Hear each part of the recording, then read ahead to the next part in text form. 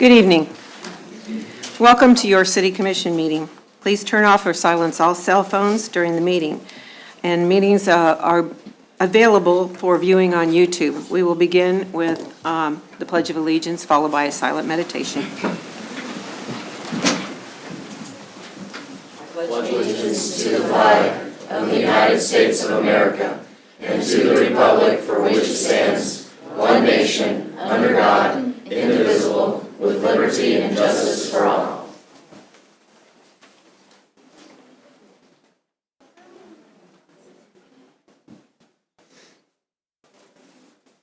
Thank you.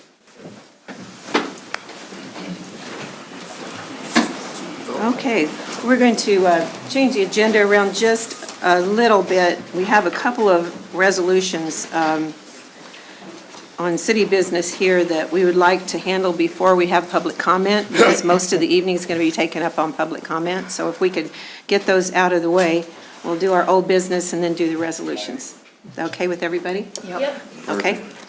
Old business, minutes from the February 26th regular meeting and February 17, 2026 special meeting.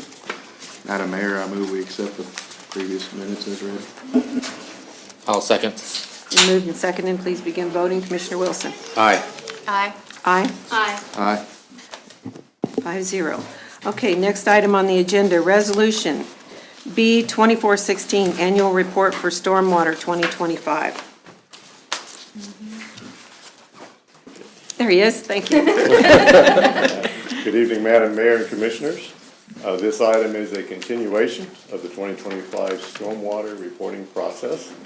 The draft report was viewed by the Commission on February 17th and is available on the city's website. There have been no changes to the report, and we've not received any comments or concerns. So tonight we ask you to approve Resolution B 2416, supporting the final report. Are there any questions of Mr. Faust? No. Nope. If not, I will entertain a motion. I'll make a motion to adopt resolution B 2416. I'll second. It's been moved and seconded. Please begin voting. Commissioner Maxwell. Aye. Aye. Aye. Aye. Aye. Thank you. Thank you, 5-0. Next item on the agenda, Section 8, B 2417, Section 8 Management Assessment Program Certification. That'll be me. Good evening, Mayor and Commissioners. So this item is an annual certification that the Section 8 program goes through. This is a self-evaluation where we ensure that we are meeting the criteria set forward by HUD. We do find that we are meeting that criteria, and we need you all to approve the resolution in order for us to submit this to HUD for their review. And that is what we request of you tonight. We have not received any comment on this item either. Okay, thank you. Are there any questions? Hearing none, motion? I will move to adopt the attached resolution submitting the CMAP certification to HUD. That's resolution HUD. Thank you. That's resolution B-2417. I'll second. There's been moved and seconded. Please begin voting. Commissioner Wilson. Aye. Aye. Aye. Aye. Aye. Okay, that business is out of the way. Thank you for that. The next item on the agenda is new business, public comment. Now tonight we have, first I want to thank everybody who came out to see us tonight. We've got a full house and we've got a full outside too. Is it echoing? Why am I echoing? There's microphones. Oh, okay. I hope we don't have. Should be good now. Yeah. Thank you. Oh, that helped. Thanks. I thought I was repeating myself. Anyway, public comment is limited to 3 minutes per speaker. It looks like as many people as we have here, it's going to take probably at least 2 hours for the speakers, or 3 hours, sorry, 3 hours for the speakers. So in the interest of time, we ask that groups wishing to speak please limit their public comment to one presenter. This is an opportunity for the City Commission to hear the thoughts of the public prior to conducting official city business. The Mayor, City Commission, and City staff have been asked not to respond to those giving public comment, and action may not be taken by the Commission on public comment items. The Mayor may direct staff to follow up with specific individuals after the meeting. When speaking, please state your name and address, and I want to thank, you have a right to protest, those that are protesting outside. And I might be there right with you if I wasn't here. So thank you so much for coming. I would ask that we it's a lot of people here. I would ask that we kind of be quiet and not respond to what people are saying. And, just try to make this as easy as we can do tonight with respect and dignity. Thank you very much. Okay. Madam Mayor, if you don't mind me real quick, Please. also asking if anybody who provides public comment would refrain from addressing anybody outside of the city commission, that would be greatly appreciated as well. Anybody besides the city commission, I should say. Oh, it means, yeah. Only address the city commission. Only address the I city could have commissioners. said that more directly, I Thank you. apologize. Thank you, Scott. Okay, are we ready? Yep. All for right, it. number 1.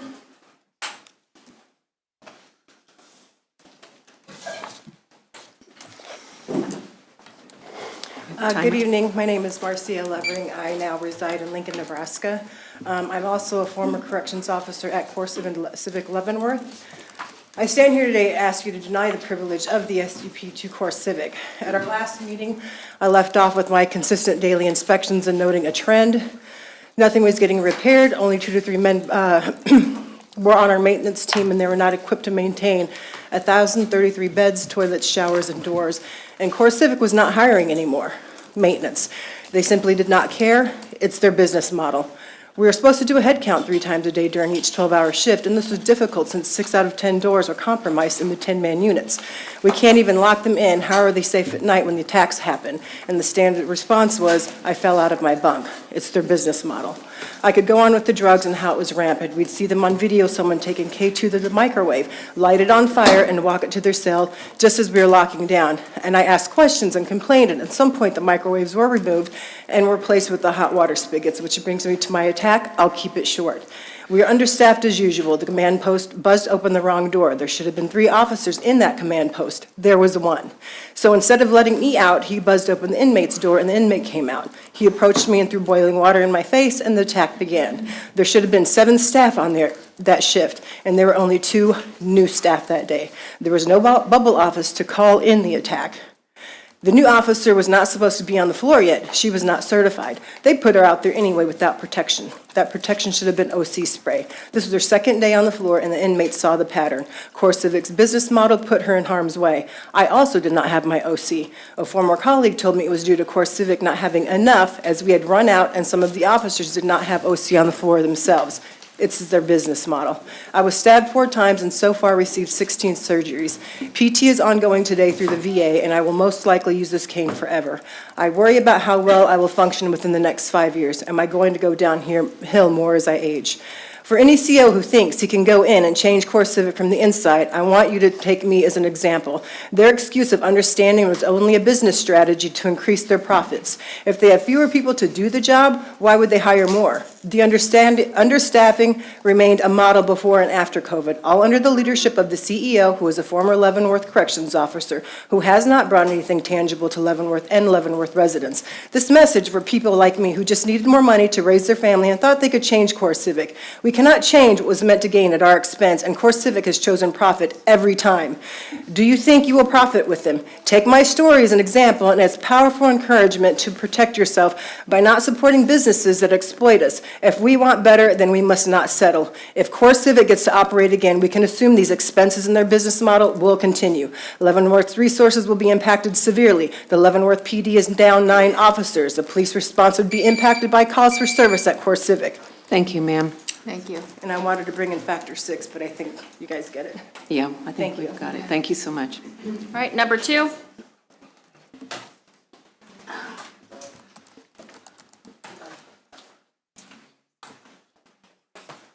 William Rogers, 73rd and Leavenworth Road. Marcia Levering, that is what an American hero is. And I'd like to point out that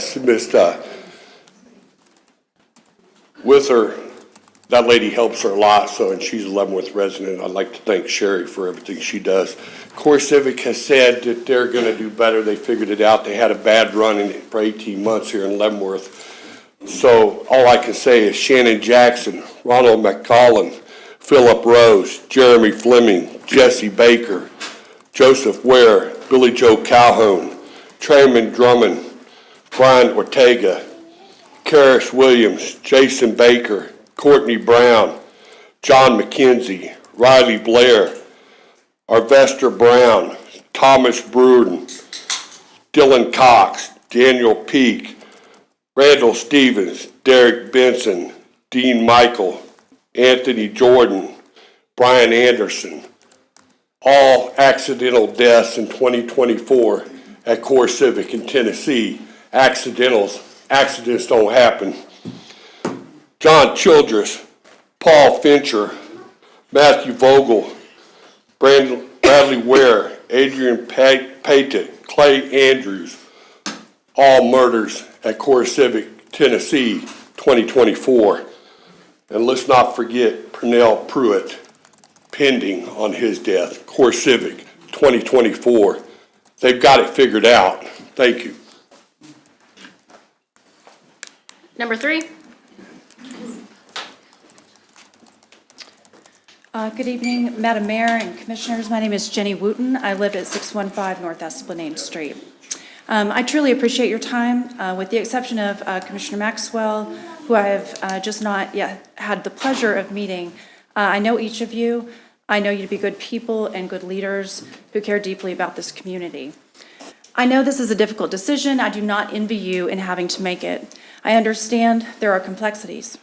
Legally, the Commission must consider precedent and legalese at city, state, and federal levels. Additionally, you must consider the positive and negative impact to this community. Some of this is within your control and some is beyond it. I bring to you tonight the wisdom of my 82-year-old mother, who imbued me with West Texas common sense. I can hear her with my inner voice saying, "Fool me once, shame on you. Fool me twice, shame on me." Both Core Civic and ICE have shown us who they are, organizations with histories of disregard for rule of law, who have demonstrated a litany of human rights abuses. We have heard testimony about many of these abuses at the City Zoning Commission meeting, and other abuses we can see with our own eyes on the national news. Neither organization has any intention of following rules at the local, state, or national level. We can look to past behavior to confirm this. They do not fool me, and I hope they will not fool you. Whatever economic benefit anyone might argue for simply cannot justify the chaos this would likely bring to our community, specifically the public safety capacity. Just look to Minneapolis, Chicago, and LA. The burden on public safety has been high. Why would we burden our schools, emergency services, and infrastructure in this way? Leavenworth is a place that takes care of its neighbors. Please help us this evening to continue to do so. Please vote no to the special use permit. Thank you. Thank you. Number 4.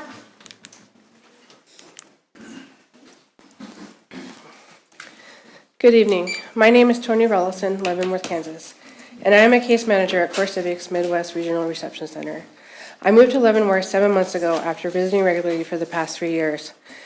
You have heard from me a couple times over the last several weeks, so I will try not to be redundant, but I want to reiterate my strong support for the opening of Core Civic. There are a few jobs in this world where, in a short amount of time, you become like family with your coworkers.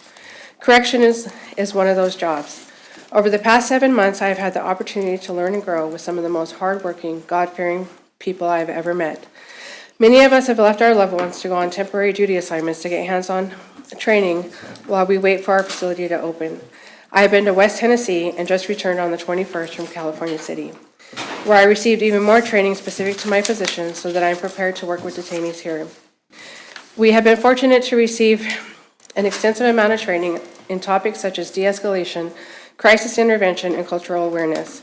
I am a certified trauma-informed care support specialist and hold a bachelor's in criminal psychology, and I'm working towards a master's in corrections management. I have almost 9 years working in corrections and 2 years in law enforcement. This is the career I have chosen to support my family with. I am dedicated to carrying out this work safely, ethically, and professionally. Allowing Core Civic to open will provide job opportunities for many families that not only already live here, but families that have a desire to move here, and will help boost the economy of Leavenworth. There may be days that do not go as smoothly as we would like, and we understand the risks that we take working in this field. We may face hardships, but we have willingly accepted the risks and know that even on bad days, we can overcome and move forward. It is time to let those of us who are here now demonstrate to Leavenworth we are ready to do the work. I was told by someone it takes a strong person to be okay with people hating you. There has been misunderstanding and even hostility, but we are dedicated to our mission, to our training, and to the safety and security of every person who steps inside our facility.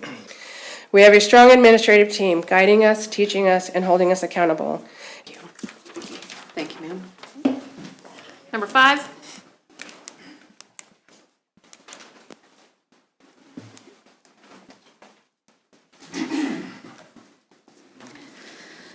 My name is Michelle Bridges, and I reside in Leavenworth, Kansas. Good evening, Mayor and Commissioners. Thank you for allowing me to speak with you today.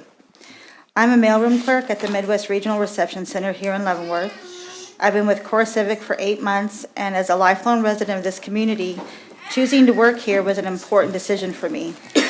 I applied because Core Civic offered fair pay, solid benefits, and the opportunity to build a stable career without commuting long distances just to earn a livable wage. Opportunities like that can be hard to find in our city, and I was grateful to find one close to home. This is my first time working in a corrections environment, so I wasn't sure what to expect, but from the very beginning, Core Civic provided extensive training that made its mission clear, to ensure that every person in our care is safe, treated with respect, and given the support they need. Safety is emphasized constantly, not only for staff, but for everyone inside the facility. Respect, professionalism, and integrity aren't just ideas we talk about, they're values we practice every day. One thing that truly stands out to me is Core Civic's commitment to being part of the community it serves. At the Midwest Regional Reception Center, we're involved in programs like Wreaths Across America, local food and toy drives, and before Christmas, we adopted a troop in Qatar, sending 9 Patriot packages. These acts of service aren't exceptions. They reflect the culture of giving and community support that exists within our facility and Core Civic as a whole. In my time at MRRC, I've met amazing people who aren't just co-workers, we are a team, and in many ways a family. We look out for one another, and that caring is essential when you work in a correction setting, which is the duty to protect those entrusted to our care. Duty is an integral part of our pride values, along with professionalism, respect, integrity, and excellence.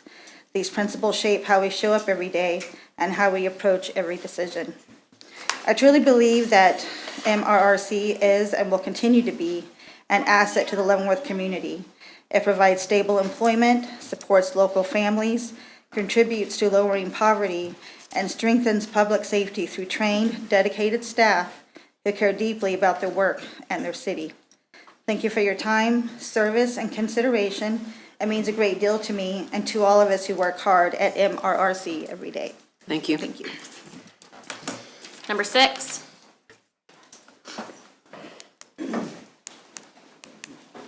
Hi, good evening. My name is Liz Walden. I reside in 4146 State Line Road, but I work with Sisters of Charity, so 4200 South 4th Street. I would actually like to talk to you about ICE specifically and having that presence within our community. So over the past year, ICE and CPP has sown fear into our communities by conducting operations in homes, schools, and place of worship and workplaces. The reopening of this Core Civic facility is not just reopening this facility for corrections purposes, for typical purposes. Instead, it's opening the community to ICE and CPP and their potential terror and violence. Within 2026, 8 people have died already by ICE. 2 specifically that were not in the custody.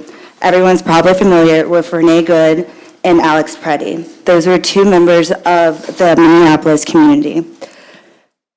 With the rates increase of the ICE operations, the individuals committed to serve this administration are getting limited training and on de-escalation, which creates a workforce that is not equipped to handle tense situations appropriately. With opening this facility as an ICE detention center, my concern is that it will lead to an increased ICE presence and raids within our community, and not just affecting immigrants. U.S. citizens have been questioned and detained, it's been recorded, as well as racial profiling, is being used, and anyone that does not look the part is at risk. And being a queer Black woman of color, I'm terrified. Fear is being weaponized, so if this center is open, what resources and services will be provided to the community to decrease the level of fear and terror? While I'm fully against having a full-size ICE detention center open in our community, I think it's more important, if it does move forward, that the community is equipped and educated. Thank you. Thank you. Thank you. Number 7.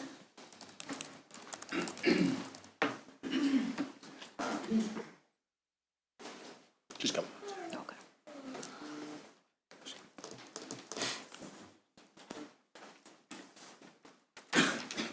Chair and Commissioners, thank you for the opportunity to speak. My name is Sister Jean Ann Panisco. I'm a sister of charity, and I live at 600 Pebble Beach in Lansing. And this decision affects Lansing because we're right next door to the property. As in the past, I speak today in opposition to the reopening of the shuttered core facility. Their horrific past behavior continues in other facilities, runs in other states. There was just a judgment rendered in Great Falls, Montana, to pay out $27 million to an inmate that was housed at a CoreCivic place. They have lawsuits, as they've said before, in California, Tennessee, and they have money for these lawsuits, just as they sued here in Leavenworth. I'm hoping the city got reimbursed for those lawsuits because they could have filled out a special permit, but they withdrew it and decided to sue the city instead of completing that process. This doesn't give us confidence that it won't happen in the future. And so if you award a permit, I am asking that it have a clause in it that CoreCivic will not sue the city if the city does not renew that special permit because of infractions done during the time. Now remember, the Big Beautiful Bill gave billions to CoreCivic, along with taxes paid by taxpayers. And the CEO's compensation in 2024 was $7.5 million.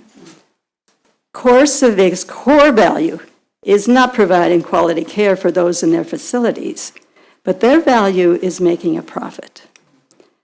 At the last meeting, CoreCivic leaders and employees shared, and as people are doing today, how wonderful it will be. I'm not sure, they're saying that they're working very well now, but the facility is not open and doesn't have any people housed there, I don't think. And they asked for a 5-year permit instead of the 1 year that Leavenworth gives. If they are promising that all is going to be in place, why are they asking for a longer permit and not the permit that is required by every other Leavenworth business? Because if everything is as they promised, then the permit could be renewed each year. What's the reasoning for wanting more than a 1-year permit? And as Sisters of Charity, we believe that all decisions, especially those that impact people, especially today, especially our immigrants, should uphold the human dignity of each person created by our God. CoreCivic has promised they're prepared to do this. And so the Sisters of Charity have a long history of visiting many prisons here in Leavenworth, along with many priests and other religious persons in Leavenworth. We want to be able to continue that in the future. Thank you, Thank Sister. you for your consideration. Good luck on you. Thank you. Number 8.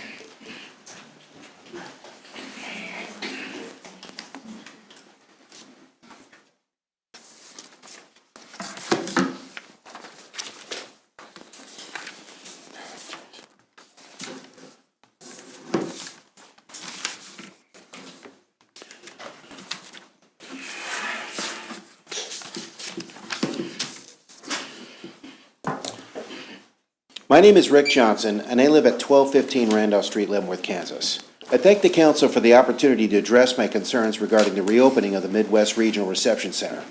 I am speaking to you today as a 25-year resident of Leavenworth and a career corrections professional. I currently serve as a detention counselor at Midwest Regional Reception Center. With over 23 years of experience in the field, including 2 decades at USP Leavenworth and 3 years with the Indiana Department of Corrections, I have a unique perspective on the value this industry brings to a community.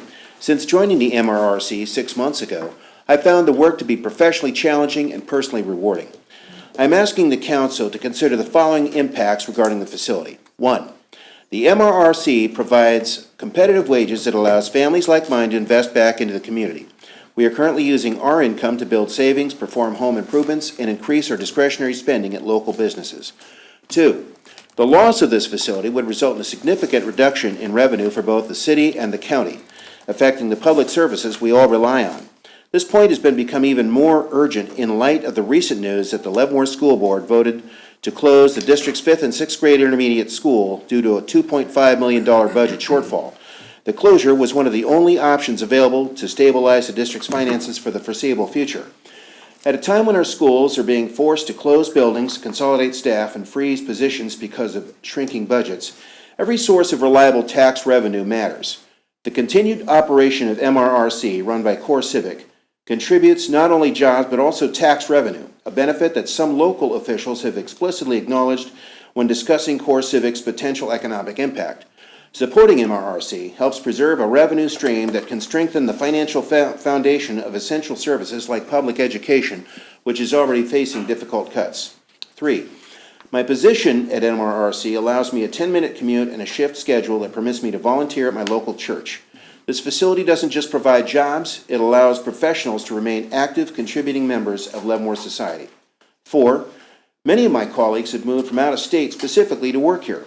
If the facility is not fully supported, we risk losing these skilled residents to other municipalities. Leavenworth has been my home for a quarter century because it is affordable and conveniently located. The MRC is a vital piece of the economic puzzle that keeps our city thriving. In a moment when our schools are being forced to make painful decisions, maintaining stable employment and tax revenue sources is more important than ever. I strongly urge the Council to support the continued operation and success of the facility, and I thank the Council for their time and consideration. Thank you, sir. Next. Number 9.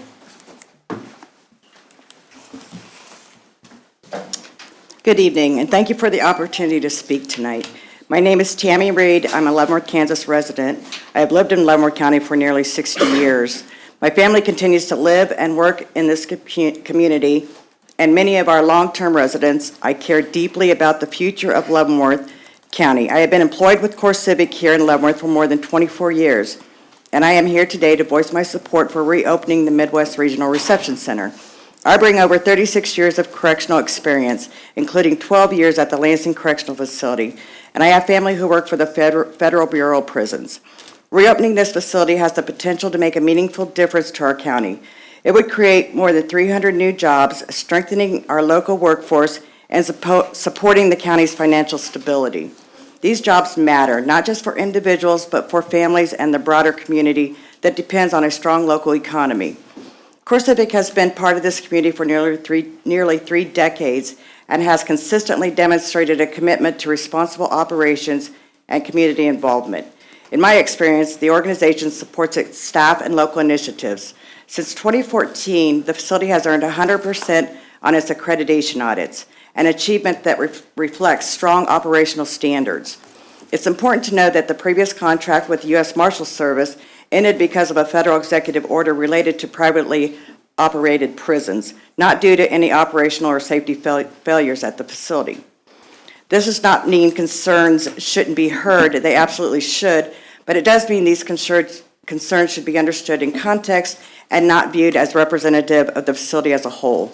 Some residents have expressed worries, and I respect their willingness to speak up. However, based on my experience living and working here, I do not believe these comments reflect the broader community or the full operational reality of the facility. Input from a small number of former employees offers only one viewpoint. Correctional environments are complex, high-demand workplaces. For those who have never worked in such settings, it can be difficult to fully understand the challenges and expectations placed on both officers and support staff. In closing, I believe reopening the Midwest Regional Reception Center can bring substantial economic benefits, support local families, and continue to maintain public safety in Leavenworth County. Thank you for your time, your service to our community, and the thoughtful consideration you're giving this important matter. Thank you, ma'am.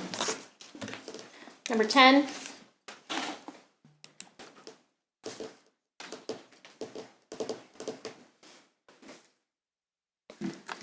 Thank you for the opportunity to speak tonight. My name is Dr. Terry Megley, and I live on Cody Street in Overland Park. I commute 40 miles every day, Monday through Friday, to come to work in your wonderful community. I'm beginning to fall in love with Leavenworth.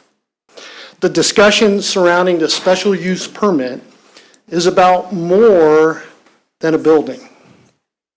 It's about ensuring that correctional operations in Leavenworth continue to reflect this community's values of professionalism, safety, and dignity. At CoreCivic, I'm the Learning and Development Manager. My doctorate was an emphasis in curriculum development and testing. I have seen firsthand how these standards are upheld every day. Although I am new to this role, I have brought 25 years of experience of trauma-informed care working with individuals released from probation and parole, which has shaped my understanding of what a high-quality correctional training requires.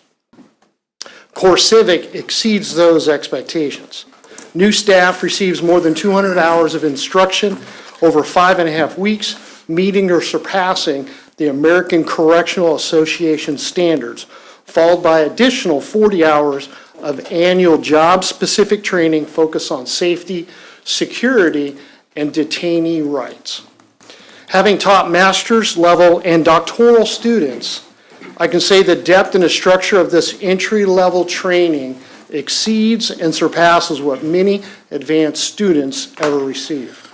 Courses such as CPR, detainee rights, verbal de-escalation skills, and reality-based training that provides realistic, scenario-driven experiences that build brilliance with the basics of correctional care. Just as important is the environment which the staff works. My leaders model open communication, unity, and care, which is a culture that reinforces the dignity and accountability that we all need. Approving the special use permit preserves the rigorous training standards and ensures that the facility continues to reflect the community-aligned values of professionalism and respect. Thank you for the opportunity to speak tonight. Thank you, sir. Number 11.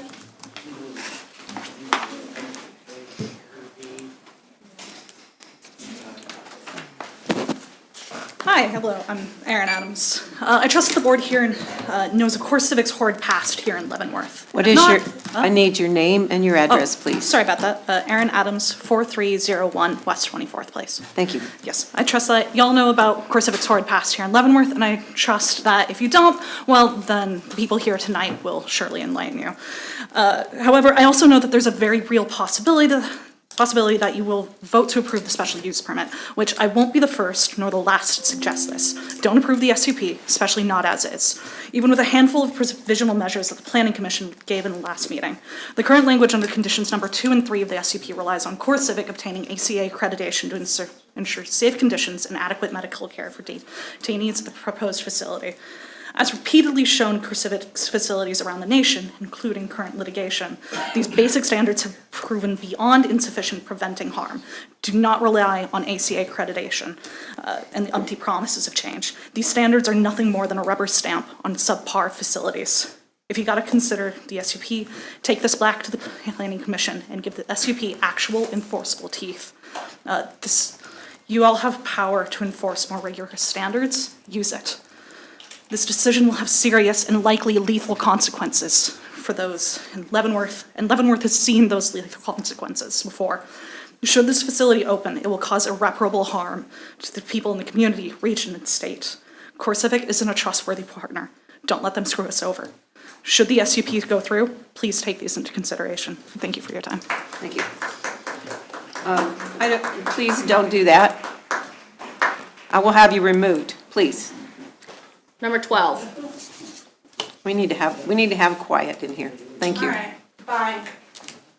Goodbye.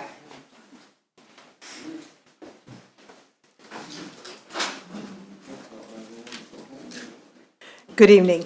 Thank you for the opportunity to speak. We all know, I'm Connie Forgy from Salt Creek Valley, Leavenworth. We all know that past behavior is a predictor of future action. Leavenworth is a prison town. Our federal prison with its honor camp, military institutions at Fort Leavenworth, state pen in Lansing, and former facilities for male and females have all been or are run without the reputations being sullied due to mistreatment of inmates or lack of cleanliness, improper shelter or exercise or medical care. However, treating the occupants as human beings does not seem to be the goal of CoreCivic operations. Many of those institutions for boarding illegal immigrants have acquired their facility very quietly, and the intent is to propose small, then enlarged capacity after occupancy.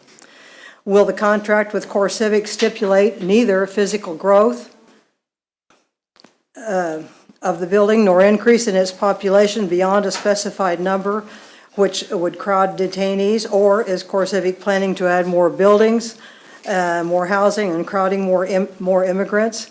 Past contract with Leavenworth, CoreCivic agreed to multiple stipulations, which were tossed aside as soon as the ink was dry. Decent food, shelter, adequate sleep arrangements, medical care, and exercise, repair of broken equipment, and admission of city inspectors were ignored. I repeat myself, past behavior is a predictor of future action. Where will you be as an elected city official when it is discovered that CoreCivic's future actions are not what you intended? What is in this for Leavenworth? I thank you. Thank you, ma'am. Number 13.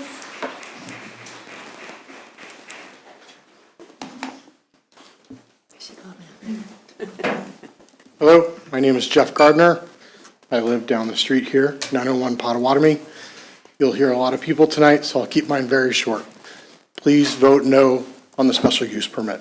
Thank you. Thank you, sir. Number 14.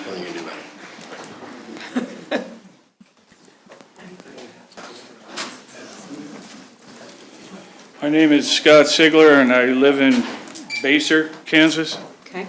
I want to thank all of you for your service to the city of Leavenworth and for the opportunity to speak to you today regarding the issuance of a special use permit for CoreCivic. May the Lord bless you and may He guide you as you navigate through this process. I want to briefly talk about my background first. I retired last year from the Florida Department of Corrections after 28 years of service. The last 8 of those years, I was an assistant warden at facilities in Okeechobee, Florida, and Miami, Florida. With that, I am bringing a wealth of knowledge with me to this facility, and I look forward to putting that knowledge into practical use here. I retired early from Florida so I could have the opportunity to work with CoreCivic as a unit manager here in Leavenworth. My wife and I sold our house in Miami, Florida, and purchased a home in Baser, Kansas. We are both excited to now be positive contributors to the local economy and at the same time discover a new part of the country. The decision to move here was made much easier due to the fact that we have close family that live in Kansas City, Missouri. We both decided to take a leap of faith and trust God that this facility would in fact open. As already stated, I've worked in corrections for several years. Over those years, I've worked at several different facilities. I've worked for and been a part of several different administrations. I can honestly say that I've been impressed with what I've seen with the administration here at the Midwest Regional Reception Center. They all come with a wealth of skill, knowledge, and experience. Also, they have demonstrated the ability to lead and manage a facility with the utmost ability, integrity, and transparency. I look forward to working with them as we carry out our mission together.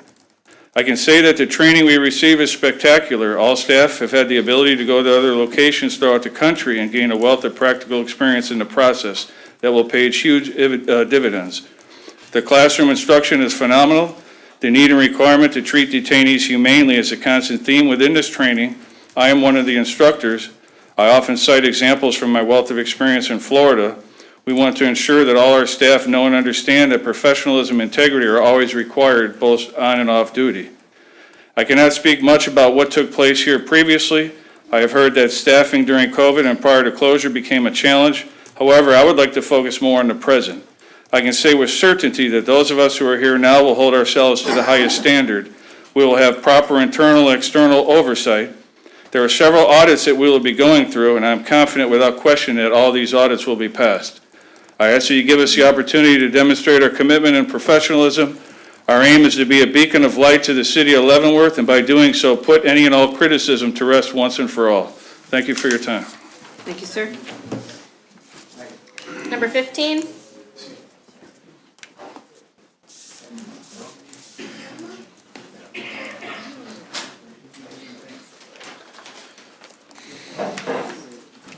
Good evening, Madam Mayor and County Commissioner, or City Commissioner, excuse me. My name is Don McDowell. I work and reside in Leavenworth. I live on Valley View Road. I hold an MBA in data analytics and a bachelor's in emergency management, as well as an associate's in paralegal studies. I've served 22 years in the military, 10 of those as a military policeman, 12 as a paralegal, and I've also worked as a county corrections officer, fully trained and qualified in Grand Forks, North Dakota by the Department of Corrections and Rehabilitation. I feel I'm at least qualified to bring forth some opinion on the matter of this. Core Civic has a national reputation, both past and present, of harming both staff and inmates up to and including death. As recently as August of last year, the National Scene newspaper showcases an incident where one inmate was killed and two others injured at the South Central Correctional Facility in Wayne County. The author also points out that the lawsuits have been filed and are still pending against Core Civic in 4 facilities in Tennessee, as well as lawsuits pending in Georgia, Kansas, Texas, Nevada, New Jersey, New Mexico, Arizona, California and Colorado, Florida, Ohio, and Oklahoma. These lawsuits include instances of staff and inmates being injured or killed, and numerous civil rights violations. Because Core Civic has inadequately trained its corrections officers, this contributes to the staff and inmates population's injuries and death. For private prisons, this amount of legal malfeasance may be normal. However, it is detrimental to the community at large. It destroys the reputation of the community and damages the mental and spiritual well-being of all those involved. We have proof of it here in Leavenworth when the facility was previously allowed to operate. That included 2 suicides, 10 severe beatings and stabbings, and refusal to allow local law enforcement to conduct investigations on the property. Its consistent understaffing also allowed dangerous and pervasive drugs, weapons, and other contraband into the facility. Given the most recent lawsuits and complaints filed, you can see that Core Civic has not changed its business practices. We as a community would be foolish to not learn from the past by allowing this facility to open its doors once again as a federal regional holding facility. Lastly, the newly intended use of the facility will potentially house dangerous criminals such as Latin American gangs as well as African, Asian, and Middle Eastern criminals that have committed murder, rape, and child sex trafficking, among other crimes. These will be imported into the area from any number of places in the country. Since we cannot predict the future of elections on the national scene, there's a strong possibility that after upcoming presidential elections, that facility will once again close, allowing those rapists, child traffickers, and murderers to walk into town. They will prey on vulnerable communities and embed themselves. The only true answer to the question of allowing Core Civic to open is a resounding no. I do thank you for your time and my privilege to speak in front of you. Thank you, sir. Thank you. Number 16. Tiffany Thompson, Kansas City. Mayor, Commissioners, under international law, authorizing a detention facility where human beings are systematically abused has a name: crimes against humanity. Officials who authorize these facilities have been prosecuted.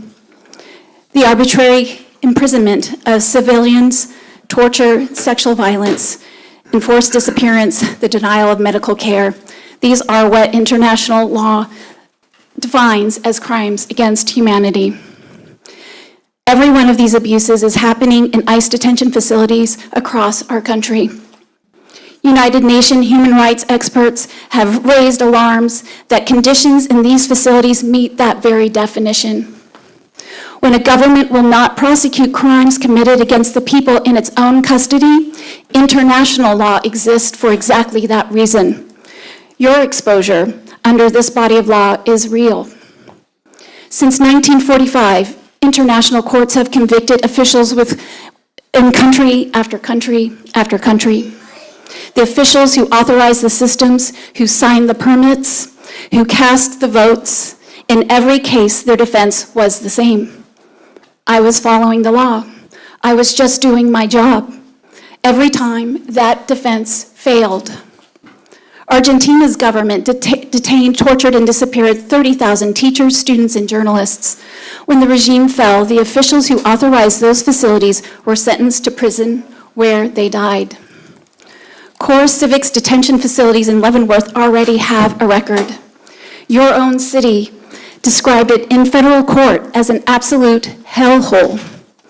When the police came to investigate crimes, Core Civic blocked them at the gate and refused to turn over evidence. Right now, at Core Civic's detention facilities, records were falsified to cover up detainee deaths. A child with cancer has not yet received treatment since arriving. Children are being held indefinitely without due process. Guards threaten to separate children from their parents as punishment. Under Rome statute, the deliberate infliction of severe mental suffering is torture. These are not isolated failures. These are crimes against humanity. 7 out of 10 people in ICE detention have no criminal records. They are asylum seekers, refugees, people waiting for a hearing. The arbitrary imprisonment of civilians without due process is what the international law defines as a crime against humanity, and Core Civic is asking you to be its co-conspirator. Human rights organizations and international journalists are documenting this, and on March 10th, the public record will document your name and the choice you make. Thank you so much. Please vote no. Number 17.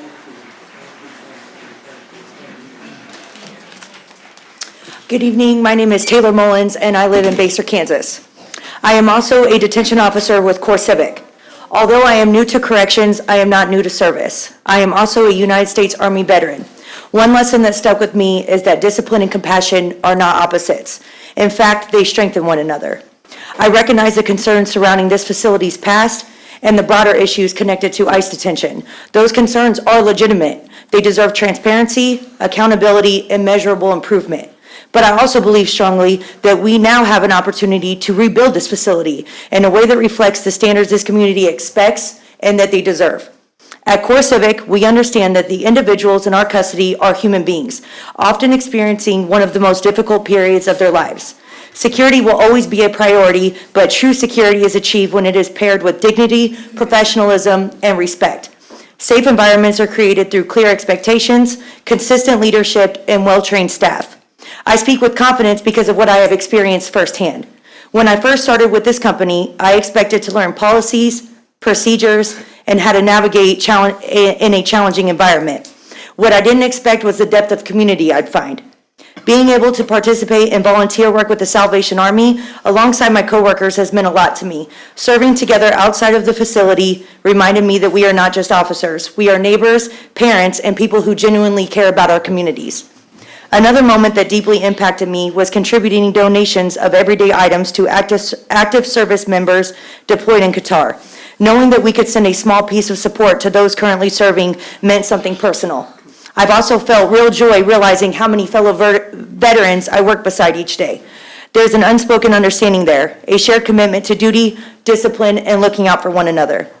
What has impacted me the most personally are the countless times coworkers have checked on me during any trying times I've had. A simple "are you okay" can mean everything. In return, I reach out when I notice someone seems a little off to make sure they know that they're seen.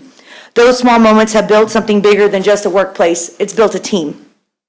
Our leadership has been equally focused on improvement, providing guidance, mentorship, and accountability. Their commitment to staff development is one of the reasons why I am proud to serve here. I believe this facility can operate with both safety and compassion, not because it is an aspiration, but because I have seen the groundwork already in place. With strengthened training, oversight, and leadership, we can serve this community responsibly and with integrity. Thank you for your time and consideration. Thank you, ma'am. Number 18.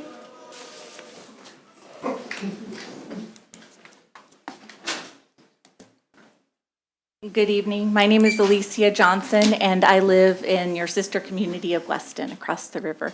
I want to first thank you all for your service. Thank you for everything that you do for your community. This is probably the most important decision that's ever faced you, and this decision is likely going to frame your legacy as a human being moving forward in your community. I do not envy you. I do not envy what you're facing. I would like to talk about the distinction between regular correction facilities, and there is a purpose in our community for regular correction facilities. But there's a distinction here with what we have before us, because the people that will be housed in this facility, they have not gone through due process. They have very likely not been appointed a lawyer. They have very likely not been served with a constitutional warrant. They have very likely not gone through a hearing. They have very likely not had a trial. This is very different than what most individuals have had when they go through a process, when they go through due process, which is framed in our Constitution. And so I would really ask that you consider this. We know for a fact that individuals that are housed in these facilities are as young as 2 months old. We know for a fact that we've had 5-year-olds housed in these facilities. This is a distinction between regular correction facilities. Regular correction facilities most often have adults who are housed there. So please choose the road of courage. Please choose the road of good. And thank you. Thank you for your listening ears. Thank you. Thank you. Number 19.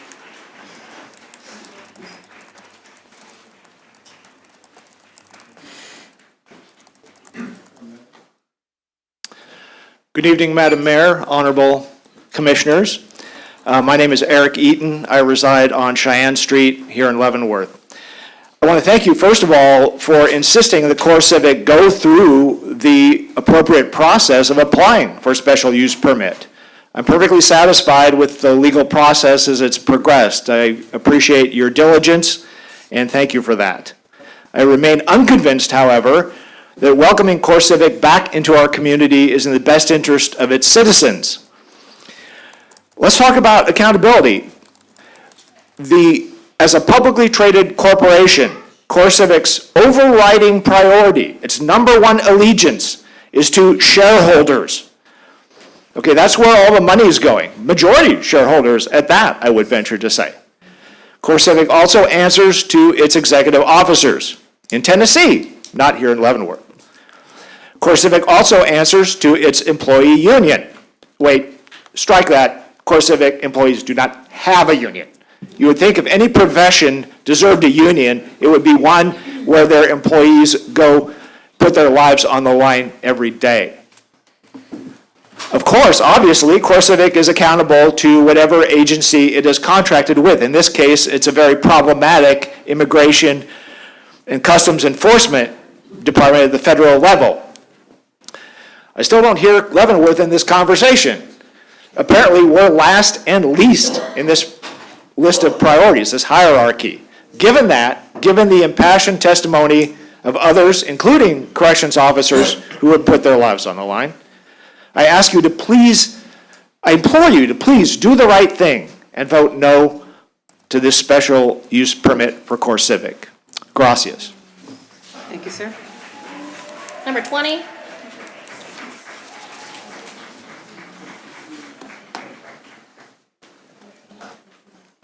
Hi, my name is Suzanne Sievers. I live on Fort Leavenworth. Thank you for your time today. I am a military spouse, emergency room nurse, and a community member. I am here again asking for your vote to be no on CoreCivic special use permit. The last time I was here, I asked you to consider Golden Factor 6 and the strain this facility will place on health services available in Leavenworth, especially the only emergency room. My second point falls under both Golden Factor 1, character of the neighborhood, and 4, detrimental impact on nearby property. I encourage you to consider that one of the largest economic support systems Leavenworth gets is from the military base right here. Every year, 1,000 field grade officers and their families cycle into this area for the Command and General Staff College course, a year-long military school. As one of these families, I would like to point out that attendance for CGSC, while encouraged, is not mandatory. When faced with the option of moving here, my family and most others have to consider this school is 10 months long and there is impact to relocating for only 1 year. My family chose to absorb the consequences of 3 moves in 2 calendar years because of one thing: community. I don't know if you know this, but military spouses talk. We are incredible at networking and using online resources to crowdsource and prepare our families for new duty stations. I was told by our network that being here is hard but worth it for the community on and off base.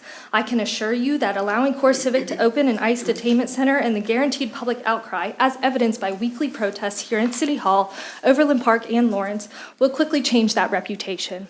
Convincing people to live off post, leave post resources, take advantage of the Leavenworth community will be difficult to do when this city becomes the next Minneapolis.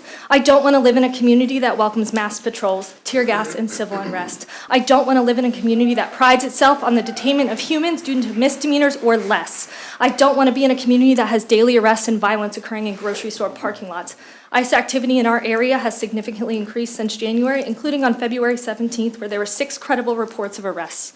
This SUP will cause even more ICE presence, and if you approve it, you cannot say you did not know that that would be a consequence. This facility had been open prior to us being offered placement here, we would not be here. I would not have opted to move my entire family across the country to live in a place where you enable fascism for a profit. Furthermore, we have this area on a short list for retirement locations because we see how wonderful it is. It has exceeded our expectations, and that is one of the reasons I care so deeply about this issue. But I can promise you, if this is approved, we are never coming back. While this planning commission limited its scope to the immediate neighborhood surrounding this facility, you have an obligation to consider the impact on Leavenworth as a whole. Finally, I'd like to remind you that the ruling according to Lando versus City Council of Overland Park states that the golden factors are not mandatory but rather suggested. You can do the right thing.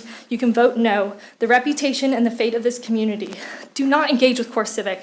They have a disastrous reputation. They have nationwide backlash daily of new inhumane commissions, and that will impact Leavenworth. Thank you so much.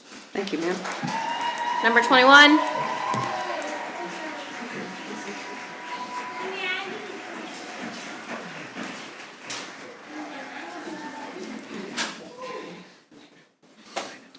Don Stubbings, 2301 Hebelin, Leavenworth, Kansas. Good evening, Madam Mayor and Commissioners. Thank you for the opportunity to speak tonight, and thank you for your service to our community. I also want to acknowledge everyone here in attendance, whether you're in support, opposition, or simply here to listen. Your presence reflects civil engagement, and that matters. I recognize the weight of the decision before you. I understand that you're balancing economic considerations, legal pressures, and your personal ethics, and the future of the city. My comments tonight are directed toward one goal: protecting long-term well-being of Leavenworth and its citizens and the future detainees and employees of the Midwest Regional Reception Center.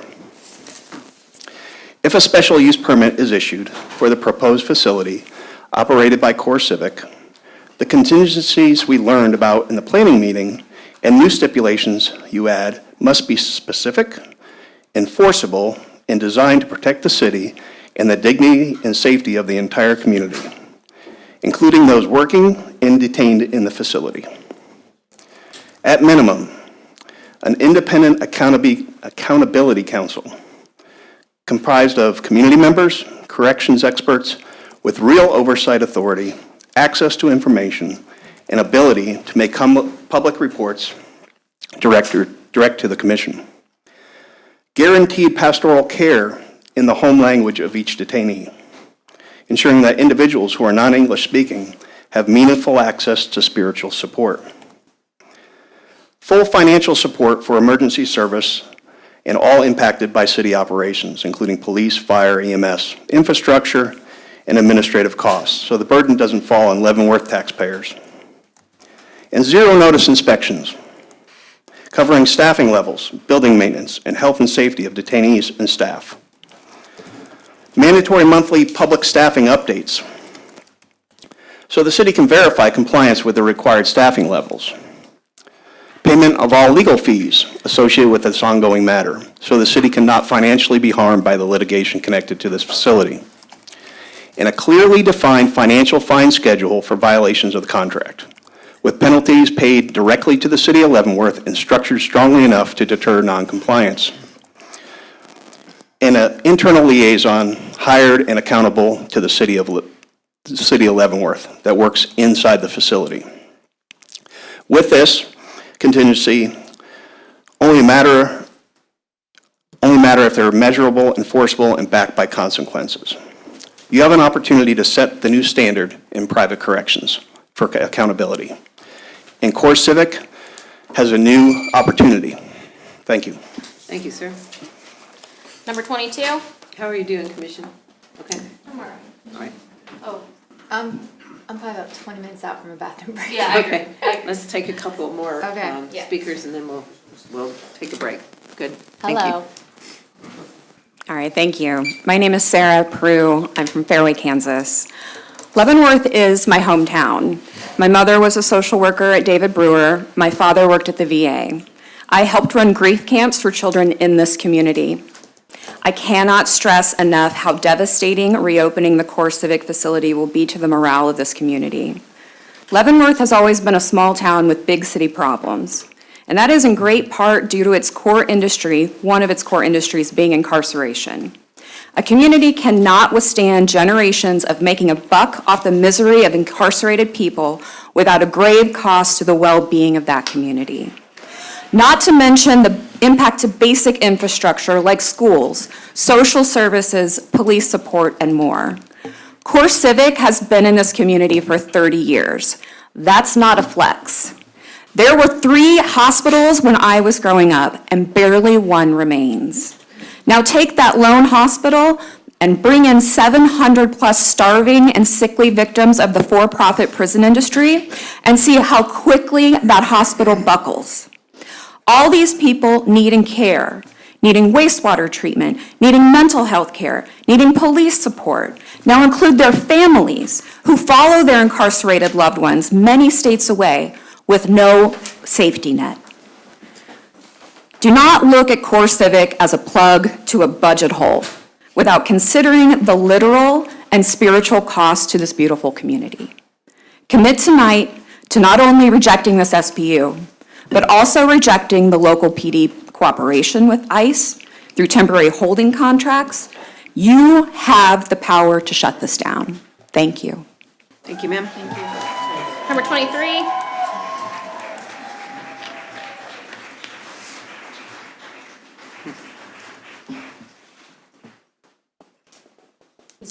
Okay.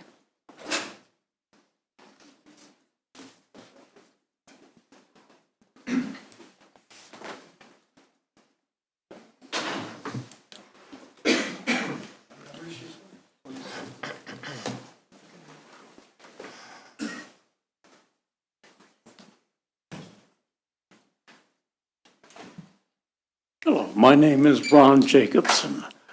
I appreciate the ability to be able to speak to you tonight. I'm going to talk about some things that people aren't talking about.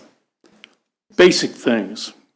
Things that have to do with... What's your address, Mr. Jacobson? Oh, I'm sorry. You're right. My address, I've lived in Leavenworth County and City since 1962. I have 5 children. It's okay. My daughter just We just spoke. need your address. Yeah. And my address is whoever draws the short straw to take care of the old guy. Oh, So- got it. Okay, thank you. Right now, my daughter's standing up there.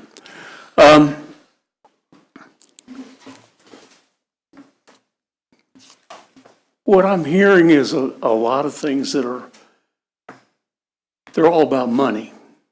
But this is more than about money. I'm also a Vietnam veteran, an ex-Marine.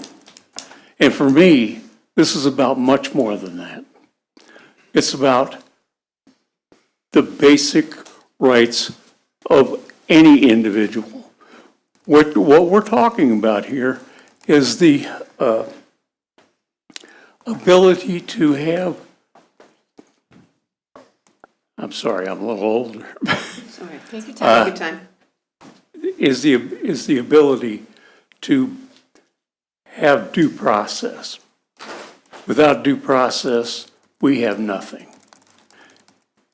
Even the Japanese internment camps of the Second World War weren't this bad.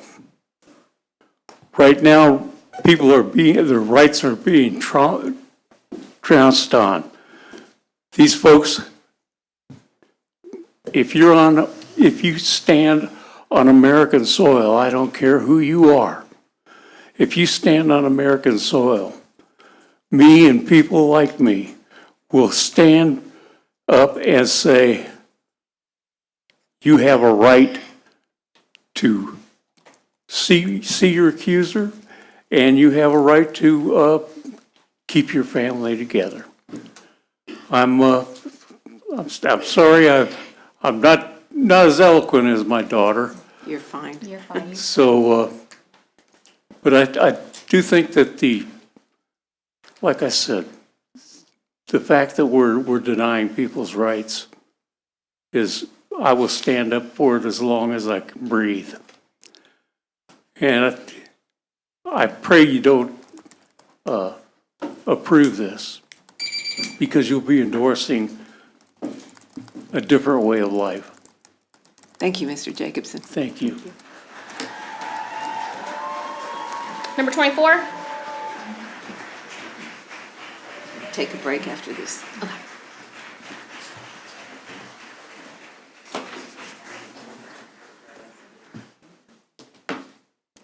Dr. Daniel McIntosh, 1013 South 21st Terrace, Leavenworth. Good evening, Commissioners, and thank you for your time. I urge you to reject this application because in its current form, it is an incredibly bad use of the land.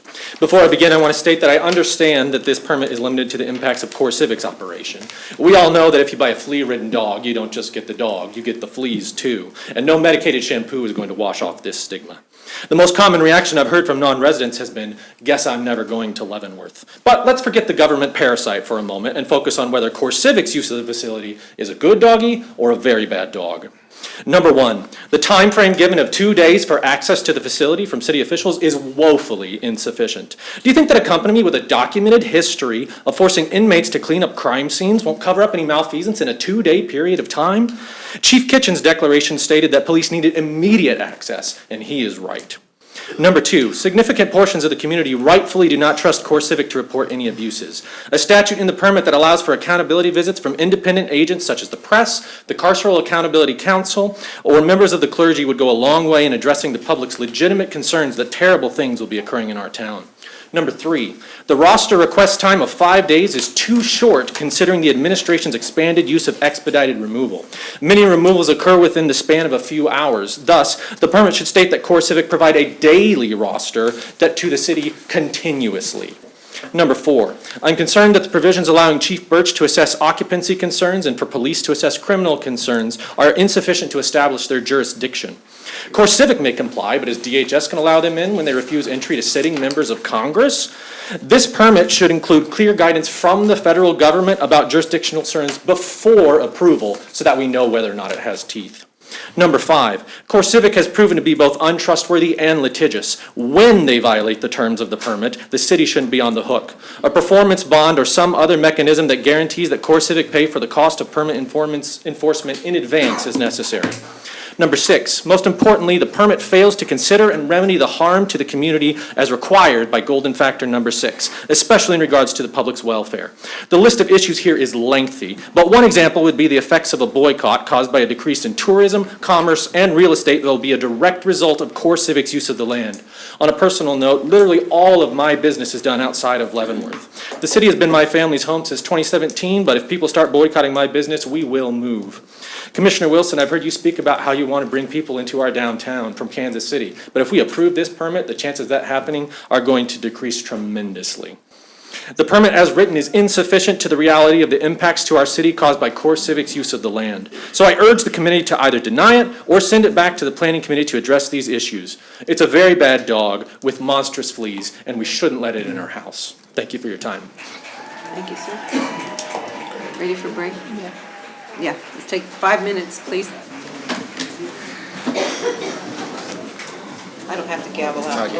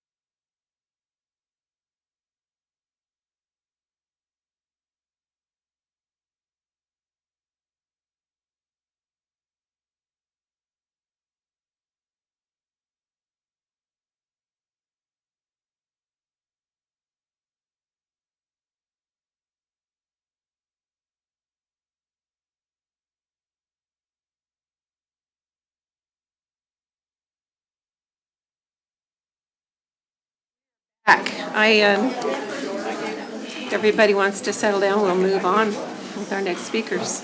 Are we okay? You guys good? All right. You can take a minute, sir, for them to quiet down. They'll quiet down, sorry. Are we good? Thank you. Go ahead, sir. All right. Hi, I'm Joel Bailey, Tarnoxie Drive, Leavenworth, Kansas. Okay. Members of the City Commission, thank you for the opportunity to speak today regarding the special use permit. I'm a 30-year resident of Leavenworth County and a career corrections professional.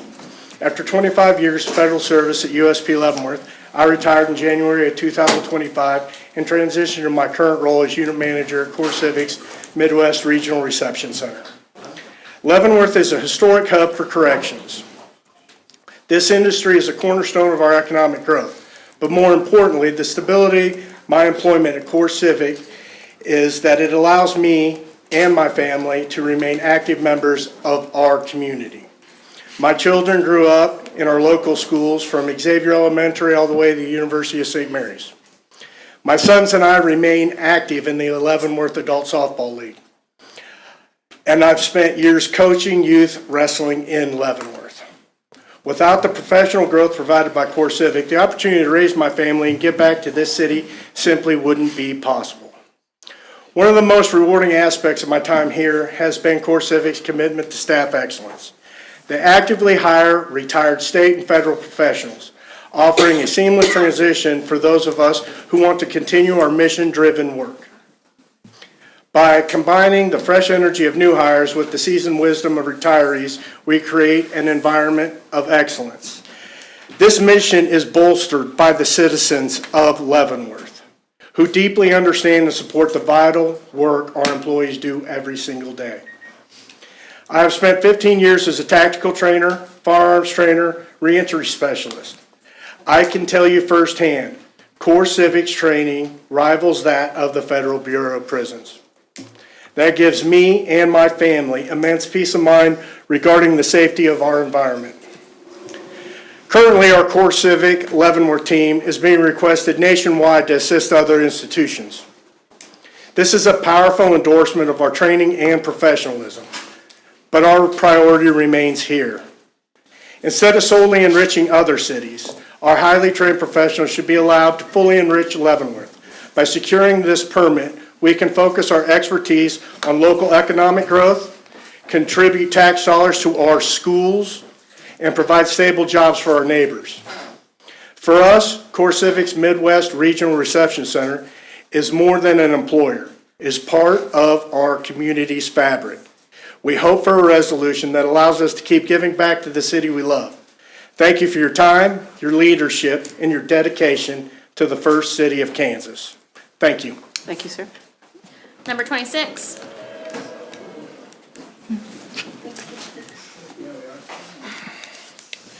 Calvin Sholey, South Valley Drive, Lansing, Kansas. Members of the City Commission, thank you for allowing me to speak in support of the SUP being requested by CoreCivic. I'm a resident of Leavenworth County and hope to continue that residency. As the son of 2 U.S. Army veterans, I grew up with a deep respect for service and the unique culture in this area. I attended school here, and this past football season, I had the honor of serving as an assistant coach on the football team. I also substitute teach for the school district of Leavenworth now. To all my players and colleagues out there, go Pioneers. Being a coach taught me the value of teamwork and the importance of having a clear path forward. Now, as a 22-year-old starting my own professional journey, I find myself at a crossroads that many people my age face. Search for a career here in town or look elsewhere. I'm looking for more than just a paycheck. I'm searching for a career that offers a genuine sense of belonging to a team, high-level training that enables me to excel, and the potential for real upward mobility. I want a job with purpose, one that serves a mission greater than myself, and most importantly, a competitive local wage. If CoreCivic is granted this permit and allowed to operate here in Leavenworth, me and other young people like me fully plan on applying for employment. For a young professional like myself, this isn't just about a new building or a business contract. It's about a door opening. It's an opportunity to learn a specialized profession right here in the city I have so much admiration for, rather than being forced to take my talents and tax dollars elsewhere. By approving this permit, you aren't just supporting a company, you're supporting the next generation of Leavenworth's workforce. You're giving people like me a reason to stay and build a life here and continue contributing to the community that raised me. I want to continue supporting my pioneers, my neighbors in this city. Core Civic provides a path for me to do that. I respectfully ask for your approval of this permit. Thank you for your time. Go Pioneers. Number 27.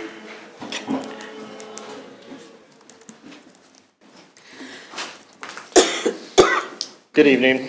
My name is Adam Hull from Smithville, Missouri, and I work for the Core Civic facility here in Leavenworth. I want to share something simple, personal, and honest as you consider the special use permit in front of you. When Core Civic operated before the shutdown, I wasn't here. I don't know what the facility was like back then, and I can't speak to past experiences that others may have had. What I can speak to is what I've seen every day since joining this team. It's very different from the assumptions that many people still carry. Today, our facility is led by individuals who are strong, transparent, and deeply committed to doing things the right way. The leadership we have in place now sets clear expectations of professionalism, respect, and humanity. They hold us to a standard that I'm proud to meet, and they model those same standards themselves. But even more important than policies or procedures are the people, my coworkers. The men and women who show up every day are some of the most caring, friendly, and genuinely compassionate individuals I've worked with. These are people who treat others with dignity, who look out for one another, and take pride in doing their jobs responsibly. The atmosphere inside the facility reflects that. It's supportive, structured, and rooted in professionalism. The work we do isn't always easy, but it is important. And the people doing that work are not the stereotypes that sometimes gets attached to this industry. They're good, solid members of this community, neighbors, parents, veterans, volunteers, who care about treating people the right way while also ensuring safety and accountability. All I'm asking is you make your decision based on what the facility is now, not what it was years ago before new leadership, new teams, new expectations were put in place. Those of us who work there know the reality firsthand. We see the integrity, the compassion, and the professionalism every single day. I'm proud of the team I work with, and I believe our community can be proud of them as well. I respectfully ask you to approve the special use permit so we can continue serving the community with the standards and professionalism it deserves. Thank you. Thank you, sir. Number 28. Hey, I'm Alicia Mine. I live at 208 South Main Street in Lansing, Kansas. I'm here because I want to say that I hope that you do not approve this permit for these people. I don't know what kind of people this institution brings into our community, but I know I've been threatened many times by people since I started speaking out against this facility. I know that I called the mayor about a problem that I saw out there with them having buses. Laughing at your citizens when they come in to interact with you is disrespectful and just not appropriate at all. I'm here as a concerned citizen. I called you as a concerned citizen and asked you if you would do an inspection on that property because they had buses backed up to the back of it and people out there with automatic weapons. And you told me that you didn't have time for it. I did So not. I'm here, yes, you said you did not have Thank you. time for this. Thank you. So I'm here to talk about my want to make sure that we have good oversight of the SUP. I don't think that our council should be doing it. I think it should be independent. I think things need to be inspected immediately when there's problems seen out there by anybody in the community. And I think that it's about time that our council start to develop some legislation that's going to protect the people here from federal agents, okay? I think we need to make sure that we define how access to private property will be obtained by agents here in our town. I think we need to define how data sharing activities are going to go on. I want to know whether they're sharing our motor vehicle records with these people. I want to know what the cameras are being used for that are propped up across our town. I want to know what you're telling people about me. I'm a private citizen, and I think that you guys need to be transparent about what's going on. So I'd also like you to define the cooperation between our police and our sheriff's department with these people. I think the people in our town need to know what kind of commitments you're making to this. So, and what kind of commitments you're making to your community. I would like for you to vote no on the special use permit. Thank you very much. Thank you. Number 29.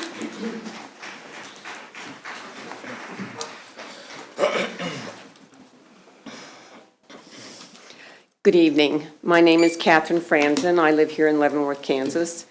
and I appreciate the opportunity to speak. CoreCivic is not and has never been a good faith partner with the city of Leavenworth. You only have to review the record of problems faced by our police department and serious safety issues, and listen to the stories of traumatized and victimized employees to know that. And we all know, it was said before, that the best predictor of the future is the past. For CoreCivic, I believe this hearing is not really about an honest exploration of what is good for the city. This is a dog and pony show, because they are still in court claiming, according to their attorney, that they don't even need this special use permit, showing complete disdain for our city and our process. The attorney for CoreCivic said the district court didn't properly grant the injunction, and even if the decision were rendered moot after the permit was approved, the company may be entitled to fees and damages associated with an improper temporary injunction. That sound threatening? To cost the city more money? And again, not an organization with the best interests of Leavenworth in mind. And if the special use permit is denied, they will continue to hold a gun to the city with more threatened lawsuits. They will be perfectly happy to bankrupt our city to get what they want. I maintain that CoreCivic is not and will not be a good faith partner for our city, and I encourage a no vote. Thank you. Thank you, ma'am. Number 30.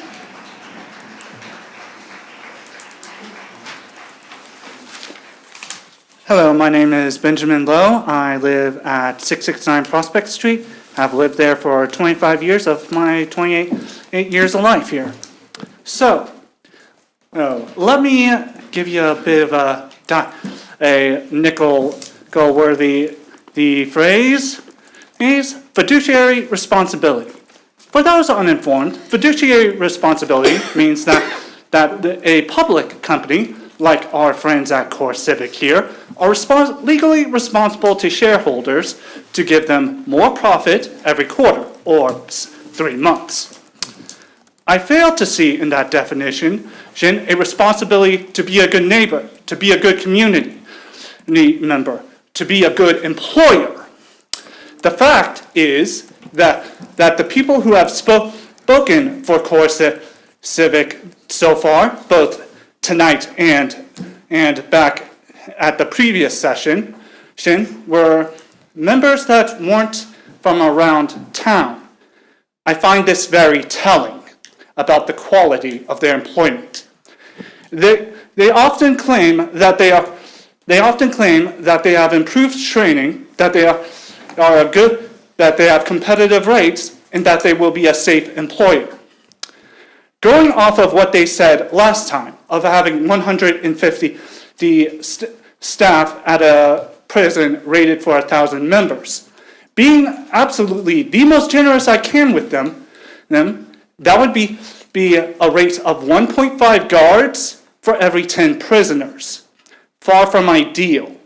And this is not even been counting facts of different shifts, days off, and accusations possibly proving true that they understaff and that they, like many other private prisons, overcrowd their facilities. Also, I would note with training, at least in something like medical, claiming 5 weeks is better than the months and years it takes for a masterate or doctorate. I may only have a bachelor's, but I find it ridiculous. Now, granted, all of this is just coming from a simple resident, a simple Uber Eats driver currently trying to get an IT job. I don't have a big PR department to polish my statements. I don't have a paycheck on the line. But I do think that if you allow this blight in, perhaps the chain stores at Fourth will appreciate the occasional lunch that they order. Thank you. Thank you, sir. Number 31.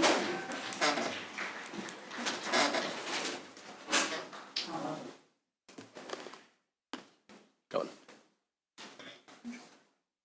She's coming.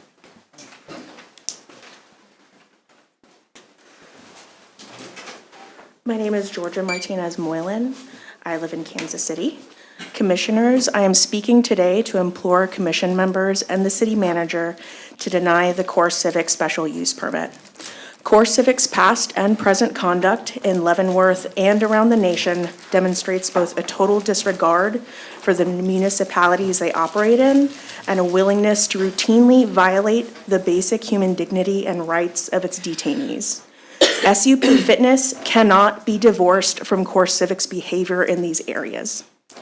I think we can look to recent activity at the Otay Mesa Detention Center in San Diego County, California, a facility owned and managed by Core Civic, as proof that Core Civic can and will violate Leavenworth's conditional measures in this SUP performance agreement. At this center earlier this month, U.S. Senator Padilla was denied access to this facility after attempting to investigate reports of detainees suffering from constant sickness, lack of food, illegal overcrowding, and indefinite detainment. The Core Civic warden told Padilla that the decision to allow facility inspection was up to ICE. To this day, both Padilla and the county's health officer have been denied access to relevant areas of the facility that they have a right to review. The total lack of transparency, accountability, and repeated human rights violations by Core Civic, DHS, and ICE all but assure that the city's proposed conditional measures, including granting city officials access to the facility within 2 days of request, not overcrowding the center, and even not detaining children, will be violated as evidenced by Core Civic's behavior under their contractual agreements with ICE. It should be transparently clear to everyone that Core Civic does not care about and will not be meaningfully dissuaded from violating Leavenworth City's conditions of approval.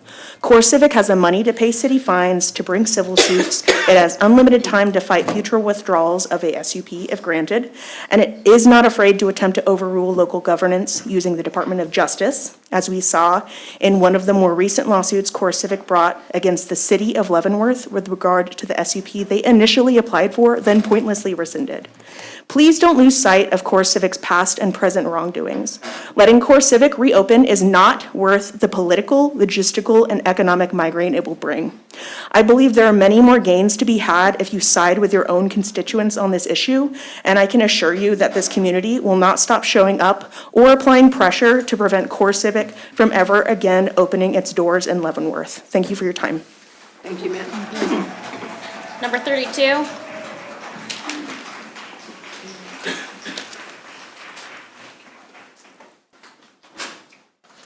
Hey, good evening. Good evening. I'm Mike Trapp. I live at 707 South Broadway. I want to thank the commissioners for their time, for the opportunity to give public comment. I want to thank the staff for their hard work in negotiating with Core Civic. Core Civic has, as many people have said tonight and more will, have had continued operational failures both here in Leavenworth and across their facilities across the country. You're still placed in where you have in good faith have to enter into negotiations and work through the permitting process as it's described through state and local law.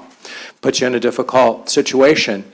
I believe that there were good gains made in staff's negotiation, that there are accountability measures that increase the likelihood that safe operations can happen here, but they do not go far enough, and there is not enough independent guarantees of good conduct in following the agreement. Rescinding the permit opens up an expensive legal process that would again be challenged, and so I think that the City Commission has to continue to refine this process. We need to add additional accountability measures that are not there. Planning and zoning made some modest improvements with tightening up the language, but it didn't go far enough. I still believe that a performance bond would be the most appropriate vehicle to ensure good conduct. If they had to place money into escrow, then that with clear metrics for if they did not follow through with their contractual agreement, would allow for a proper incentive to make sure that we have proper safing and operate safety for the safety of the residents, the staff, and the community. Other accountability measures is some kind of independent oversight board that could have access to the facility, a facility auditor.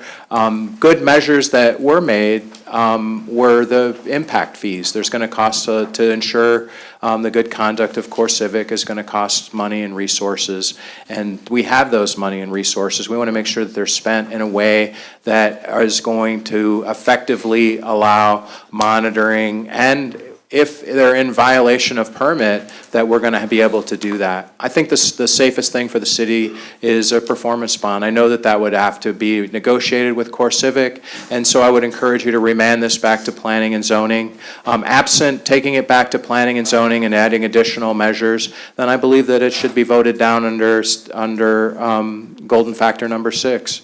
You have to listen to your planning and zoning, but you don't have to follow their vote. You do have to follow their arguments, and I think Ken Bateman made the great argument about the relative impact to the nearby property owners versus the relative impact to CoreCivic. Thank you. Thank you, sir. Number 33.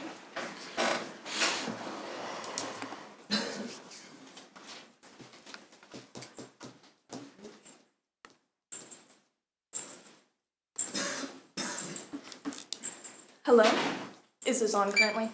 Yes, go All ahead. right. Hello, I am Misha Voigt. I have lived in Leavenworth County for over 5 years, but I now currently live on the campus of Kansas City Community College. CoreCivic has been in Leavenworth community since Trump's first administration and before. But as we all know, it got shut down due to multiple health code violations, some including death of residents. Or, if you didn't know that, that's not a surprise because CoreCivic hides their reviews from the public. I had to go on a separate job review website to see what the working conditions looked like. All statements are alleged, and I'm just reading what previous employees of CoreCivic have stated, not making any of my own claims. CoreCivic's overall rating on Indeed.com for all of their facilities is 2.8 stars, with 3,000 reviews. Majority of them being 1 star with reports of hostile work environments due to coworkers and supervisors, awful work-life balance, and lack of management. A review titled, "If you want some money, go there. If you don't want hair, go there," was written by a previous corrections officer who reported that higher-ups lacked problem-solving skills and overworked employees constantly, and sometimes holding employees after 12-hour shifts or straight up assigning 16-hour shifts to some employees. A review from previous shift supervisors shares that HR managers are extremely unprofessional and there's zero confidentiality for staff. Multiple employees state that they were just a number in a system, not a person working for a company. They claim that their own supervisors are more hostile than the residents being detained. The last review, I will read word for word from a corrections officer. What is the best part about working at this company? There really isn't one. If you enjoy feeling abandoned by supervision and feel like you're a plug in a hole, this is for you. If you want to be treated like a human, probably not a good fit. What's the most stressful part about working at this company? Being extremely overworked, not backed by supervision, lack of security for staff and residents, lack of accountability, etc. What is the work environment and culture like at this company? Horrific. I couldn't say anything good about it. What is a typical day like for you at this company? Verbal abuse, mental anguish, lack of feeling safe. If these are public reviews from people employed by CoreCivic, I want you to imagine the conditions residents were left in. Before you vote on this, I want you to consider who this truly benefits, the community you serve, or private prison companies that have shown us countless times in the past it cares more about money than human lives. I urge you to vote to keep CoreCivic out of Leavenworth. Thank you. Thank you, ma'am. Number 34.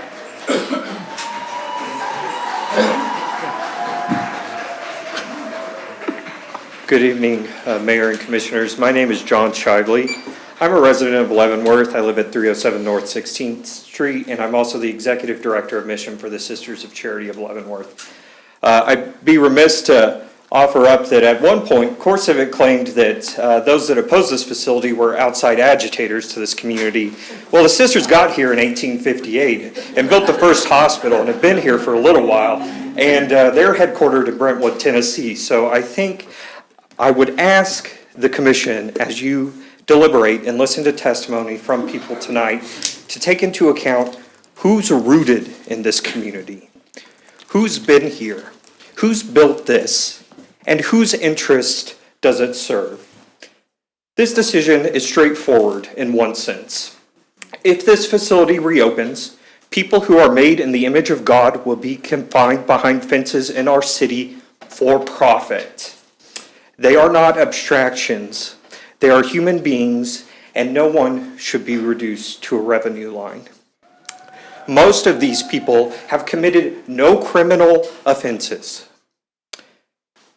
And the worst part is, this isn't some kind of metaphor. This is literally the business model that CoreCivic has designed to generate returns for shareholders, not to be good community members, not to benefit the public good as they claim, but to generate revenue.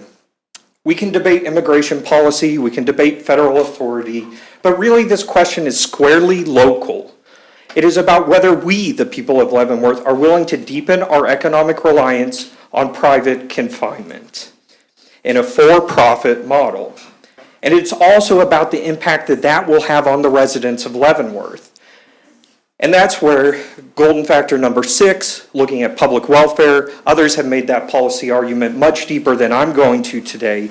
But I want you to focus on the fact that when revenue depends on occupancy, so do the incentives. Incentives that will inevitably affect public safety, strain local systems, and alter the long-term welfare of our community.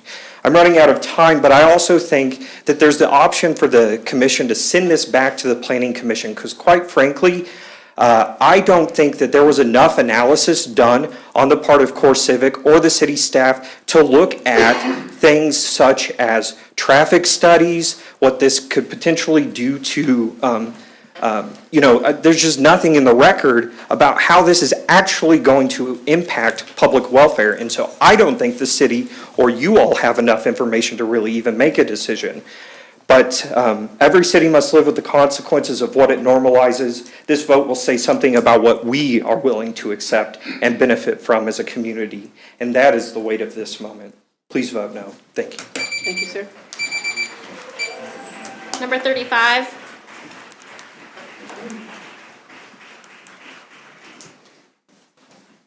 Good evening. My name is Jonathan Puckett. I live in Kansas City, Missouri. Good evening, Mayor, members of the City Council, and members of the Leavenworth community. Thank you for the opportunity to speak tonight about the permit request for Midwest Regional Reception Center and what it means specifically for me, my family, and this community.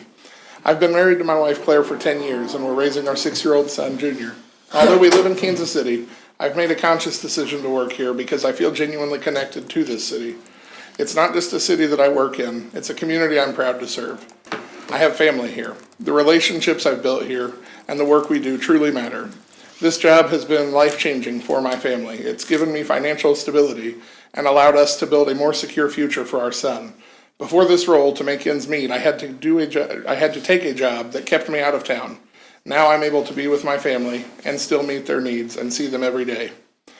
During a difficult family crisis, my wife and I had to take in our nephew for about 6 months to address his serious mental and behavioral challenges.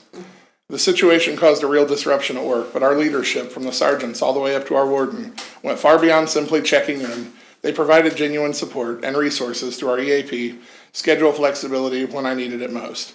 That compassion earned my deep respect and trust. It's a big reason I continue to work for them. Through this role, I have had the chance to give back to Leavenworth in meaningful ways. I've participated in an auction that raised over $1,200 for local children's Christmas gifts, a program especially dear to me because when I was a child, I benefited from it myself several years.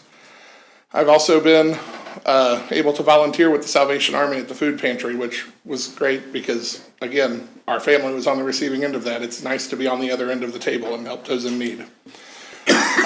Every third Thursday, we visit the Leavenworth National Cemetery to honor the heroes who have passed on and do not have family there for them. We support veterans organizations like the VFW and the American Legion. We participate in Wreaths Across America, not because we need to, but because we want to honor their sacrifice. Inside the facility, we've built a strong, supportive team culture where coworkers truly look out for one another. That camaraderie directly strengthens safety, professionalism, and accountability. Granting this permit isn't just about a building or an operation, it's about people. It's about families like mine who depend on the work to build a stable and honest future. It's about dedicated professionals who grow up or show up every day committed to safety, accountability, and treating others with dignity. When I think about why this matters so much, I think about my son. I want him to grow up knowing his father did work that mattered in a community that mattered. I want him to see what it looks like to serve others, stand by your coworkers, and invest in a place even when it's not the closest option. Midwest has given me the opportunity to do meaningful work, give back, and be part of something bigger than myself. I'm proud of the culture we've built, the care we provide, and the positive impact we've had. And I'm asking for a chance to continue that work. Thank you for your time and consideration and allowing me to share my story. Thank you, sir. All right, number 36 decided not to speak, so we are on number 37.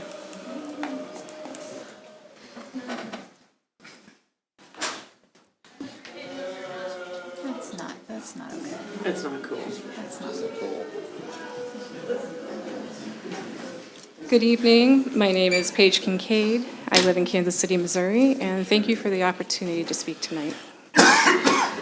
As I mentioned, I live in Kansas City, Missouri. I work in Wyandotte County, Kansas, and Leavenworth is part of my greater community. I work in public health within the framework of community and climate and all of the work that entails. CoreCivic is antithetical to community health. We cannot trust CoreCivic to keep anyone safe, here or anywhere else.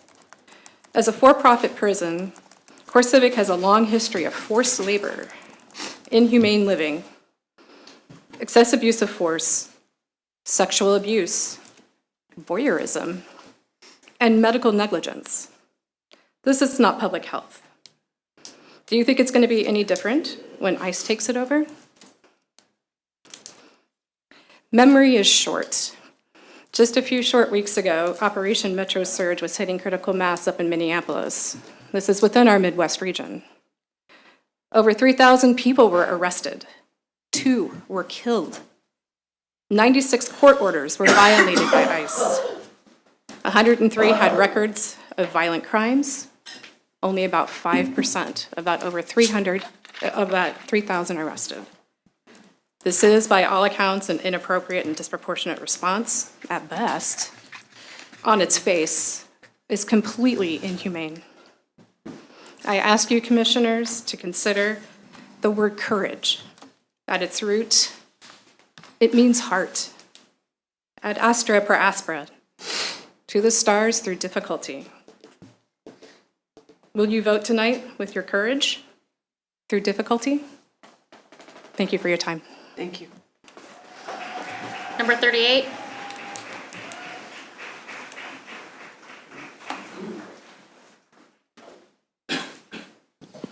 My name is Sister Vicki Perkins, and I'm a Sister of Charity of Leavenworth. I have emailed each of you, and I really greatly appreciate the thoughtful responses I received from that. I don't believe in detention centers, period, and I don't believe that CoreCivic can operate one safely here.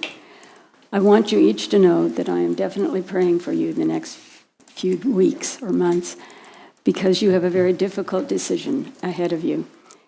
If, after your careful deliberations, you decide you must vote to approve it, I would request that you put in many more stringent responses in the contract. Many of those have been mentioned tonight and are very good and helpful to it. That includes open, and I do mean open, oversight by the city, and that spiritual leaders are allowed to come into the facility to provide spiritual responses and help, but also to see that all the detainees are treated in the same way that Jesus would treat them. Thank you. Thank you, sister. Number 39. Hi, thank you for hearing us. My name is Judy Ansell. I'm with the Cross Border Network. I live at 4014 Metropolitan Avenue, Kansas City, Kansas. I'm sure you've heard about what happened in Chicago and what happened in Minneapolis. You know, there was an ICE jail in Broadview, Illinois, and I'd like to suggest that you investigate what happened to them, because they had daily demonstrations from September to December, every day in front of that jail. People from Chicago streamed out there. The mayor of Broadview, Illinois, wrote that she faced death threats, bomb threats, in-person meetings that had to go online. There were blocked roads, extraordinary traffic, illegal parking, disrupted businesses, and outrage from residents over tear gas that was coming from the Department of Homeland Security drifting into their neighborhoods. Her name was Mayor Thompson. She sent a letter to the director of DHS local field office stating, quote, "In effect, you are making war on our community, and it has to stop." She complained that neighbors, police, firefighters, and ambulance workers were exposed to tear gas. She wrote, "Beleaguered Broadview residents are begging for relief from your center's siege of our neighborhood." Something similar could happen here if you open up the Core Civic Jail. You've seen the demonstrations the last few weeks. It will get worse. And if you're not budgeting for overtime, for your healthcare workers, for your firefighters, for your police, then you need to do that. I say all this just to emphasize that you are indeed in a no-win situation. Even if you grant the permit to avoid liability and legal costs, you'll face something similar to Broadview. And if Core Civic violates your special use permit, you'll likely end up in court anyway. You already know that Core Civic is incapable of living up to the conditions of your SUP. This leopard cannot change its spots or curb its sensational greed for profits. They make promises, but just look at their current practice. Their Dilley, Texas jail for families, or their Florence, Arizona facility, both charged with measles outbreaks, unsanitary conditions, and poor and delayed medical care. There's a similar lack of medical care in their California City desert prison. In ICE jails, whether public or private, there's an unspoken directive to make incarceration so miserable, so long, so hopeless that detainees will sign for their deportation. Thank you, ma'am. I realize you have a tough choice. I hope you make the right one. Thank you, ma'am. Number 40.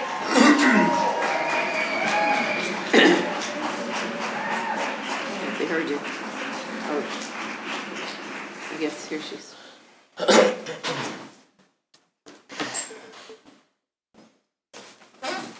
No, it's not. Number 40. You didn't hear it. All right, moving on. Number 41. Okay.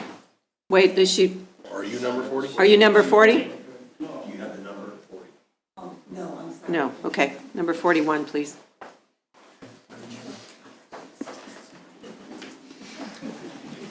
John Watt, 2208 Brook Bend, Junction City, Kansas 66441. Commissioners, thank you for your time. I was here February 2nd for the Zoning Commission. I spoke and was interrupted multiple times. So I'm just going to shoot from the hip this time rather than prepare a statement. To piggyback off the last statement, there's measles outbreaks in the Dilley facility. And hundreds of miles away, there's measles outbreaks in Arizona. So, have you prepared for the plague that's going to come? Because my understanding is they shuffle inmates around in order to avoid them getting their habeas corpus, in order to avoid them getting legal representation. So they're going to shuffle those people around when they're sick, and they're going to wind up here in your backyard. So to piggyback off of what I had said before, on the second, I said, what would John Brown do? John Brown was an abolitionist, and that's our heritage. That's our Kansas heritage. And I do not want slavery with extra steps here. Because if you incarcerate someone without habeas corpus or without legal representation, and you charge them $1 a day to work and then charge them $5 to call their lawyer, that's slavery. So I don't want slavery here. On a side note, I had a brief conversation with my father. He was the county counselor for Pottawatomie County for over 20 years, a distinguished attorney, probably the last honest attorney left on the face of the earth, in my humble opinion. And he told me that the 8 golden factors are just the 8 golden factors. You are the deciding body. And you, as long as you put it on record, and put the factors on record, can have 500 hot garbage reasons for why they shouldn't be here, that they have demonstrated.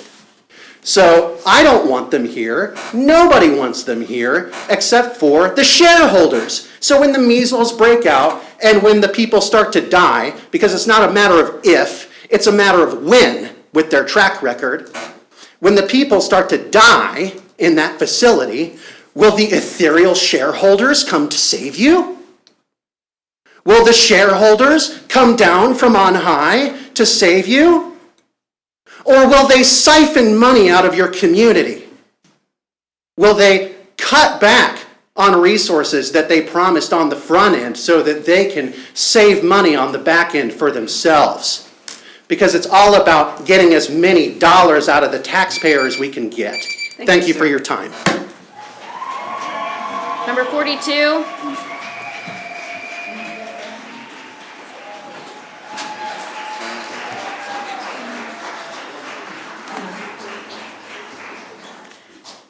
Hello, I'm Sister Pat Johansson, a Sister of Charity of Leavenworth. I currently work at the Interfaith Community of Hope Shelter, and I have some experience with refugees. When I was in South Sudan, I taught refugees that came from the Democratic Republic of the Congo. I saw the trauma. My comments are going to be directly directed to you, Mayor and Commissioners. We are in a difficult situation. There are many reasons why we do not want core civic here, and many of them have been stated. And it's what we're going to do about that. As you consider granting the special use permit, I will start by acknowledging there have been lawsuits by CoreCivic in order to attempt to bypass local ordinances that has put a financial burden on the city. You may feel because of that you need to approve the special use permit to avoid further lawsuits. I think that this indicates what kind of a community partner CoreCivic would be. So I have a question for you. Can we be proactive and make agreements, conditions that are binding to CoreCivic in order to grant the special use permit? And these are my suggestions regarding those conditions. That CoreCivic should repay the city of Leavenworth for the financial burden of those court costs. There should be binding agreements to fully cover increased costs to the city for providing emergency services. They will provide transparent public reporting on facility conditions, grievances, medical care, etc. There will be faith-based community access and guaranteed collaboration with local organizations providing humane support services that would include prison ministry with the Sisters of Charity of Leavenworth, who have a long-standing history of prison ministry. In closing, I feel because CoreCivic has been less than transparent, cooperative, and collaborative, not signing and guaranteeing that they will fulfill these 4 conditions that I have just mentioned should be a deal breaker as to the city granting the special use permit. Thank you so much. Thank you, sister. Number 43,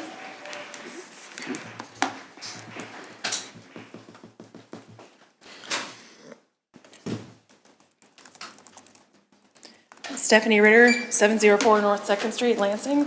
I'm opening by apologizing if this was addressed last time, as I had to leave to take care of children. It seems that since people are being allowed to speak without interruption, and maybe it was, but I'm going to talk about my thoughts from last time anyway. I hope the citizens of Leavenworth were apologized to last time by our city council, as they were repeatedly called to stay on topic when they spoke of the potential use of the building in question as an ICE facility. When they talked of the current horrors happening to immigrants and citizens, I wonder if they were apologized to when it is 100% relevant and on topic to question what a building will be used for.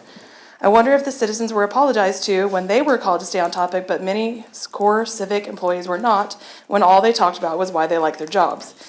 I question what relevance that has on if a permit is approved.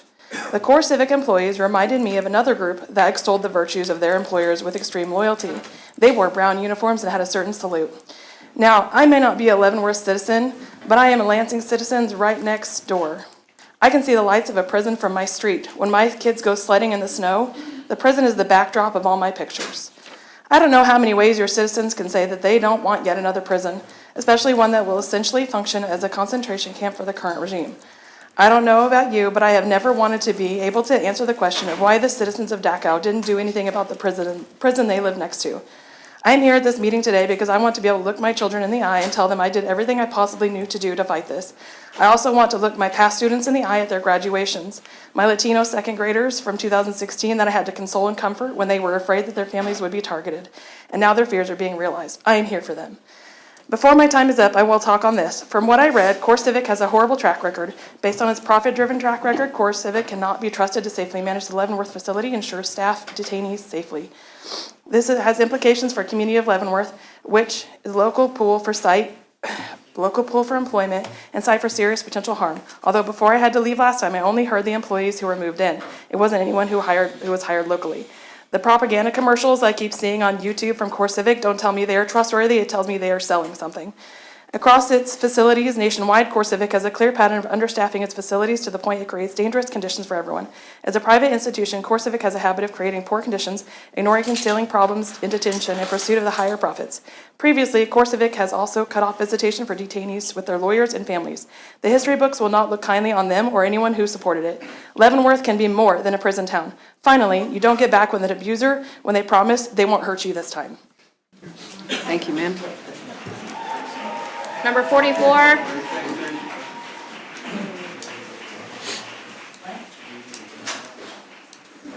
My name is Dana Rommelfanker. I'm from Baldwin City. I am grateful to live in a place where I can be heard on an important topic, and I thank you for listening. I want to bring out a legal perspective on this topic. Being in the U.S. without documentation is a civil violation, not a criminal one. It's more akin to blocking the sidewalk than being violent. Please compare that to how legal it is to round up and warehouse people without criminal charge or due process.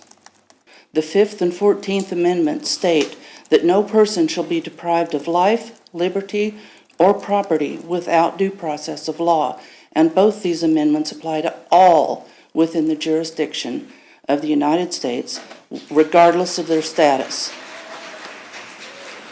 Yet across the nation, ICE violently detains people without regard to documentation or even knowing that they may be an immigrant.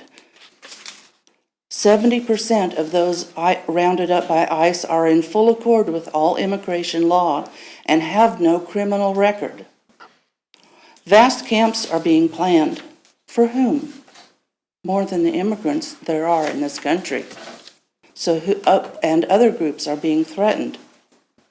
When Kansas City learned that the warehouses were being sought by ICE, within 3 days they had declared a 5-year moratorium on detention facilities. It can be done. CoreCivic is a known quantity with a strong, consistent record nationwide, including here. You have no plausible deniability about how they operate. This renders each of you responsible for what they do. Detained persons or employees, you'll be directly responsible for detained persons or employees and what happens to them, and accountable to their families and loved ones. Every emergency professional who responds to a CoreCivic event, each one who tends to a damaged, abused, or neglected person will know who gave permission for it. Your voters will hear about what happens there and know you supported it.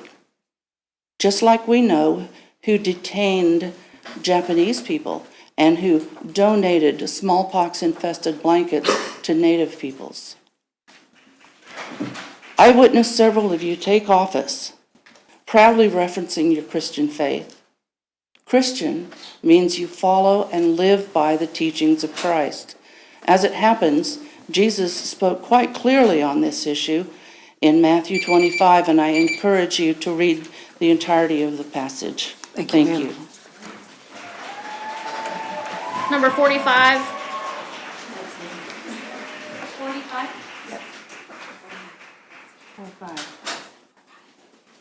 Ma'am, were you given a number? Yes, Where's your number? my friend out there has it. Can you?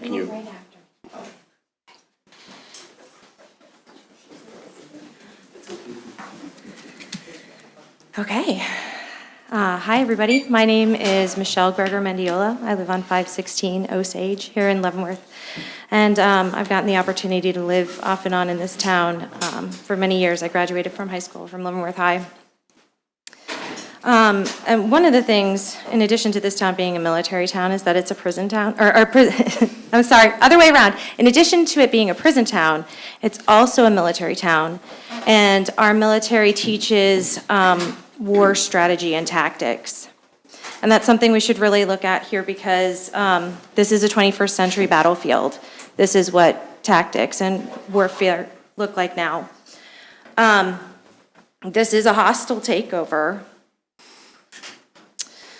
As has been said before, CoreCivic, this isn't the first time they've operated in our community. They promise the riches, and those riches are overshadowed by the financial violence that they are employing. CoreCivic is threatening to bankrupt this town, and they can. They will destroy this town for this installation. The threat is stop blocking us or stop being a town. There will be no money for the repair of the roads, no local police departments, no fire stations, no schools. Comply or cease to exist. This is comply and stay alive at the township level. So I understand how a vote yes can feel like survival when you're looking at the gutting of the place where you grew up, where you've raised your families.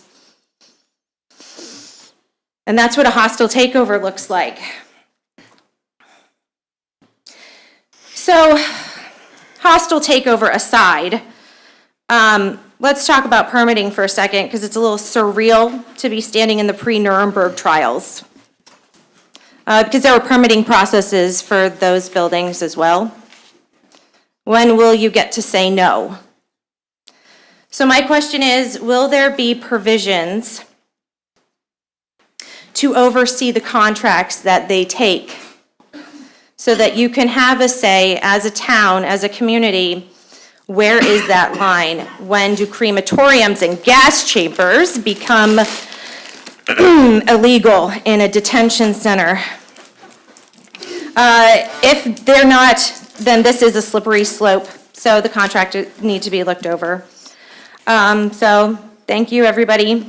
I know that when things first open, they want to be the flagship, they're the greatest thing, and they have all the best training, but trainings end, especially with high turnover. So those trained people won't be there very long. Thank you very much for your time, and good luck.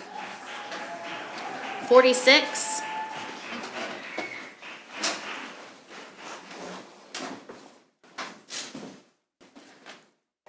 My name is Lorene Damewood. I live at 11940 West 66th in Shawnee. Good evening, Mayor and Council. Core Civic is a concern not just in Leavenworth, but throughout the surrounding region. It is a concern for everyone, from immigrants to people who have lived here all their lives. The purpose of Core Civic is to make money. They get paid for the number of people they can imprison. To maximize the bottom line, you keep costs low with wages for fewer people, food that is cheaper, and keeping medical costs at a minimum. There are many reports from other Core Civic prisons where medical help was ignored or denied until the person became acutely ill. Detainees at other locations, such as Delhi, Texas, have documented the poor food and care they received. For more than 15 years, I've volunteered at the Center of Grace in Olathe. This facility provides free food, clothing, medical equipment, hygiene products, English classes, and hosts the Boys and Girls Club. Fear and disgust are ratcheting up because of the group of black pickups driving through the old narrow streets. The men who bang on and look in the windows, the extra security required to keep all the people safe, volunteers and those who come there for service. Some of this behavior is causing trauma that will last a lifetime. I have heard firsthand the accounts of people who formerly worked for Core Civic here in Leavenworth when it operated in the recent past. Theirs are stories of management that has no concern for the well-being of employees. There were way too few guards for the number of inmates. The shortage of employees required some to work in positions for which they had not been trained. Medical care was little to none. Injury and death of employees was considered the cost of doing business. People may think they're getting a good job with Core Civic, but remember, the past is prelude to the future. Core Civic is having problems at its other locations. Thank you, ma'am. Have a good evening.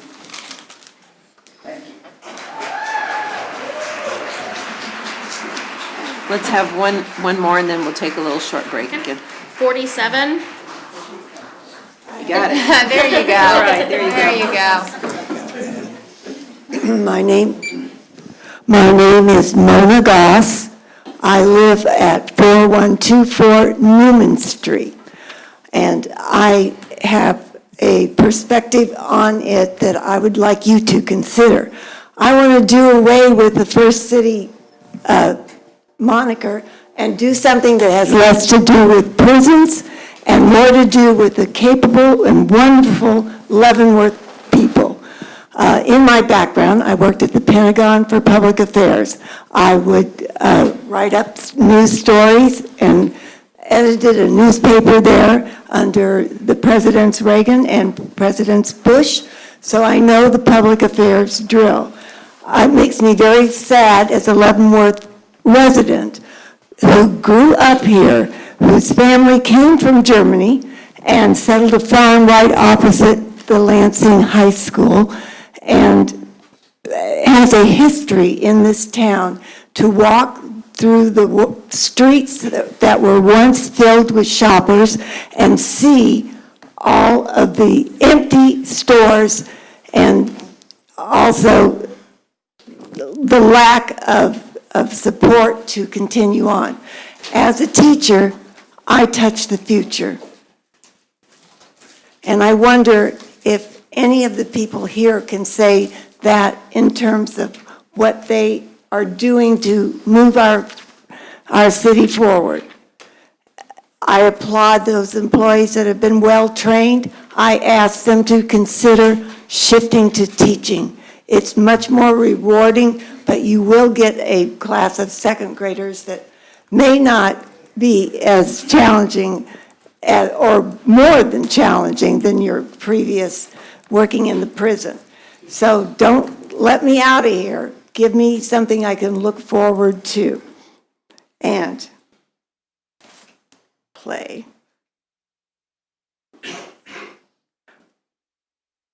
Well, you know technology, and you know us olders have a saying that you can't, oh, memory. But the reason they're here is they have all had experience in protesting, and we encourage our young people to take up the flag as we oldsters do. All right, technology. Is that it, ma'am? Oh, that's it. Okay. Well, Aretha Franklin said she wanted some respect. RESPECT. That's what we want. Thank you.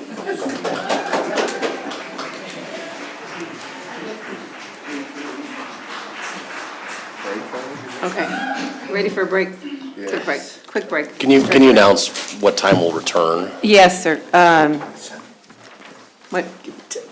No. 5 minutes. 8:23. 8:23.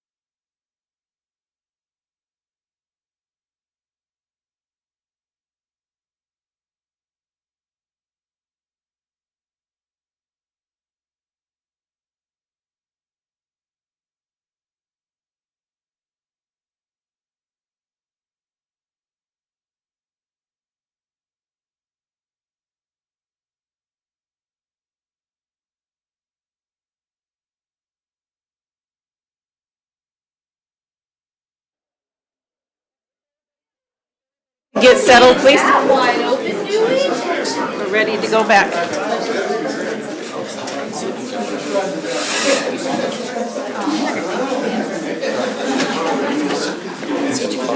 I'm waiting for the fire. We got 2 snacks. Stand up and cheer. Yeah. Pat's bringing me a piece of pizza. Are we ready? Everybody getting settled? Thank you. Oh, we don't have Scott. We need Scott. He's on his way. I think we can go ahead and get started without Scott. I'll run on my phone. I think Scott has the timer button. Yes, he He has does. the 3-minute Run thing, it doesn't on he? the phone. Oh, that's right. He's the one. Run it on my phone. Did you leave it over there? Hopefully it'll go back. All right. I can run it on my phone, Mayor, so we can begin. Okay. Good to go. Oh, the 3-minute, yeah, thank you. Okay. My name is Kenneth Bateman at 1007 3rd Avenue in Leavenworth, Kansas. I want to thank you for this opportunity. As you all know, I am the chair of the Planning Commission, but I want to state first my comments here are today are as a private citizen and should not be attributed in any way to the Planning Commission or to any other member of the Planning Commission. After a couple of weeks to reflect, I do think there is room for improvement in the SUP that the Planning Commission sent to this body. First, if the decision you make to grant the special use permit is for multiple years, there should be an escalation clause to reflect an inflationary adjustment in paragraphs 4B and 4C of the performance agreements. Inflationary adjustments are not really anything controversial in these sort of contracts. Second, I've really thought about the parties here and each side's concerns. Core Civic quite reasonably wants to ensure the city doesn't arbitrarily revoke its SUP. And the city also quite reasonably wants the ability to revoke the SUP if certain things are not complied with that will have an impact on the city. Okay, and so we have a performance contract where each party knows what they have to do and they agree to it. Yet in this case, one party, Core Civic, has substantial financial resources that the city doesn't have. If our city, via its staff and then current commission, one day concludes it should revoke the special use permit due to non-performance with the contract, I do not want thoughts of the budget impact due to potential litigation influencing their decision. I would suggest the addition of a clause in the contract with respect to any litigation related to the revocation of the SUP, commonly known as loser pays. Briefly, in this type of arrangement, should the city decide to revoke the SUP and litigation ensues, if a court finds the city revoked the city's SUP for reasons unrelated to non-performance of the contract, then the city would pay Core Civic's attorney fees. However, if the city decided to revoke the SUP and a court finds there was related to non-performance of the contract, Core Civic would pay the city's attorney's fees. This provides some level of assurance on each side. Core Civic would know that the city would not revoke the SUP without an adequate cause, because paying Core Civic's attorney's fees would be quite substantial and have a significant material impact on the budget. But at the same time, it allows the city to make the right decision without the influence of financial impact, should that decision ever have to be made. Thank you very much. Thank you, sir. Number 49. I want to say, will you leave that clock just blinking like you did for Ken? That'd be awesome. She had it on her phone. She had it on her, she was Whatever. timing it. Yeah. I'll reset. My name is Dr. William Wood. I am a Leavenworth resident, and I am the medical director at Pioneer Animal Hospital, also in Leavenworth. I am here to state my strong opposition for the conversion of Core Civic's facility into an ICE detainment facility. We all know that in Leavenworth, we are more than moderately reliant on federal employment dollars to run our local economy. In the last 12 months alone, there has been 3 separate government shutdowns.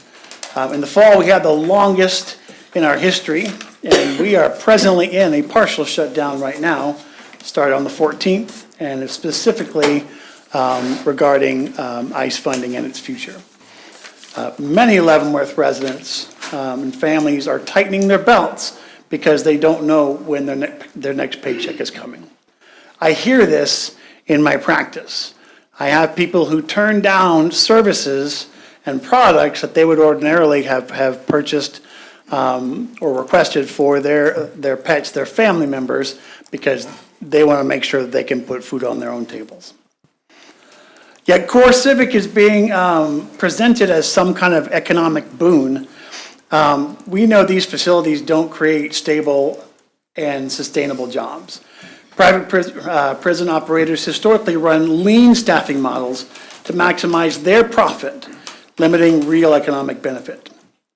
We have no reason to believe that Core Civic will behave any different this time or in this facility than they did before.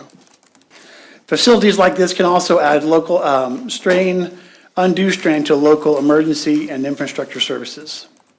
But let's not think of this as some theoretical model. This happened here already. This facility was underfunded, understaffed, undertrained, underequipped. That led to illness, it led to violence, and it even led to death. In 2021, District Judge Julie Robinson called the facility an absolute hellhole. Let's think of this in broader terms too. Facilities like this will define how our city is perceived. They influence whether families, businesses, and professionals choose to move here and spend their money here. Fear and division hurt local commerce and community cohesion. As our commissioners, it is your job to help protect our residents and our community values with your decisions. I ask that you outright reject this project. I ask that you put the long-term safety, reputation, and well-being of Leavenworth above short-term empty promises. We cannot afford to gamble our community's future and human lives on a corporation that has already failed us once. Thank you. Thank you, sir. Thank you. Number 50.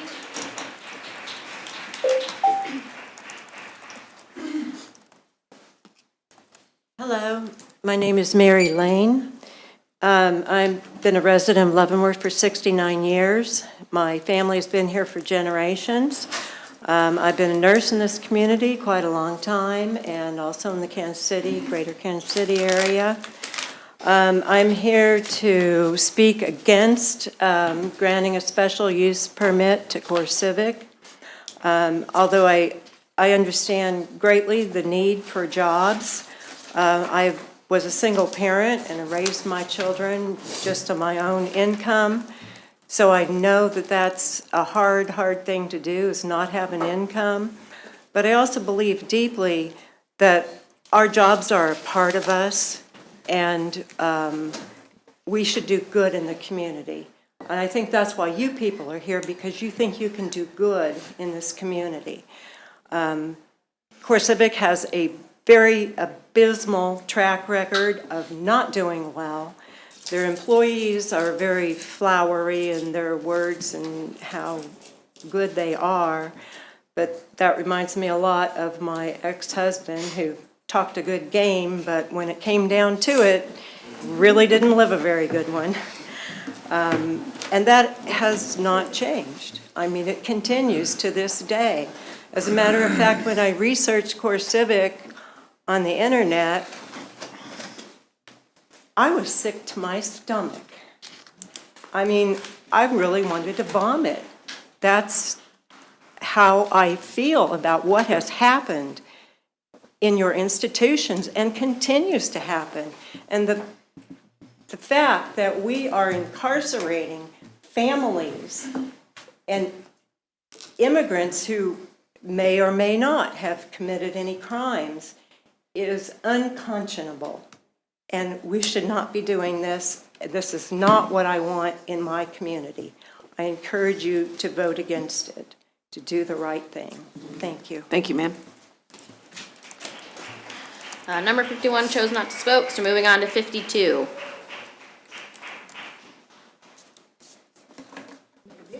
52? Bless you. Okay. All right, 53.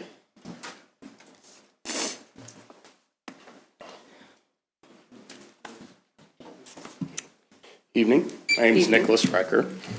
I live in Kansas City, Missouri, but I've been the brewer at O'Malley's in Weston for the past 11 years. So I am your neighbor. I am in your community.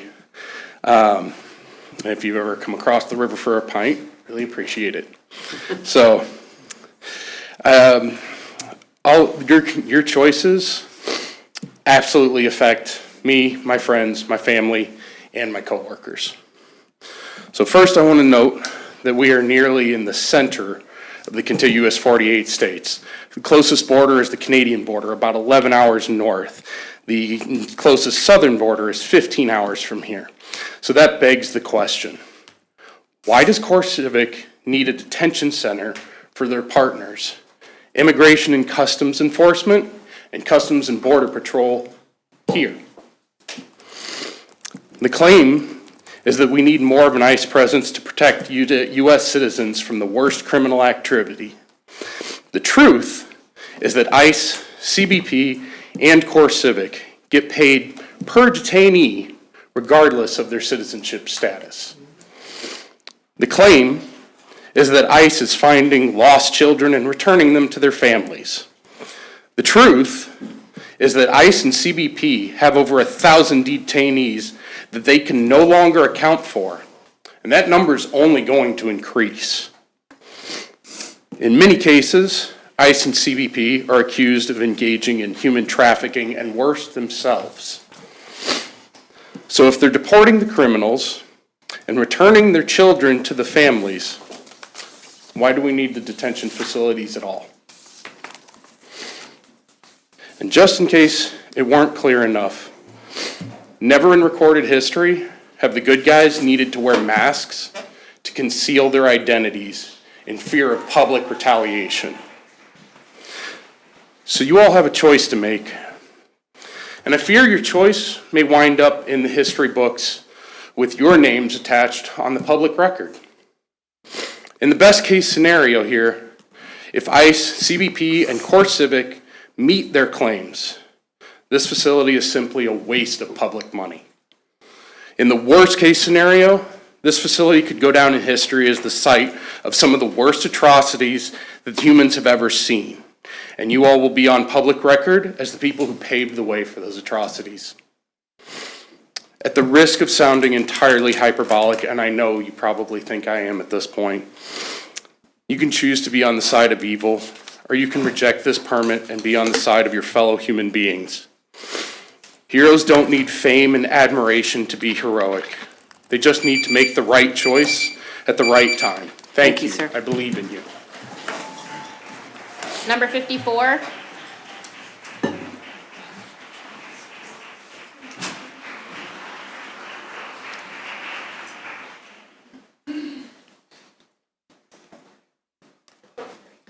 Hello, I am Deanna Webster. I have been a resident of Leavenworth for 21 years.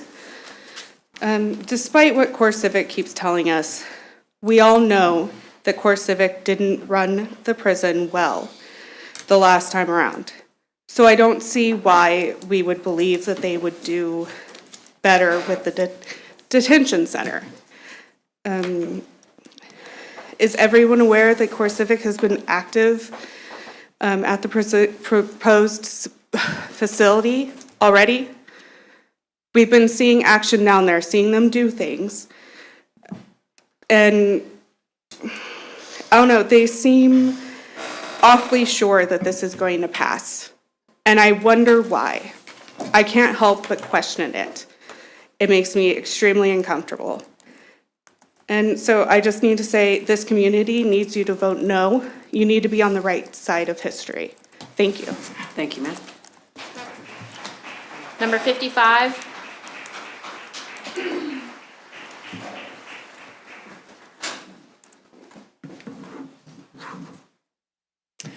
Good evening. My name is Tim Gray. I'm pastor over at First Presbyterian Church, just down the way here. resident in Lansing at 800 Blueberry Court. About a year ago, I came here to encourage you, advocate for you, and congratulate you as commissioners, mayor, for holding our fellow business person here, Core Civic, and bring them to the table. Thank you for doing that. Thank you for working hard for Leavenworth. That was the hard thing to do, and it means that you also get to listen to your own people, to your own citizens, our city. I know I'm listening to the people who are speaking for fear, concern. I'm hoping that our friends here, Core Civic, are listening to those same concerns. I remember saying to you that you are known, Leavenworth is known for its jails, for its prisons. Outside of our community, that's a negative thing. For inside this community, for those who live here, we know better. It's about rehabilitation. It's about reconciliation. It's about bringing our neighbors back into healthy relationship with each other and becoming good neighbors to and for each other. But the contract that Core Civic is seeking to implement here in our community falls short of this ideal. The people who would be detained next to our national cemetery, next to a cemetery that's been here since the Civil War, holding honorable people, families who've been here for a long time. These people that they seek to detain, they have been stolen from their communities, disappeared, taken. Most have been upstanding community members, mothers, uncles, business owners, hard workers, caring for their neighbors, fulfilling their civic duty as it has been laid out by their government, our government. Many of these folks would be simply shipped off.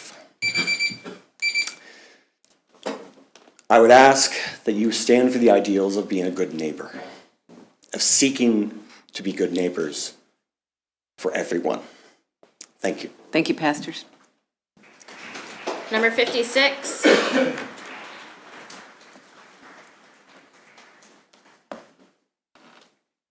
Number 56. Go ahead. Oh, am I gone? Okay. Yeah. We don't have a number 57 either, so number 58.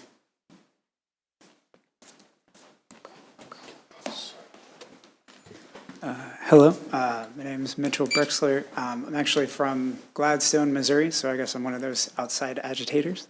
I had prepared a little speech, but over the course of this, I think the only thing I can say is to just listen to the very overwhelming moral character of your citizenry and vote no for this special use permit. Thank you for your time. Thank you, sir. Number 59.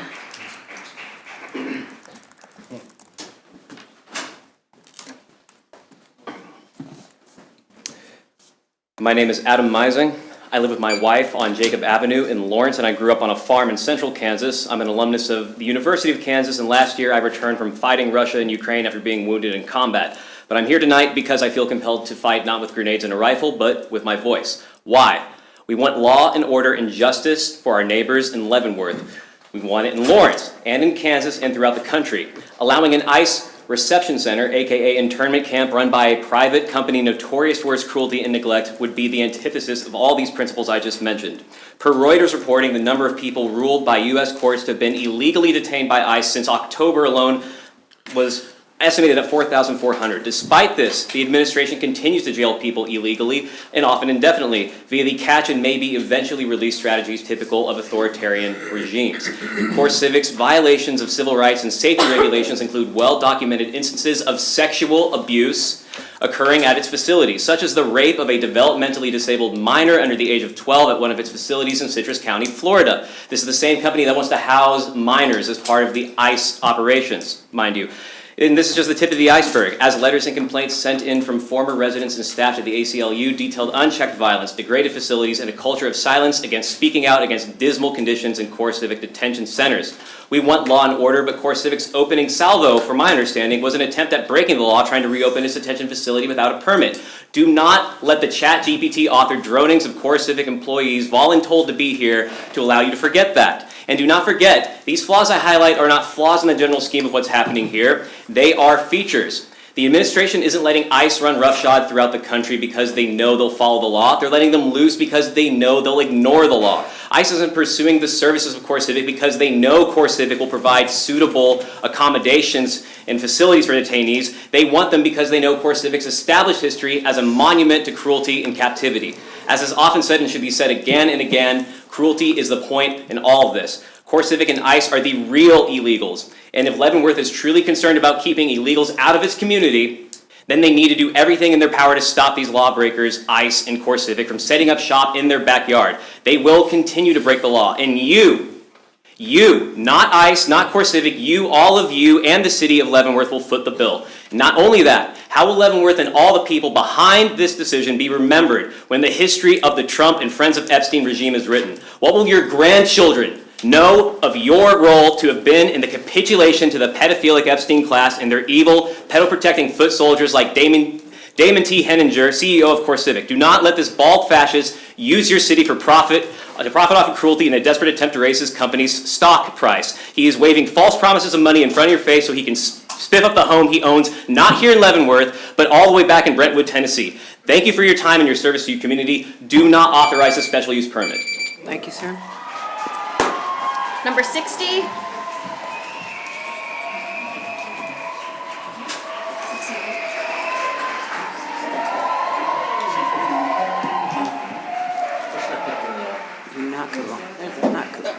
Thank you. Cameron Robles, Overland Park. We've heard a lot today about Core Civic, so I kind of want to talk about ICE a little bit. We may see this as just a Core Civic discussion and an economic discussion, but it's bigger than that now. There's a war going on for the heart and soul of this nation, of this state, and of this city. And whether you like it or not, you're a part of it. We all are, right here, right now. So let's talk big picture. Allowing Core Civic to open again as an ICE concentration camp, you will be branded as the city commission that didn't stand up to the pedophilic fascist Trump and his unconstitutional ICE goons, especially when it mattered most. You will be remembered as complicit, and that will follow you and the city's reputation for the rest of our lives and this city's history. We know Core Civic's track record. You know it. We all know it. You all would be morally responsible for those detainees not allowed due process, harmed by Core Civic, including sexual abuse and exploitation, physical abuse, starvation, murder, negligent death, grievous injury. If you think putting in stipulations will stop them and will stop that harm, you haven't been paying attention.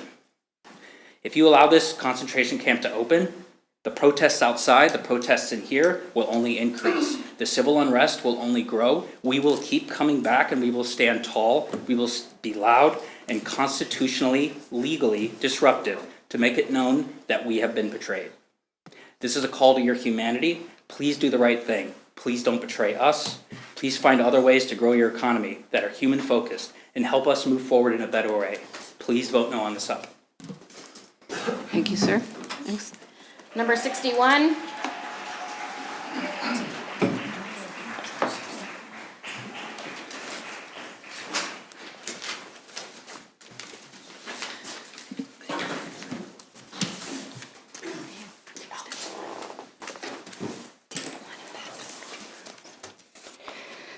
Hello, my name is Ellen Johnson, and a couple weeks ago I came to you and spoke in my capacity as a private citizen whose family was held in ICE custody in Core Civic for 11 months. So I gotta tell you one thing, these people who work at CoreCivic who are telling you how wonderful it is, they're not just drinking the Kool-Aid, they're chugging it. My family was there, like they're doing keg stands, bar none. And I'm not surprised that they think it's a great place to work because it's an empty prison. They go to work at an empty prison every day. So, and if they're not going to work at an empty prison every day, I'm wondering who paid their travel expenses to come up here and yap for 3 minutes, because that's an expensive trip. All right. Now, so I want to say something else about the state of Kansas. It is clear by this point in time that if you keep fighting, I don't think you're going to have to worry about legal fees because nobody in this state wants this here. People are mad and they are afraid. They are afraid of the chaos and violence that ICE agents bring to the communities they visit. And I want to tell you something else. Pat Proctor, the Wichita professor who somehow represents Leavenworth, made a social media post telling people to go demand that this prison open. Straight ratio, didn't happen. So now I'm gonna switch hats. Something I didn't tell you last time I was here. I am also the founder of the Carceral Human Rights Task Force, which does have Leavenworth constituency. I am a survivor of rape under color of law committed in a correctional facility, and I designed a sex abuse prevention protocol that will actually be implemented in the exact same facility I was abused in. So I know a little bit about oversight. I want to tell you something. 3 years is way too long for this permit. CoreCivic already has a record. The oversight that's built in through DHS is insufficient. They only come every 2 years. They're not thorough enough. It's pointless. So I'm telling you right now to ask CoreCivic for $1 million because they're lying if they say they only get 50 mil. I know what they're paying to lock people up in here. It's over $67K per inmate, so the math ain't mathin'. Get $1 million paid to the city for an external oversight body that has golden key access with confidential interviews with detainees and staff, that doesn't write policy, they write reports, make recommendations to the facility, and then write another report to follow up. They need to monitor frequently, and I want to give you some suggestions for healthcare oversight. KU Med provides oversight for KDOC. KDOC doesn't listen, but it's actually really good healthcare oversight. And you want the healthcare contractor to comply with and release records as though they were subject to CORA and FOIA. Also make sure you have PREA signage in every last language around and that they comply with state agency inspections. Thank you. Thank you, ma'am.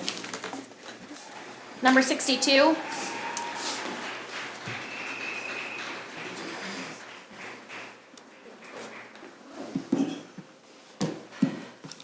Hi, my name is Maddie. I live in Leavenworth. It's no secret that the Leavenworth CoreCivic location was closed down for a reason. While many people are arguing for a fresh start or to try again, that it was short staffing or just a hard time that led to its shortcomings, I want to point out that the events that led to our city's CoreCivic facility closing its doors in 2021 were not isolated events. There are decades worth of similar reports and horror stories from inmates that miraculously survived, from staff members recalling inmates, people dying in their arms due to negligence, and from family members of inmates and staff from facilities nationwide. Reports referred to as endless tales of pain and fear, complaints in facilities from Tennessee to Texas to California, people physically and psychologically traumatized by the center, including residents and staff who were left disabled due to preventable harm while on the premises.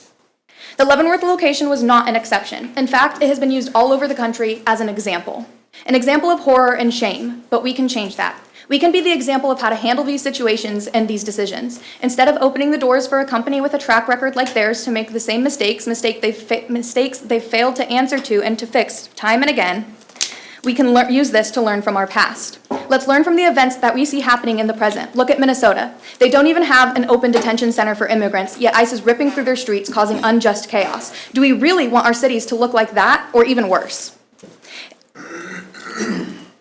Let's preserve our city's future, a future where all residents feel safe, a future where there are job opportunities that don't force employees into horrible working environments. Is the increase in jobs and revenue worth the extreme potential to relive mistakes we should have already learned from? Is the employment worth the torture the staff has endured in the past? Opening the doors back up is essentially telling people who have spoken up about working in these facilities, especially the ones from Leavenworth, that their stories don't matter enough for us to fully take into consideration. It's telling families of the residents who suffered because of known medical neglect that we we don't care that their loved ones would still be here if they were held in better conditions. It's telling the company that we don't care about an extremely low ratio of overcrowding to understaffing. They knowingly added third beds to cells that only had room for 2, despite being severely understaffed and knowing it. The company has mentioned plans for changes if we allow them to open their doors again, but let me remind you that this was not an isolated event for Leavenworth. It's been true for a lot of these facilities owned by CoreCivic over the country. Are we willing to put the employment and revenue increase over the very people working above the safety and integrity of Kansas's first city? Are we going to open the doors to a facility once described as an absolute hellhole by a federal judge? CoreCivic can tell us that they're committed to the health and safety of people inside of their facilities until their face is blue, but what their actions are showing us, what their track records and histories with lawsuits are showing us, is the exact opposite. There are children in CoreCivic facilities right now having their drawings taken away and ripped, their crayons and toys broken. Any chance to escape the brutal reality they're put in ripped from their hands. Ask yourself, is that what we want for our town? I just want to leave with saying, out of the handful that I've tallied, 41 people have been against this, while only 11 have been for it. Thank you, ma'am. Thank you. Number 63.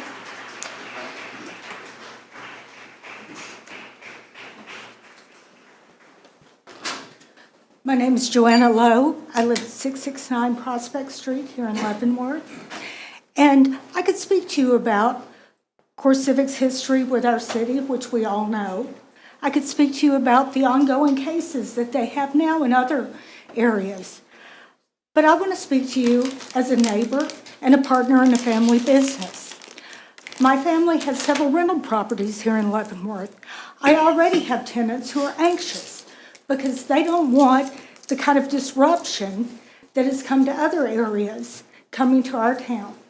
A town that I've lived in for 26 years, raised my children in, and love dearly. How am I going to convince other tenants to come in, to move to our city, when they're afraid, when they're looking at us as that city that allowed a company that we already know is not a good partner in? How am I going to convince them that they will be safe? How am I going to know that my property values are not going to drop? There are so many considerations.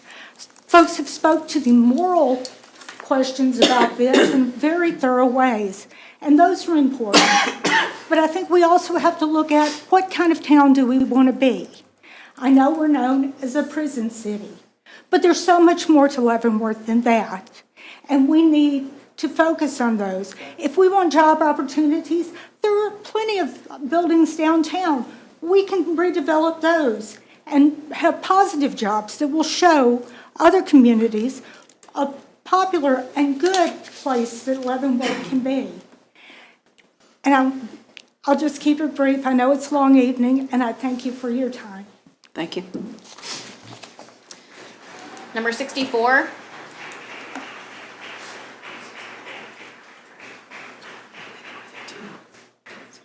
There's 68, right? 68, I think. 7 or 8.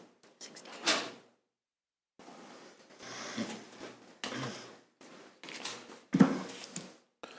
Hello, I'm Christopher Benitez, 1717 Evergreen Street. I'm here to express opposition to the reopening of CoreCivic's facility, which means to detain immigrants on behalf of the Department of Homeland Security and ICE. Many of the public comments I witnessed at the last meeting that opposed the detention center were dismissed for not separating CoreCivic from the national conversation surrounding the actions of ICE. But their own CEO acknowledges that the two are inseparable. 2 weeks ago, the senior reporter for The Appeal published an article featuring a quote by CoreCivic CEO Patrick Swindle, who said, "ICE was our first customer 43 years ago and has been our largest customer for over a decade." He also emphasized the humane treatment at the Dilley facility, the Dilley Detention Center in Dilley, Texas. Quote, "We're confident that the detention beds we provide are the most humane." He must have forgotten the court filings in September by attorneys from the Center for Human Rights and Constitutional Law, Children's Rights, and the National Center for Youth Law, alleging the Dilley facility has been detaining children longer than the general legal limit and has been observed releasing certain individuals only to immediately re-detain them. He must also have forgotten that the Guardian, ProPublica, and others recently reported the independent monitoring groups finding that the facility had cruel and harmful deprivations for families held there, including shortages of clean drinking water, hygiene supplies, medical attention, and sleep. Like their facility here in Leavenworth, changes in DHS policy are what caused them to halt certain operations and later seek to reopen the facility there. Yet another reason CoreCivic cannot be divorced from the national conversation, but they also cannot be divided from the effects on the communities they operate beside. Since resuming operations on March 5th, 2025, homeowners in Dilley have seen their property values plummet. 25 days ago, real estate company Zillow.com reported the housing market in Dilley's zip code is down 12.9% compared to 1 year prior. That means in the 10 short months that Dilley has been open, its local neighbors have lost an average of $22,300 each in property value. Meanwhile, CoreCivic's net income rose nearly 70% in that time.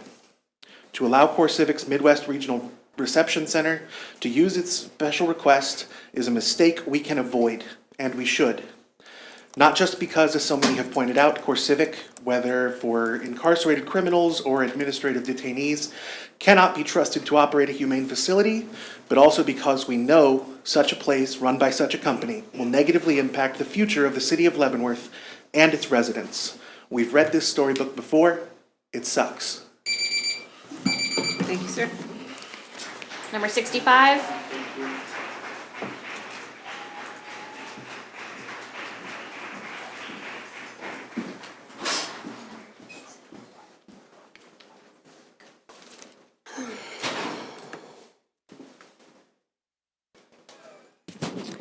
Good evening, Mayor, Commissioners. Thank you for serving your community like this tonight. It's a long night for all of us. My name is Carla, and I'm speaking on behalf of Advocates for Immigrant Rights and Reconciliation. We serve both Kansas and Missouri. I am here on behalf of AIR, for short. We urge you to use your power and deny the special use permit. I want to focus on two things.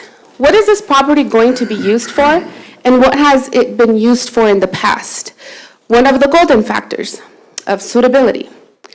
This facility was previously operated as a federal prison for individuals convicted of crimes. CoreCivic now proposes to use it to detain people for civil immigration matters. I want to mention something that hasn't been mentioned all throughout tonight.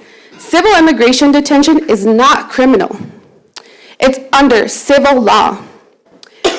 These are individuals who have not been convicted of a crime. They are detained for administrative reasons, such as lacking a social security number. A facility designed and zoned for criminal incarceration is not suitable for this new purpose. I want you to consider that, please. National data confirms this distinction. According to TRAC reports, TRAC, over 73% of people in immigration detention have no criminal conviction. That means the majority of individuals CoreCivic would jail here are innocent of any crime. Being undocumented is like failing to pay a small citation. We've heard this from attorneys. I'm not an attorney myself, but we heard from attorneys. It is a civil matter. It is not a criminal one. I want to make sure that is highlighted. Yet this permit would turn Leavenworth into a city that jails humans for committing civil infractions. The golden factors exist to ensure land use decisions serve the public interest and reflect the suitability of properties for their intended use. This proposed use fails that test. A facility designed for criminal incarceration should not be repurposed for civil detention, particularly for a for-profit prison. This is not just a local issue, this is a regional. Immigrants across Kansas and Missouri live in fear for their lives and the safety of their families because of the facilities like these. There are well-documented current human rights abuses, like we've heard tonight, at jails operated by CoreCivic. They have not changed. You as a city, you as commissioners, have the authority and responsibility to deny this permit. Doing so would protect the integrity of Leavenworth, the public interest, and affirm that the city values justice and community over private profit.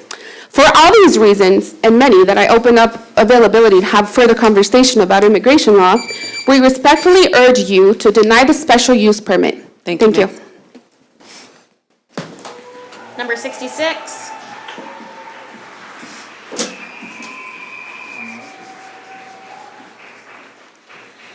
Hello, my name is Catherine Conrad. I'm here from Wichita, Kansas, 621 North Fountain, and I want to thank you all for giving me the chance to speak today and voice my opposition to the reopening of Leavenworth Detention Center.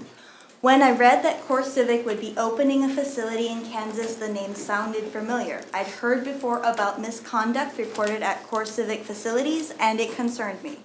But when I began to look further into the specifics of events that had occurred, I began to feel a growing sense of dread the more I read descriptions of understaffed facilities where assaults on inmates and staff have become commonplace, the Truesdale Turner Center in Tennessee, infectious disease outbreaks, the Eloy Detention Center in Arizona, detainees who report being made to work for as little as $1 a day or risk having necessities like toilet paper or soap withheld, the Stewart Detention Center in Georgia, a lack of sufficient medical care for inmates with disabilities, the California City Immigration Processing Center, or for women, including a pregnant woman, the now closed Dawson State Jail in Texas, people held in solitary confinement without cause, the Nevada Southern Detention Center, and the facility here in Leavenworth, a poorly maintained, poorly staffed center rife with violence. Reports describe stabbings, suicides discovered in showers, cell doors that do not lock, and poor access to hygiene and medicine. CoreCivic facilities have been described using terms like hellhole, death factory, and gladiator school. To tell the truth, I felt almost physically sick just reading about the conditions at certain locations. I believe Kansas deserves better than this. That is why I drove for 3 hours after work to be here, so I could give voice to my deep misgivings and strong objection to this reopening. I want to thank you again for taking the time to listen to my concerns. Thank you. Thank you, ma'am. Number 67.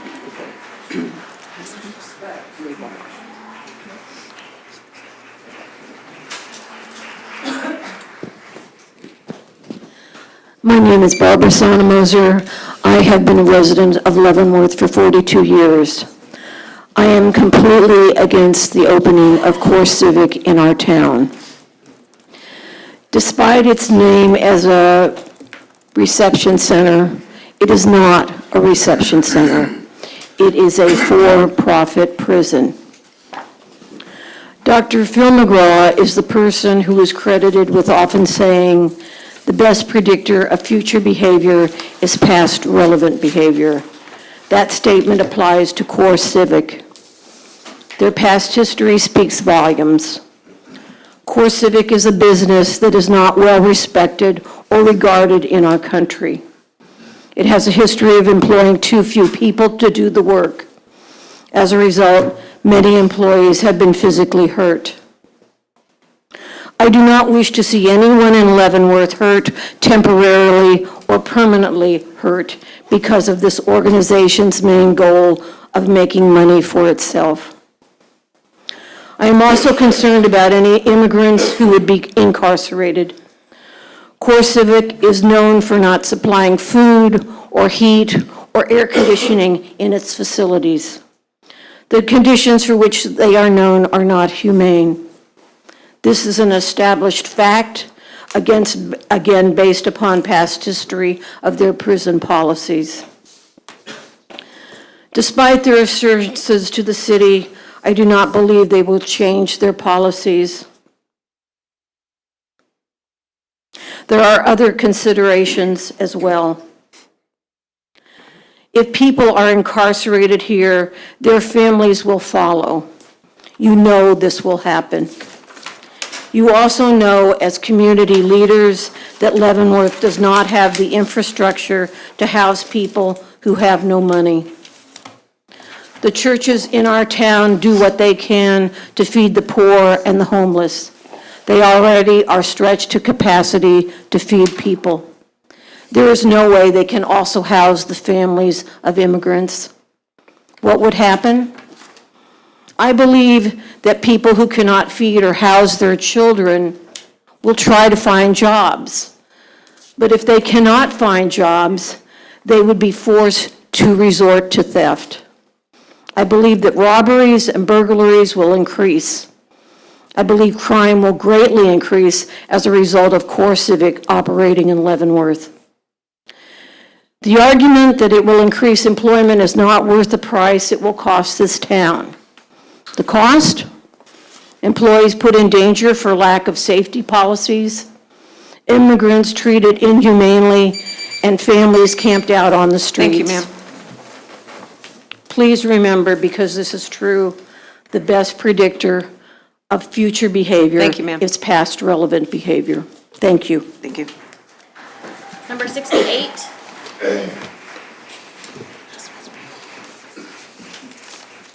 Hi, good evening. My name is Beto Martinez, and I live in Kansas City, Missouri. And I appreciate you, Mayor, opening up with dignity and respect for everyone here. And it's clear from the commenters in opposition to this SUP that it's very clear that the only criminals in this room are literally sitting here. These people, this entity is a criminal enterprise that profits off of our communities, the people that are originally from this land. We are the original people from this land. I also want to say that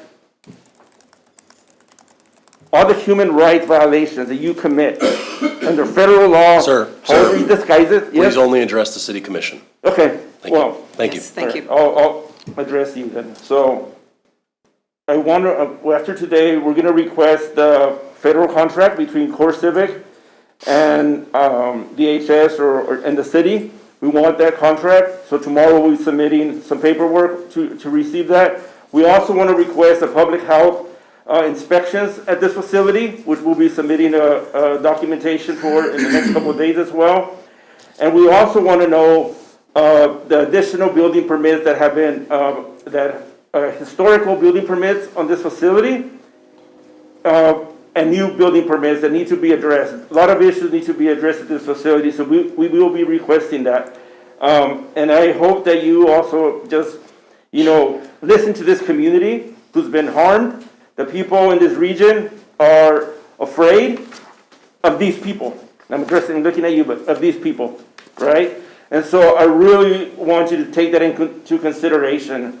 One more thing that I wanted to add before I leave is that even, I know some of the commenters mentioned about the Federal Bureau of Prisons, even the Inspector General for the Federal Bureau of Prisons said in 2016 that these private prisons cannot operate the way they do. They acknowledge Federal Bureau of Prisons having a better, robust system than these companies. And I also wanted to share that one last thing I want to share with you all. Just real quick. I'm going to quote Auschwitz survivor.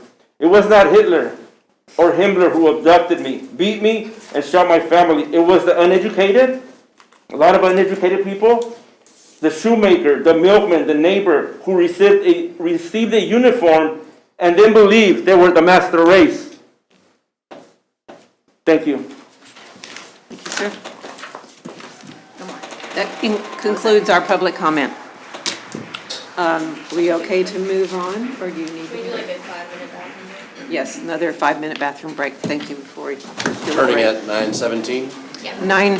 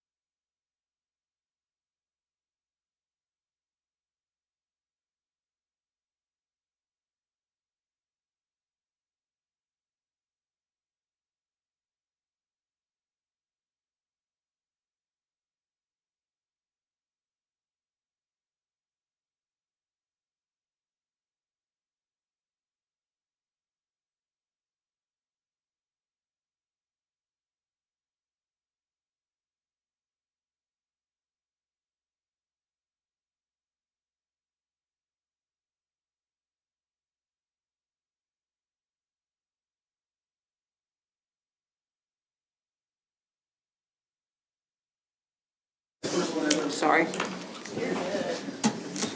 I was starving. Would you like staff to begin, Mayor? Yes, please. All right. Please begin. Kim's going to start with kind of a general overview of just the zoning matters of things, and then I'll kind of take over from there. Good evening again, Mayor and Commissioners. Before you tonight, we have a request for a special use permit. This did go to the Planning Commission on February 2nd and was recommended approval to your body by a vote of 5-1 with some conditions that we'll get into here in a little bit. So the special use permit, as I mentioned, is for a detention facility in the I-2 Heavy Industrial Zoning District. The future land use of this property does designate it as industrial. Surrounding uses include the Federal VA Cemetery to the north, a private cemetery to the east, single-family residential homes to the south, and a mix of industrial uses to the west. So that includes some things like service industry businesses, warehousing, and some offices.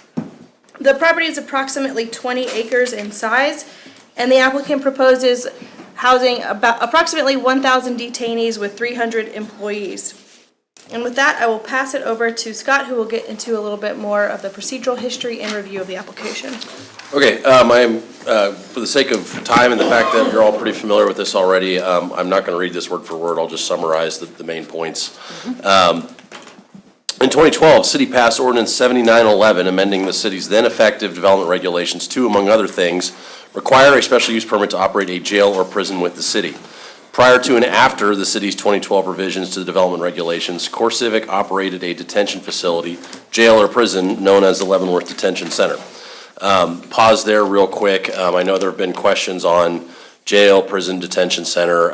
In zoning law and zoning practice states that if you do not have a specific definition for the matter at hand, you apply the you apply the closest thing, right? The closest definition. In our system, that is jails and prisons. Prior to the 2012 revisions to the development regulations, CoreCivic was not required to obtain a special use permit. After the enactment of the 2012 revisions to the development regulations, and when CoreCivic was formerly housing detainees at its Leavenworth facility, it did not require an issued special use permit because the use of the property as a jail or prison was grandfathered pursuant to Section 105E2 of the development regulations. That language is there in your packet. Therefore, after the enactment of the 2012 revisions to the development regulations, CoreCivic's use of the property as a jail or prison was deemed to be lawfully and conforming as a special use, or as if CoreCivic had a valid special use permit, subject to the terms of the development regulations.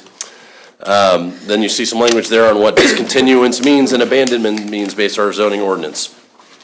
Based on that language, CoreCivic stopped housing detainees at the property and the facility on or about January 1st, 2022, and has not housed detainees there since that time. Around 2024, CoreCivic began engaging in conversations with the city about possibly reopening and housing detainees at the property pursuant to a contract that they had been negotiating with Immigration and Customs Enforcement. On February 21st, 2025, CoreCivic applied to the city for a special use permit for use of the property as a detention center, jail, or prison. Planning Commission hearing was scheduled for April 7th, and the City Commission meeting scheduled for May 13th and 27th, respectively. However, on March 13th, CoreCivic withdrew its application, taking the position it did not need a special use permit. Various instances of litigation between the city and CoreCivic then ensued. On June 4th, Leavenworth County District Court issued a temporary injunction against CoreCivic, essentially stating that they could not house inmates until such time as the court process is completed or a special use permit is granted. CoreCivic subsequently appealed that injunction to the Kansas Court of Appeals. Oral arguments were heard before the court on February 10th. No ruling has been issued as of yet. On December 4th, CoreCivic filed its current application for a special use permit. CoreCivic again states that it would be housing detainees at the property pursuant to a contract or arrangement it claims to have with ICE. It is important to note, however, as we've discussed before, CoreCivic is not ICE. Rather, CoreCivic is a private corporation and a federal contractor to ICE. Although CoreCivic has not advised the city of any other contractual relationships, CoreCivic could conceivably contract with other detention authorities, such as, for example, the state of Kansas. Proper notification was provided and the public hearing was held on February 2nd, and that leads us to today. So, some of the past history that has led us to the recommendations that we are giving to you all tonight and that went through the Planning Commission on February 2nd. Again, I will summarize, and you have your packet in front of you there, and this packet is available online. In the last several years, the facility's operation before, this is a testimony from Police Chief Pat Kitchens. In the last several years, the facility's operation before it closed at the end of 2021, the Leavenworth PD encountered many significant problems in responding to reports of crimes, including violent felonies at the facility. Officers would be permitted to enter dependent on entirely who was in charge. Officers often were not allowed access at all and had to conduct interviews outside of the facility's gate. The Leavenworth PD needs access to all victims of crimes and witnesses to properly investigate crimes and complete reports that will help ensure successful prosecution. However, CoreCivic prohibited its employees who were victims of crimes from sitting for interviews with city police while the staff members were on duty. Instead, these crime victims were forced to provide a written statement through the holes of the facility's fence and then follow up on their own time. In one instance in November 2018, CoreCivic failed to report a death of an inmate to city police for 6 days. Crimes were often reported only because officers were already on scene dealing with another crime. CoreCivic staff refused to provide names of potential witnesses for several weeks at a time and routinely refused to turn over evidence such as photographs and weapons that were used in assaults among inmates and other guards.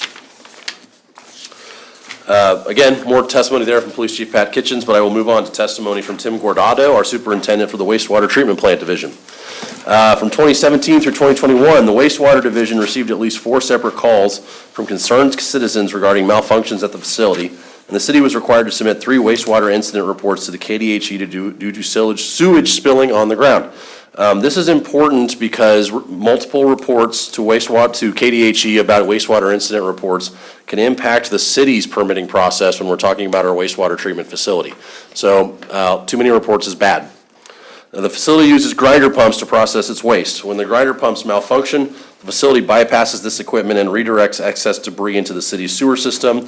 The excess debris includes sheets, rags, and other large pieces of waste material that the city's sewer system was not designed to handle. The facility's discharge of excess debris has caused the city to divert up to 4 of its workers at a time to address the problem and required the city to pay at least 125 hours of overtime wages to its workers that it would otherwise not have incurred. We will have more on that later. Moving on. Okay, special use permits and findings. Again, I will talk about we go into the golden factors now. I'll briefly summarize those, and then I will talk about, I will read each of the special use permit factors and findings, and there's staff comments on each of them. I won't read those. You guys can see those. But I will also make sure to note where the Planning Commission has recommended changes to those findings, or those recommendations. First, the golden factors, again from the case Golden v. City of Overland Park, and not due to any biblical application, list the golden factors as such. The character of the neighborhood was the first. We believe the character of the neighborhood is predominantly, it is predominantly institutional and industrial in nature, with limited residential located to the south. Properties to the north and east consist of cemetery uses, including a federally owned VA cemetery and a privately owned cemetery. These uses are low intensity and generate minimal daily activity. Area to the west is characterized by heavy industrial zoning and uses including service-oriented businesses, warehouses, and office. Single-family residential zoning and uses exist to the south. However, they are separated from the subject property by grade transitions and a wooded buffer. The subject property itself has historically been used for institutional purposes, including a former correctional facility. The historical presence of a correctional facility contributes to the established institutional character of the area. The proposed detention facility would be consistent with the established pattern of development and would not introduce a new or unfamiliar land use to the surrounding property. The zoning and uses of nearby property. Subject property is zoned I-2 heavy industrial, as are the properties to the west, which are developed with industrial uses such as a lawn service company, electrical contractor, warehouses, storage, and office buildings. These uses align with the intent of the I-2 zoning district. The property to the north is unzoned and federally owned, operating as the VA cemetery, while the property to the east is zoned A1 agriculture through Lansing zoning code and developed as a cemetery. These adjacent uses are generally compatible with industrial and institutional development due to their low traffic operations. Properties to the south are zoned R2 single unit residential, again through Lansing's code, and developed with single family homes. The single family properties are physically separated from the subject property by existing topography and vegetation. So given the surrounding zoning, land uses, historical site context, and natural buffering from the residential development, the proposed detention center would be an appropriate use for the property. The suitability of the subject property for the uses to which it has been restricted, that is whether the property can be developed as zoned, would be your second golden factor. The subject property was historically developed as a jail or prison, and the former buildings for that use remain on site. Given the specialized nature of the existing structures, adaptive reuse of the site for other permitted industrial uses would be limited and require substantial renovation or demolition. In contrast, reuse of the site as a detention center optimizes the functionality of the existing structures without the need for significant site disturbance or construction. Third golden factor, the extent to which removal of the restrictions will detrimentally affect nearby property. Removal of the restrictions and approval of the special use permit with the below described conditions is not expected to detrimentally affect nearby properties. The site is located within I-2 heavy industrial district and is separated from nearby single-family homes by a wooded berm and ridgeline providing visual and noise buffering. Special use permit would all allow continuation of an institutional use compatible with surrounding development. Also worth noting on that golden factor is we did not receive a protest during the protest petition period from neighboring properties. The length of time the subject property has remained vacant as zoned, often considered in determining whether the current zoning is prohibited development. The property was previously operated by the same entity, CoreCivic. They stopped housing detainees at the property on or about January 1, 2022, and have not housed detainees there since that time. Given the discontinuation of the use for a period greater than 24 months, the City Commission determined that any use of the facility and the property as a jail or prison is no longer a lawful non-conforming use, and that any use as a jail or prison shall and does require a special use permit. The City Commission further determined that given such discontinuation, any previous or previously deemed special use designation was thereby administratively rescinded. So as such, can't be used for intended purposes without a special use permit. Therefore, it must weigh heavily in favor of granting the special use permit. The same zoning ordinance that says they must get a special use permit also gives them a strong argument for being awarded a special use permit, is what that is stating. The relative gain to the public health, safety, and welfare by the destruction of the value of a complaining party's property as compared to the hardship imposed upon the individual landowner if the zoning is not approved. This one's a little complicated, but approval of the special use permit with the below described conditions provides greater benefit to the public health, safety, and welfare than any potential impact to nearby properties.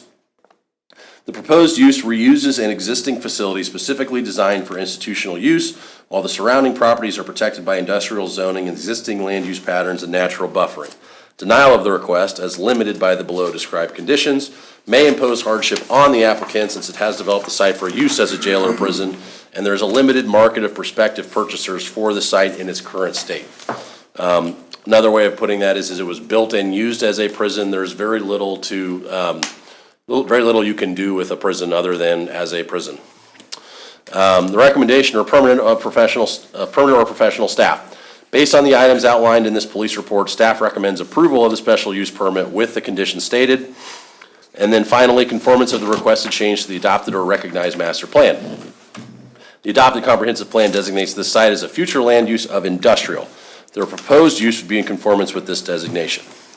So next, those were the golden factors. Next, you now have separate factors that are in the city's development regulations that were not determined by a specific case, but are still factors for your consideration.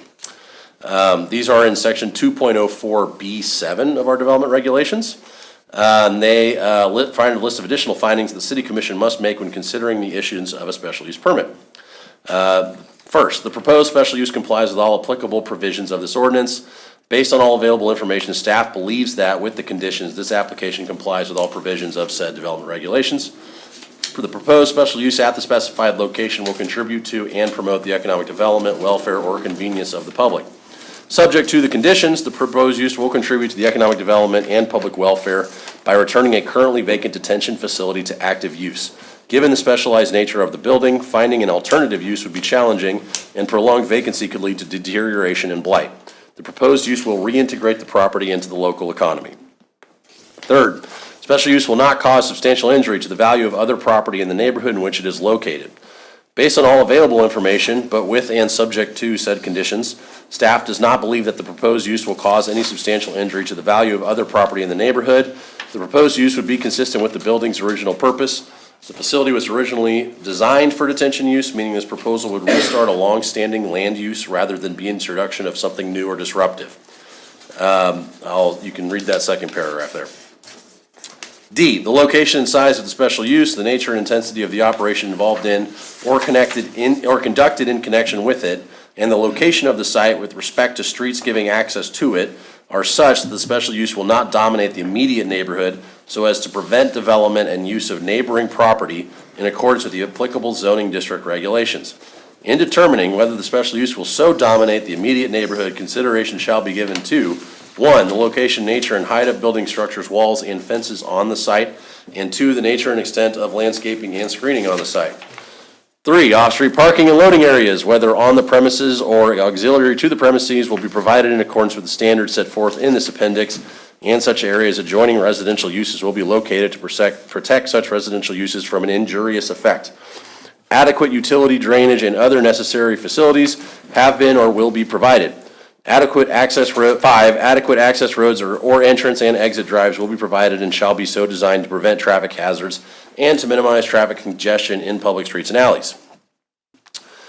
Staff's recommendation here is the location and size of the special use, the nature and intensity of the operation involved in or conducted in connection with it, and the location of the site with respect to streets giving access to it are such that the special use will not dominate the immediate neighborhood so as to prevent development and use of neighboring property in accordance with the applicable zoning district regulations. The facility is being repurposed with an existing structure designed for detention use, avoiding the need for large-scale modifications or expansions.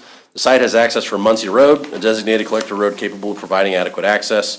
Through the below-listed conditions and the performance agreement, CoreCivic has shown a willingness to work with City Public Works to ensure proper sewer infrastructure management, preventing further strain on city services. Similarly, through the conditions and the performance agreement, clear protocols are established for law enforcement activities, including for calls of service, to ensure minimal disruption to the surrounding community and address any difficulties. Any questions on those before I proceed to the actual recommendations? That was really just an excuse for me to drink water. No? Okay, please Don't need proceed. an excuse, Scott, just do it. I was trying to be sneaky. Whoever wrote these didn't think somebody would have to read them out loud. All right. Special use permit, recommendations. Again, I will just read the recommendations and your staff analysis, you can follow along. And if you have questions, we'd be happy to provide any further details. First, CoreCivic shall operate the property and the facility in accordance with the special use permit, the city's development regulations, and all applicable federal, state, and local laws related to the property and the facility.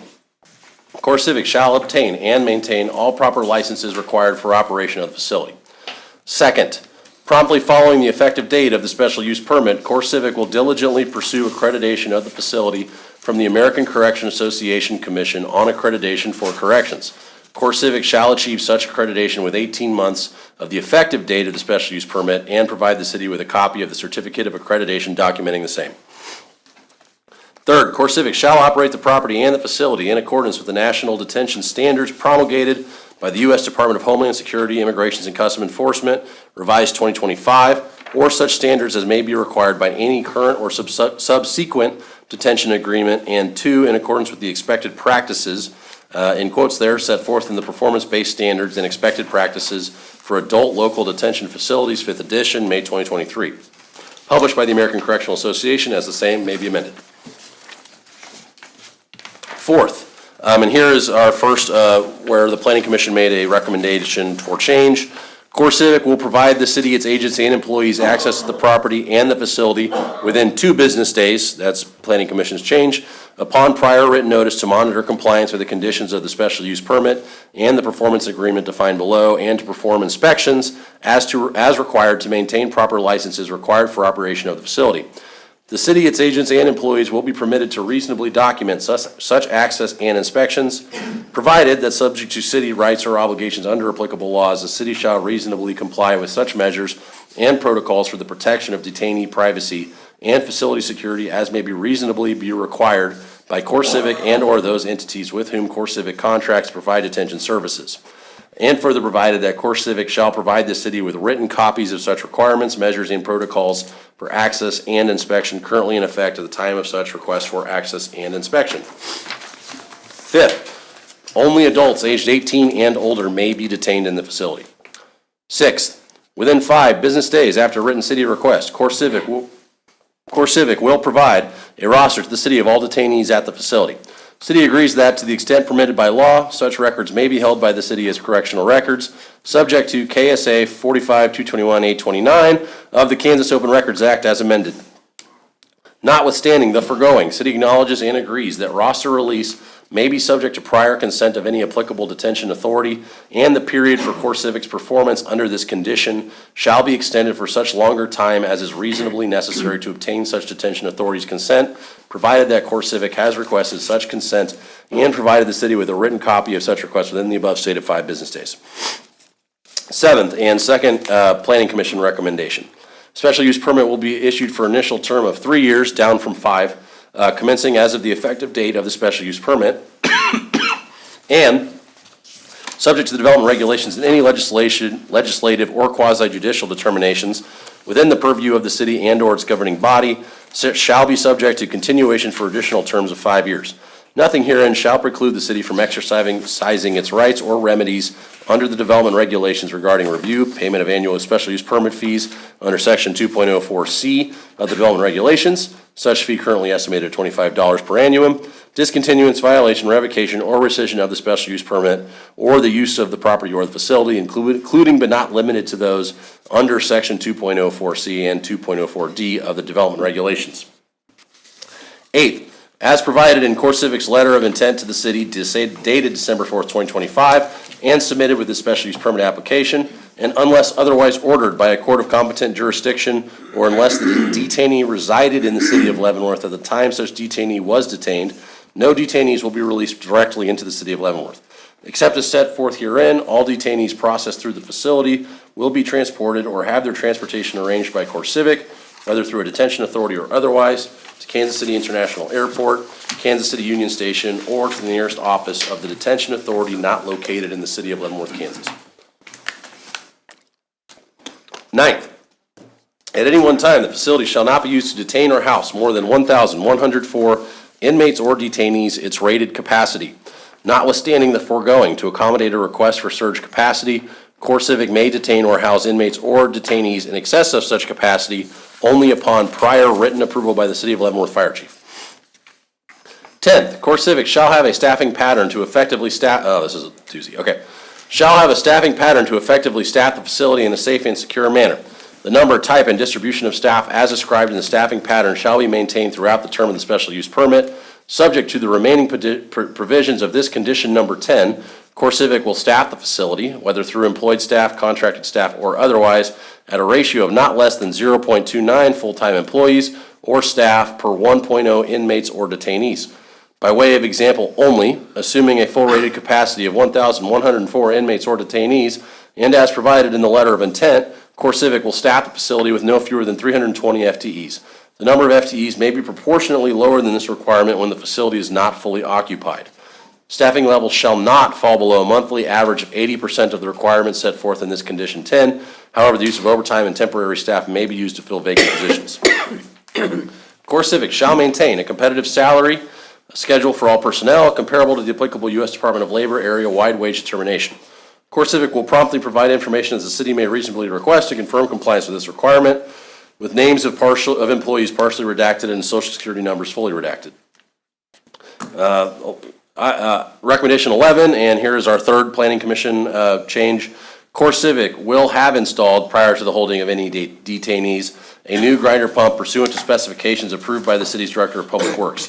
There are further recommendations there, but I'll just stop there and say the Director of Public Works for the City of Leavenworth has gone out and inspected the new grinder pump that was installed by CoreCivic, and they are content. They believe that they're satisfied with those requirements. So in many ways, that requirement has already been met. In all ways, I would think that requirement has been met.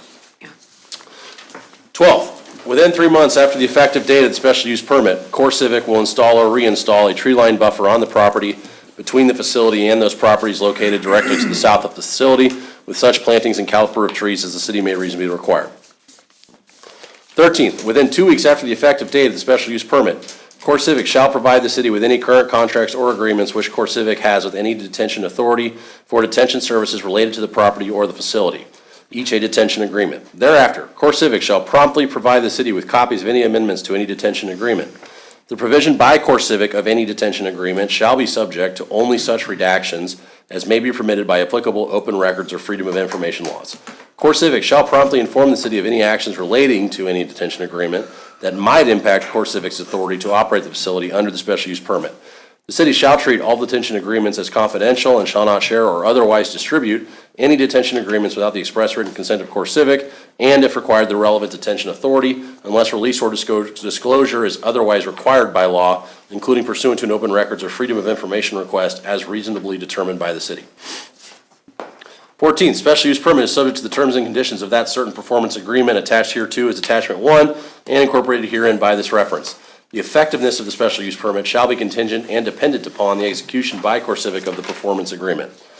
15th, nothing in this special use permit or the performance agreement shall preclude the city from exercising its rights or remedies under the development regulations or applicable laws regarding discontinuance, violation, revocation, or rescission of the special use permit or the use of the property or the facility, including but not limited to those under section 2.04C and 2.04D of the development regulations, subject to such rights as to notices and or hearings as to which CoreCivic may be entitled thereunder.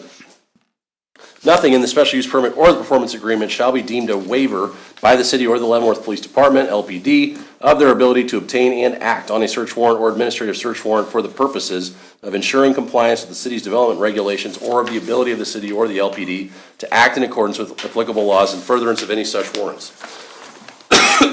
16th and final.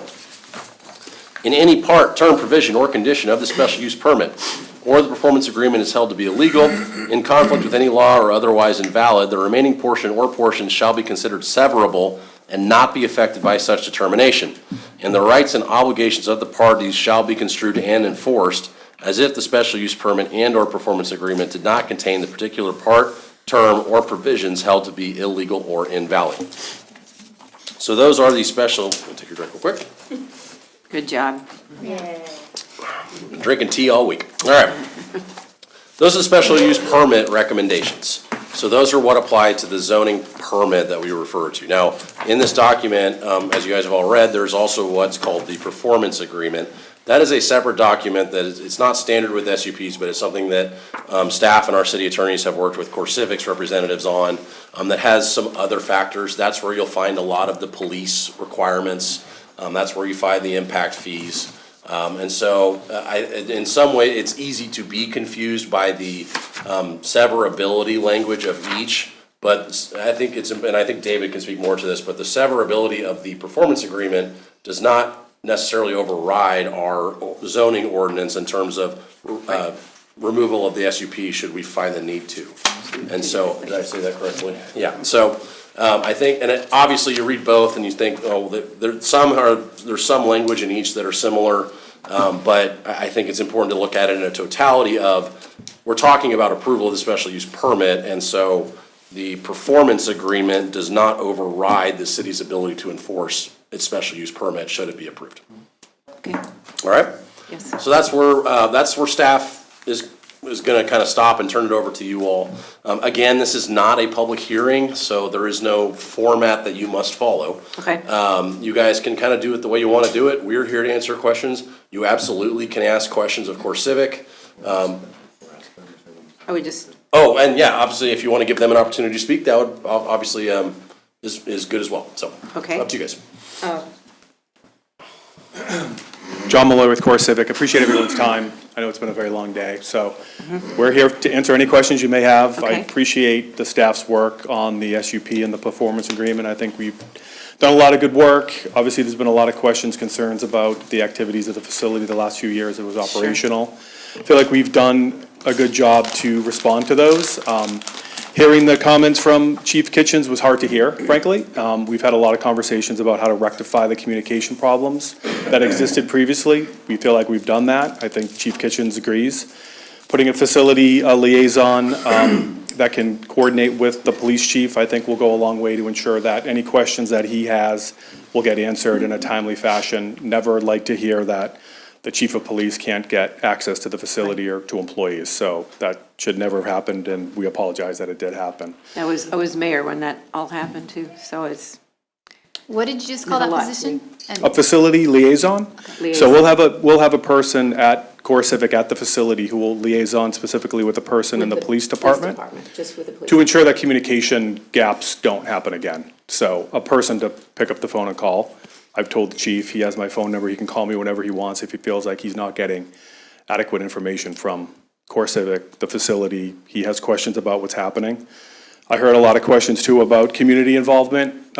We have community relation boards at all of our facilities. We certainly would do that again here, where we bring in people from the community to meet with us quarterly. And that community relations board would include input from the city. So if there are people that the city feels like would be, a good representation of the community, and they want to know what's happening at the facility, have questions, have them answered, tour the facility, we're 100% willing to do that, and we want to do that. Clearly, communication was a problem.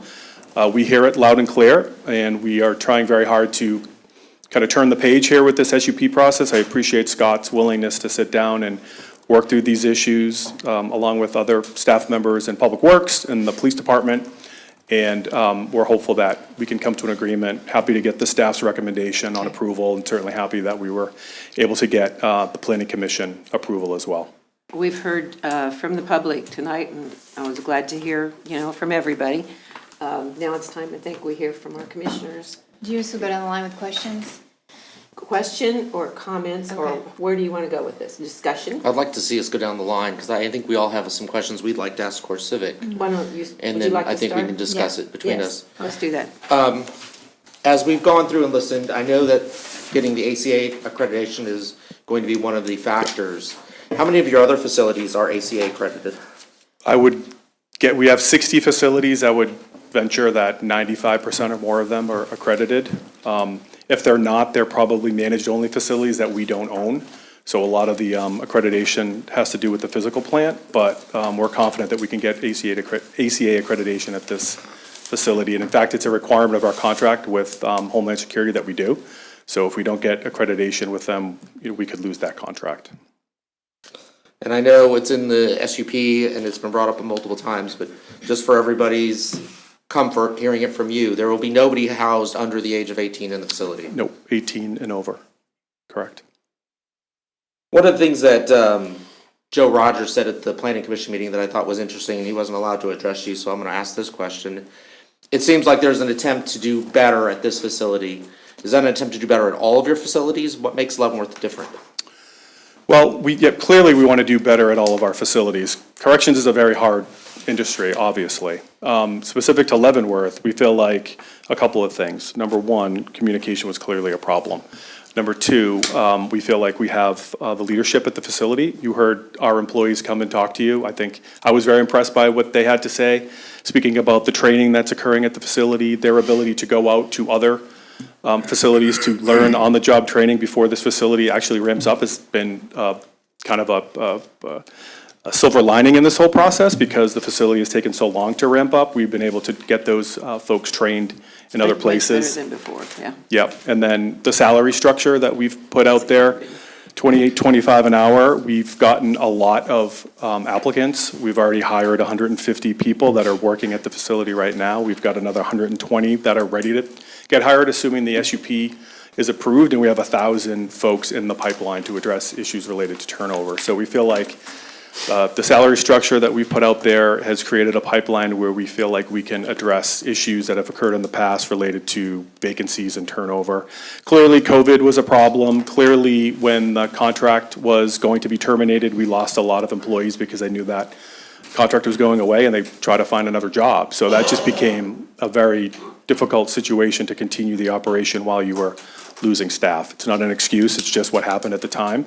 I've heard Chief Kitchen say, I don't want to speak for him, that the last 2 years were not good. Prior to that, he didn't feel like there were that many issues. We want to get back to that time frame and improve on it. I have a question about staffing. How does the monthly average staffing requirement ensure consistent staff detainee ratios across the day and night shifts?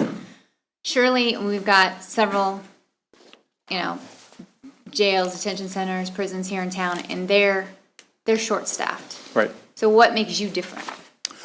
I mentioned the pipeline, and I mentioned the salary, and I know that if this SUP is approved, then the Lansing facility, they're going to see their correctional officers' salaries increase as well, because we don't want to be drawing from other industries.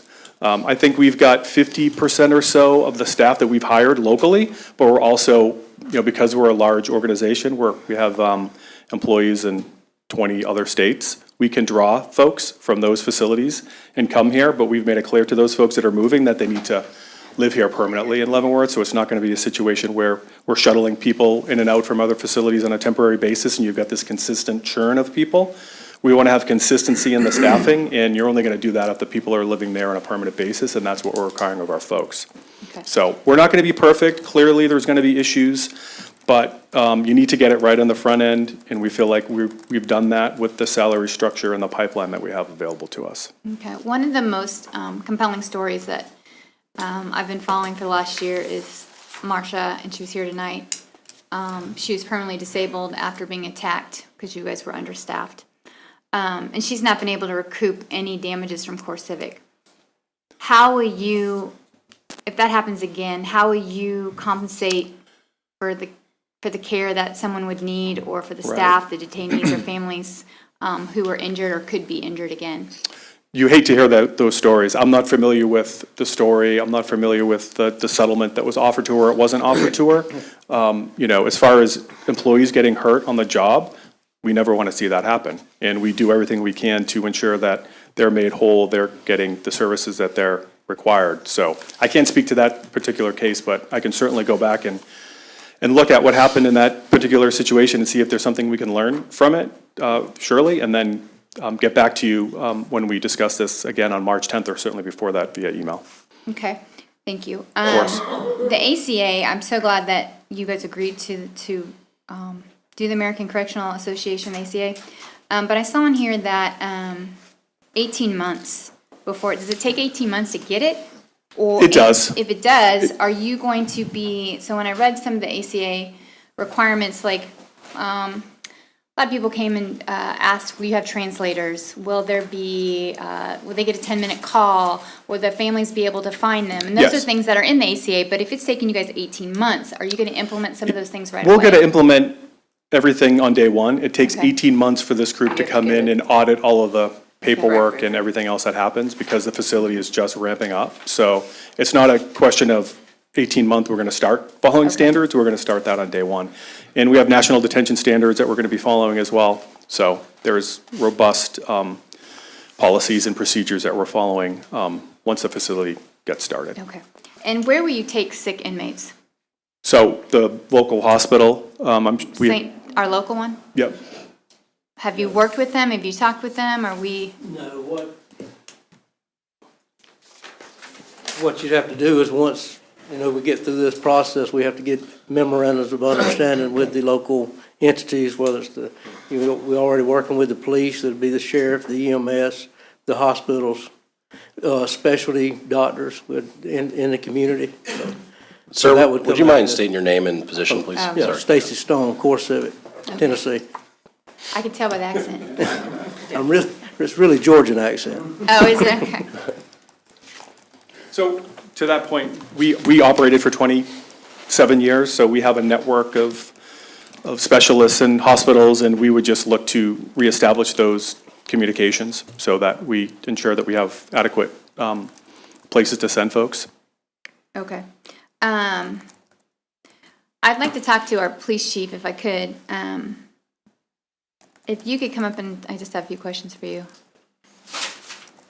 Sorry. Sorry. You, or you want to wait till the end? Well, I just want to know, I'm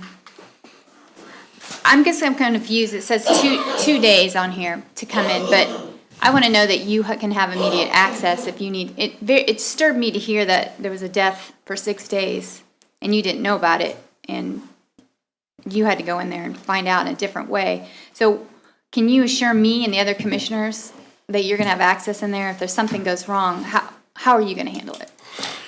So prior to this process has been going on for a little while, and so when the discussions by CoreCivic came back to the city of Leavenworth and they started having conversations with us about reapplying and reopening the facility, Mr. Mallory and I had a number of conversations and a number of productive discussions in which I was quite pointed in my concerns about the last several years. And so I felt like those conversations were productive. I felt like they acknowledged that there were issues that needed to be resolved. I can only tell you that they assured me that that was not going to be the case, that going forward, they recognize and acknowledge those issues, make it very difficult for us to provide the appropriate level of service to those people that are in there that might be victims. And so I feel like they were receptive to that. And this is a different group of people that we dealt with at the end. So, I can assure you that we've talked about that. I was able to provide very specific, very clear instances where this is a problem for us, this is a problem for you, and so they were receptive and acknowledged that, and so that's what I can tell you today. And then as the process has gone on, there was some significant hold with the legal issues, but all of the conversations that I've had with CoreCivic have been productive. But Commissioner Pittman, I'll just tell you, look, all these fancy lawyers and all these people from CoreCivic, from wherever they are, don't really have a lot of meaning to me. What has meaning to me is Misty Mack, the warden. Her and I, this is about her and I now. If you approve this and they open, that's what's really going to be about, is my ability to call her and express concerns about issues. I met the other day with her at the facility for about an hour. We had a really good conversation.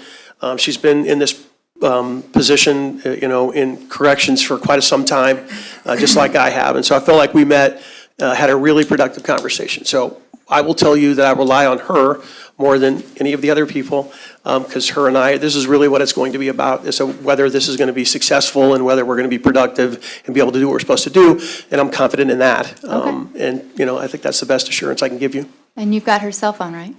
Yes. And she's assured me after this I don't have to see her on the commercials anymore. Oh, okay. So, I've been teasing her a little bit about that. So, that's, I think, the best answer I can give you, All Commissioner. right, I just wanted to hear it from you. Yes, ma'am. Because you're the one that's going to be Right. in charge, right? Describe to me these detainees. I'm done with you. Oh, yes, ma'am. Thank you. Why don't these detainees have due process? Who? They do have due process. I mean, so I don't know where that comes from. I mean, they have lawyers. When day one, as John mentioned, they have tablets. They have options of pro bono lawyers. Come on up, Sean. We brought an ISA officer. He can tell you about exactly the due process. Good evening. Good evening. Sean Byers, Deputy Field Office Director for Euro Chicago. Of course, some of you have probably seen me on the news here a couple times as well recently. So everybody has due process. It's a false narrative that you're being told. That is completely false and it's incorrect. Nobody comes in ICE custody without due process. You see people being arrested, yes, we have warrantless arrest authority. That's what's being exercised. Everybody goes through proceedings. Everybody goes through some type of process. Currently, there is no expedited removal in the interior. If somebody already has an expedited removal order from the border, we're just enforcing that, and they may be arrested because of that. We also have people that have been previously deported, coming back in, reinstating prior order of removal. That's what people are missing. Almost 95% of people are going through, have already had a removal order in the country, and that's what's going through. Why do we need detention centers like this? Because people have to go through the proceedings, because that is the process. If somebody is not held in detention, it's 10 years out of custody, going through a non-detained time they go through all their appeals. In custody, anywhere from about 60 days, I think, currently.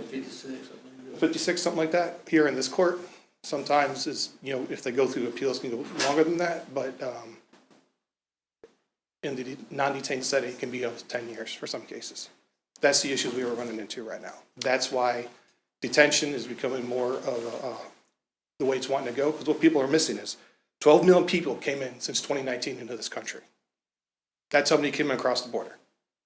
And contrary to what people are saying, it's a civil infraction, coming across that border illegally is a federal crime.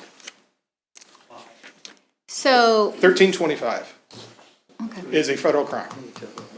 So who are the people that you're going to be putting in that facility? It's going to be a mixture. It's really going to be a mixture. It's going to be It's gonna be we target criminals. Just a second, sir. Sir, can you just hold on for a second? Lying to you? He is lying. This is a lie. All of these are lies.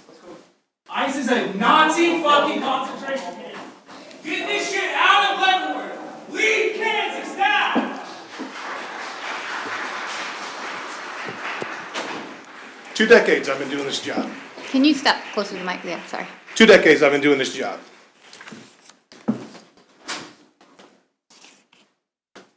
The same day I was on the news, Fox News, for when I did the ride-along. I was on Fox News as the ride-along under President Obama. I've served 4 different presidents doing the same job.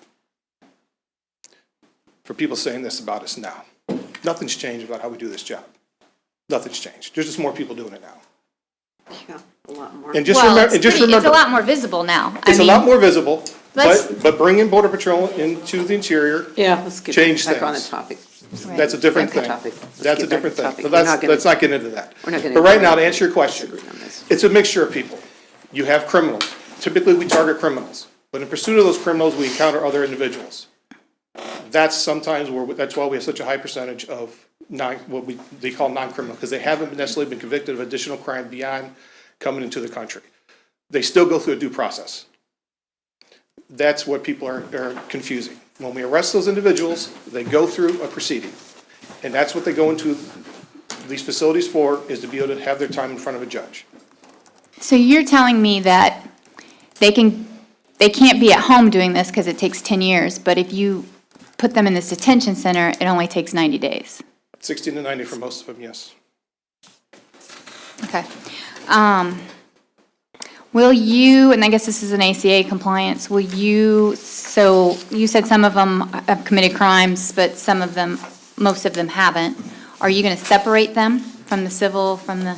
Yes, we do have it. We do have a rating system, and we have them separated based on their, beyond being just here legally, we do have a rating system, and we have them separated. We require them to have them separated in housing, just like you do in any other facility, any other detention facility or jail or prison.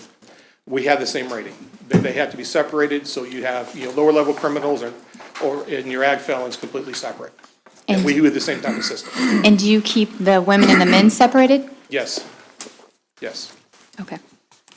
My last question is, and I guess this might be for our staff, but what's going to be the consequence for Core Civic if they're found in violation of ACA accreditation standards? So will the city be required to, what's our role in it if we find that they're in violation? Do we independently decide that, or, I mean, what if we find out that they're in violation? What can the city do? Call me. Yeah, it's part of their contract Okay. also. Call me. So it's a requirement of our contract to be ACA accredited within 18 months. So, that'd be a breach of contract. If you have a critical incident, FRIA, or a death in custody, that chief should not take 2 days in that facility.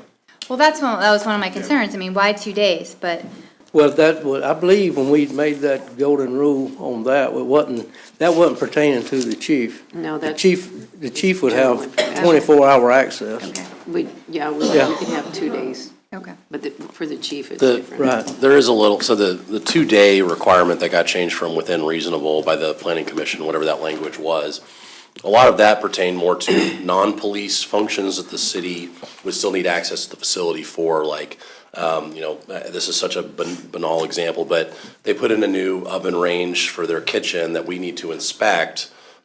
We need reasonable access to get in there, inspect it, document it, to do our work, make sure it was installed correctly.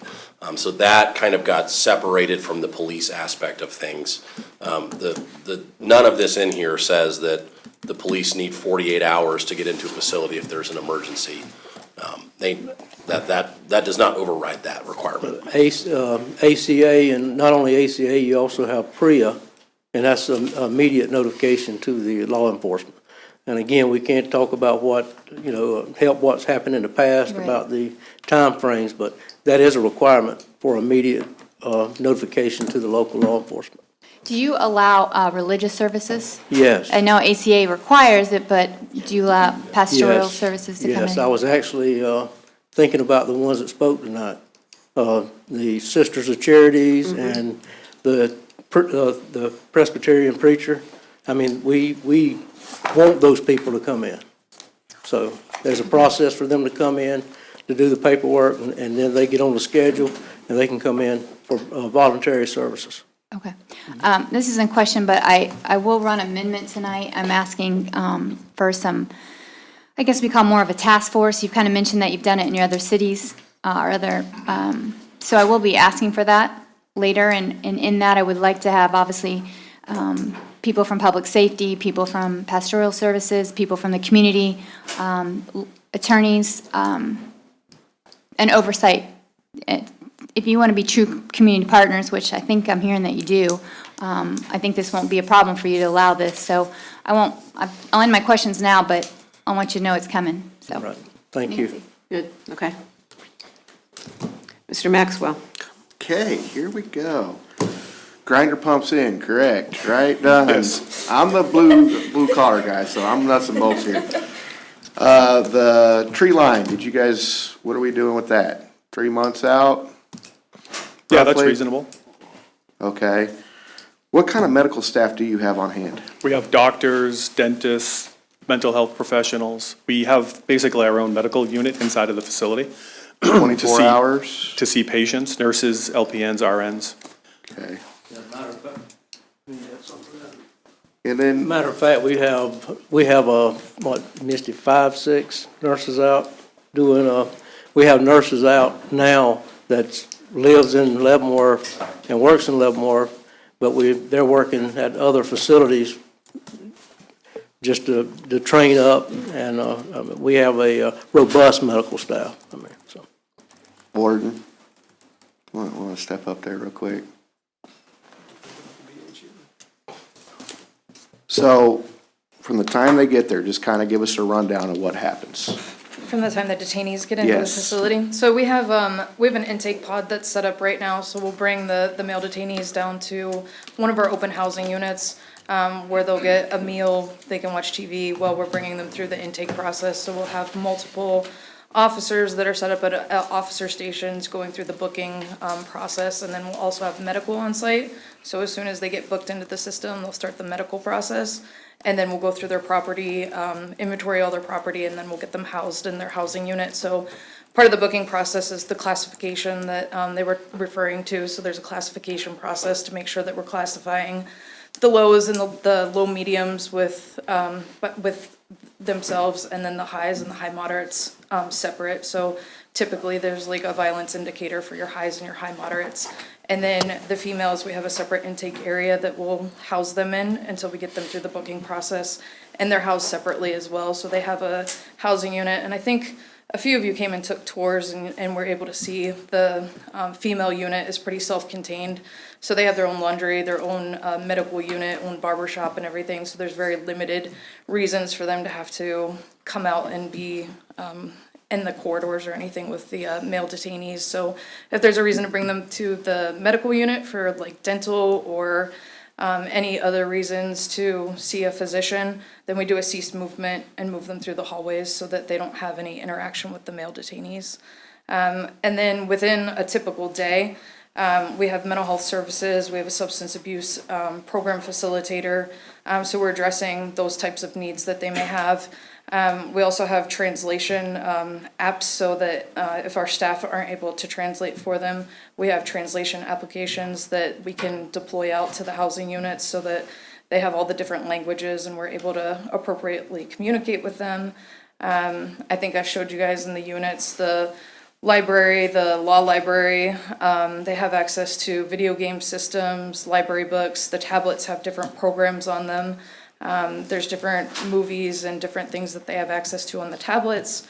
And then we also, they alluded to the process for the courts. We have the video courts that they have access to the judges, and then they also have video access to their attorneys. So we have attorney-client rooms all throughout the facility, different rooms, so that we can get them in contact with their attorneys, and then also their court hearings as well. A typical detainee stays how long? So the average length of stay is supposed to be about 51 days. That's gonna depend on where they're at in the court process and, you know, what's going on with their deportation status, but that's supposed to be the average length of stay. That's a Okay. fresh case. Now, not saying anything other than it may or may not happen, but if you guys do open up and in 2 years somebody shuts you down, what happens to all the inmates or the detainees? Say the government decides to go, well, yeah, we're done again. They would be absorbed in other facilities across the country, whether it's other private facilities or other government facilities. I know a lot of people know that we have other ICE detention or ICE detainees right here in Leavenworth already at other facilities, so they would just be absorbed to other facilities that house ICE. Perfect. That's all I got for right now. Okay. Ms. Hollister? Again, thank you for giving me that tour, Warden, because you absolutely did not have to do that when I was a candidate, so I Absolutely. really do appreciate that. So I just have a couple of questions here, well, more than a couple, but how does the contracting agency know if you're nearing capacity or at capacity? So we keep in contact with our customer every day, and we give them a population report to let them know how many available beds that we have so that they know how many to send us. So we have a breakdown of the custody classification level and how many beds we have available for each classification before we get any transports that come in. Okay. So, is a scenario likely where maybe there's a miscommunication or an urgency and the contracting agency shows up with a bus of people to be processed, you're at capacity, the fire chief hasn't seen it yet? How would you handle that kind of a situation? So if the customer has a need, which I don't think it would be very often, but there may be a situation where an airlift can't take off for mechanical issues or something like that, there's a delay. They might say, hey, can you house, 50 detainees overnight until we can get it rebooked for the next day? We would call the fire chief and say, hey, this is the situation. Are you comfortable with us doing this? And we'd have a plan already in place with the fire chief that says, this is how we would overhouse, whether it's cots or we call them bed boats sometimes. And it's just temporary, so there's a time frame. So we track how many days that we have anybody that's sleeping over capacity so that we can get them out first. Have you talked to him already about that plan, or is that gonna be later? We haven't, Okay. just because of everything Sure. that's been going on. We That's haven't really Yeah. had a lot of communication, so we just started talking to the chief of police and like the MOUs that we would have with the hospitals and stuff. We've started those conversations, but for us to make those official, we're kind of waiting to get through this process. Gotcha. Do you know how many employees of this facility right now live in Leavenworth? Right now, the ones that we have onboarded, out of 145, 56 of them are from the Leavenworth County area. Okay, okay. Is there, the current contracting agency, which is DHS, has what kind of staff on the premises? So, as of right now, there's supposed to be 7 detention officers that will be in daily contact with the detainees, letting them know where they're at in the process, going through all of their paperwork and communicating with them, plus a supervisor. And then we'll have some additional case processing specialists that we're in the process of hiring. So there will be 14 case processing specialists as well. Okay. Plus a oversight monitor, a contract monitor on site. Okay, that's what it, I guess was it previously called contracting officers representative, COR? We have that, but we also will Okay. have a field medical coordinator from IHSC, or ICE Health Service Corps. Okay. From HHS will be on site, as well as we have detention standard compliance officers that will be on site as well. Okay. So we have rather robust staffing that will be on site for detention standard compliance. So it's not every 2 year.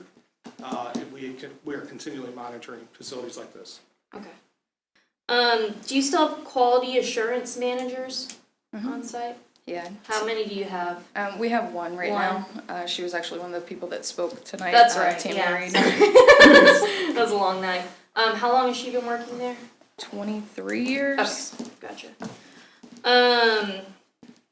You already answered that. Do you have a So the past contract required CoreCivic to provide and maintain an inspection system or a quality control plan, a QCP. Is that still the case? Yeah, so every month we have certain sections of the quality control plan that we go through the facility, and we audit specific sections so that there's the monthly audits. So we get through the entire quality assurance plan at least annually. And then if we find anything that's not in compliance, then we write corrective action plans and then go back and monitor those for at least 30 days just to ensure that there's compliance after the corrective action's been put in place. And I'm assuming that's what POAs, that's the same thing. Plan of action, Okay, yeah, corrective action Okay, plan. cool. If a detainee dies in care, do you have an independent contract physician review the death, or who reviews the death and how it happened? So we do critical incident reviews if we have a detainee death, and we go through and we look at the chart and we look at everything that if there was any opportunities to do anything differently. And then we also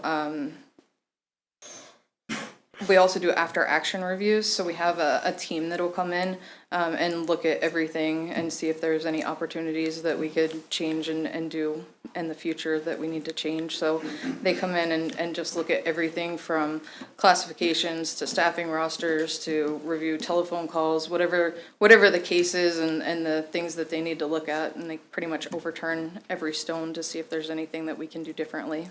Do they all do, I'm sorry, We request an autopsy on all deaths. I couldn't hear. An autopsy, we request an autopsy on all. And that, would that be an independent autopsy, or is it? It would be. Sheriff's Department usually, or the Oh, okay, They- the local. yeah. Okay. Coroner. does that. Okay, gotcha. Do you still have a special operations response team? We do. Okay.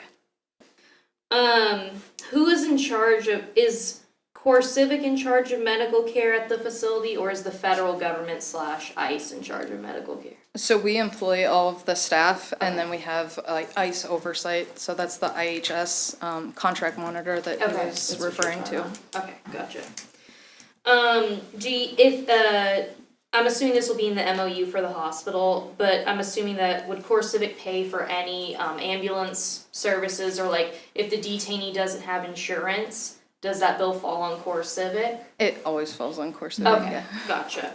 I wouldn't think they have insurance, do. Well, it's the way it is with the prisons too. Okay. They're all Yeah. the same that way. ICE pays for all our medical expenses for people in our custody. We don't charge anybody, we don't charge co-pays or anything else like some counties do and such. We do not do that. We cover all those costs. And how soon, if the permit were to be approved, how soon would you want to get those MOUs in place with sheriff, EMS, hospitals? Fairly immediately. We shared the emergency plans with the chief of police, and those are part of the emergency plans, so we have them all prepared. Some of them we've already been able to establish, like for PREA, with the Violence Coalition, for providing assistance during that time. So we've had some conversations with the hospitals as far as SANE exams and things like that. Talk to them about billing and things. So we have the conversation started. It's just actually getting folks to sign them. In regards to capacity, I know the fire chief will evaluate if you need to have more detainees than the listed number, but if in the past, the audit in 2017 mentioned that occasionally certain areas were at overcapacity because there wasn't enough staff, so in order to save on staff in another ward, there was the process of triple bunking in other wards. Is that something that you would have to talk to the fire chief about under these provisions as well?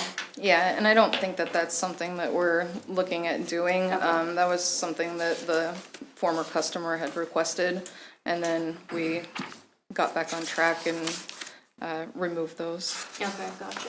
We don't allow that. Okay. Okay, I have two more questions. So people have said that past behavior is the best predictor of future behavior. I think that a lot of you have mentioned that you can't account for you can't speak to the past behavior. But looking at your current facilities, I struggle as well, because there have been, and this is not for you, the warden, because you're the warden of this facility, but looking at other CoreCivic facilities, I've struggled with finding a way to validate the credibility in what you say that you want to do as of today. So how should we judge you on your credibility if it's not with the past and if it's not with Trousdale or some of the other facilities that have had issues? Well, I say it's already been mentioned. I mean, the ACA standards, the PREA standards. I mean, look at the past audits. You can go on what's the web for DHS and see audits from all our facilities, ICE audits. It's the DHS webpage, ice.gov, and you can look at all our ICE audits, and you'll see that we do good jobs on ICE audits, on our audits. I mean, I think it's like John mentioned, we're not perfect by no means, but I think that we're fast to react. Again, I can't, again, we're talking about the COVID times. A lot of things happened during COVID. I hate to keep using COVID for an excuse. We keep hearing about that. But we've gone a lot past that. We have the lowest vacancy rates we've had in, I think, 20 years, last year. So we're really doing well, so. But go back and look at our audits. That's what I would say. Okay, that's it. Okay, thank you. As far as COVID goes, I know there was triple bunking back early as 2012 here, so COVID can't be used as an excuse for everything. Right. I've struggled with this. And again, that was a different contract, like she said. I hear you. I understand. I hear you. I hear what you're saying. But you can understand why I feel the way I do. Yes, ma'am. I mean, I've been here. And I come from a prison family. I mean, I come from a family of corrections officers. My uncle was associate warden at Marion. My grandfather helped build the federal prison here. And it's a proud heritage here.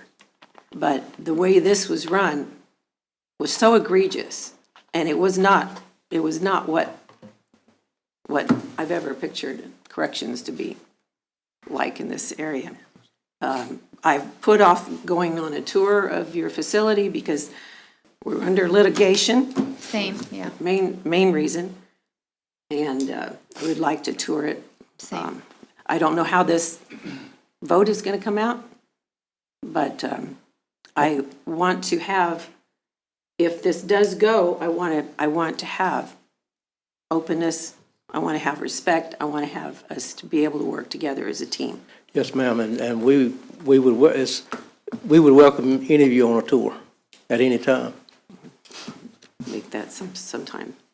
Anyway, I think all the rest of the questions have been answered. I do want to see, you guys had the suggestion of a task force and an ombudsman or something like that, that we have, we have a good relationship to where we have some oversight. Because we need to have that, because this is our city, this is our police department, this is our fire department, our EMS. We need to have some skin in the game here. So I hope that we can do that, if this moves forward. I would like to ask that we have a municipal oversight body, so whether that's a task force, that it's an independent body that can be established to have active members of the Leavenworth community, with, of course, members of the Core Civic on that. Put that into our agreement, so like maybe number 17, that does monitoring of Core Civic. We're allowed to do independent inspections within the SUP requirement, so that we can identify or mediate any negative community impacts. If there's rumors, we got texts today, you guys got buses out there, right? So people are worried that you're bringing them in already. Well, that task force could handle that. I'd like to have clergy member on there. I would like to, so maybe Sister of Charities, like you talked about, community members, city staff, commissioners. Who am I missing, guys? Police department. Police department. And that maybe we meet monthly as a task force, and then those numbers get reported back, what's going on inside, to the commission to the task force, and then quarterly, we'd like you to come and talk to us. Like, I would like for you to. Your departments too. Yeah, your departments. Department heads Yeah. as well. I would like for you guys to come and report to us because, you know, between your bad reputation, not being a community partner, She was battered last year as mayor. I mean, as last year, you guys put me through hell, political hell. And you guys paid for these ads that drug my name through the mud, and I didn't appreciate it. Between that and then, of course, the attention that we talked about with ICE, you know, it's hard to believe this, right? So I want to be good partners, and I want to make this happen. And I think by making some type of oversight committee where we are partners, where we have people of the community working together, we can prove you guys to be wrong, like right? We want you guys to be right. We want you guys to be great community partners. The second thing that I would like to add, I don't know if it'd be two separate amendments, but Mr. Bateman talked tonight about I think it was under Litigation related to the SUP. So the multiple years to do inflation adjustments, and then the losers pay clause. Okay. We'll look at that. Let's talk about that. Inflation adjustments to the impact fees, or is that what we're talking about? Yes. Okay. Is that? I think that, And then the performance contract revoked, so like if the losers pay clause. So if. On litigation, yeah. Yeah, through Ms. litigation. Pittman, I may have some thoughts on that. That might Okay. be appropriate for us to Yep, let's discuss talk in about that. executive session. Okay. Right If now? that's- If you'd like to go To do into that this executive evening. session, or but at some point, but I would like to have that discussion How with long you. would we need? 15 minutes, 10 minutes? 10 minutes. Okay. Thank you, man. Is it okay if we do this? All right. I move the city recess into executive session for 15 minutes for the purpose of 10 minutes, for 10 minutes. I just said 10 minutes a while ago, sorry. For the purpose of discussing zoning matters in consultation with the attorney, which would be deemed privilege in the attorney-client relationship pursuant to KSA 75-4319B2. The city commission, city manager, planning, community development director, and the city attorney will be present. The open meeting will resume at 10:40 PM. Second. It's been moved and seconded. Please begin voting. Aye. Oh, aye. Aye. Aye. Aye. All right, we're in executive.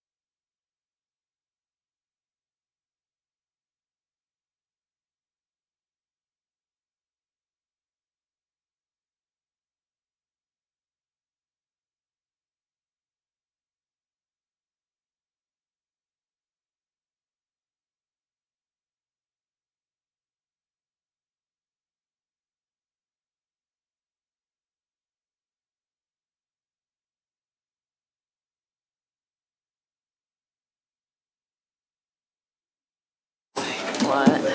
Now I'm getting cold. Joe, so this is the last word.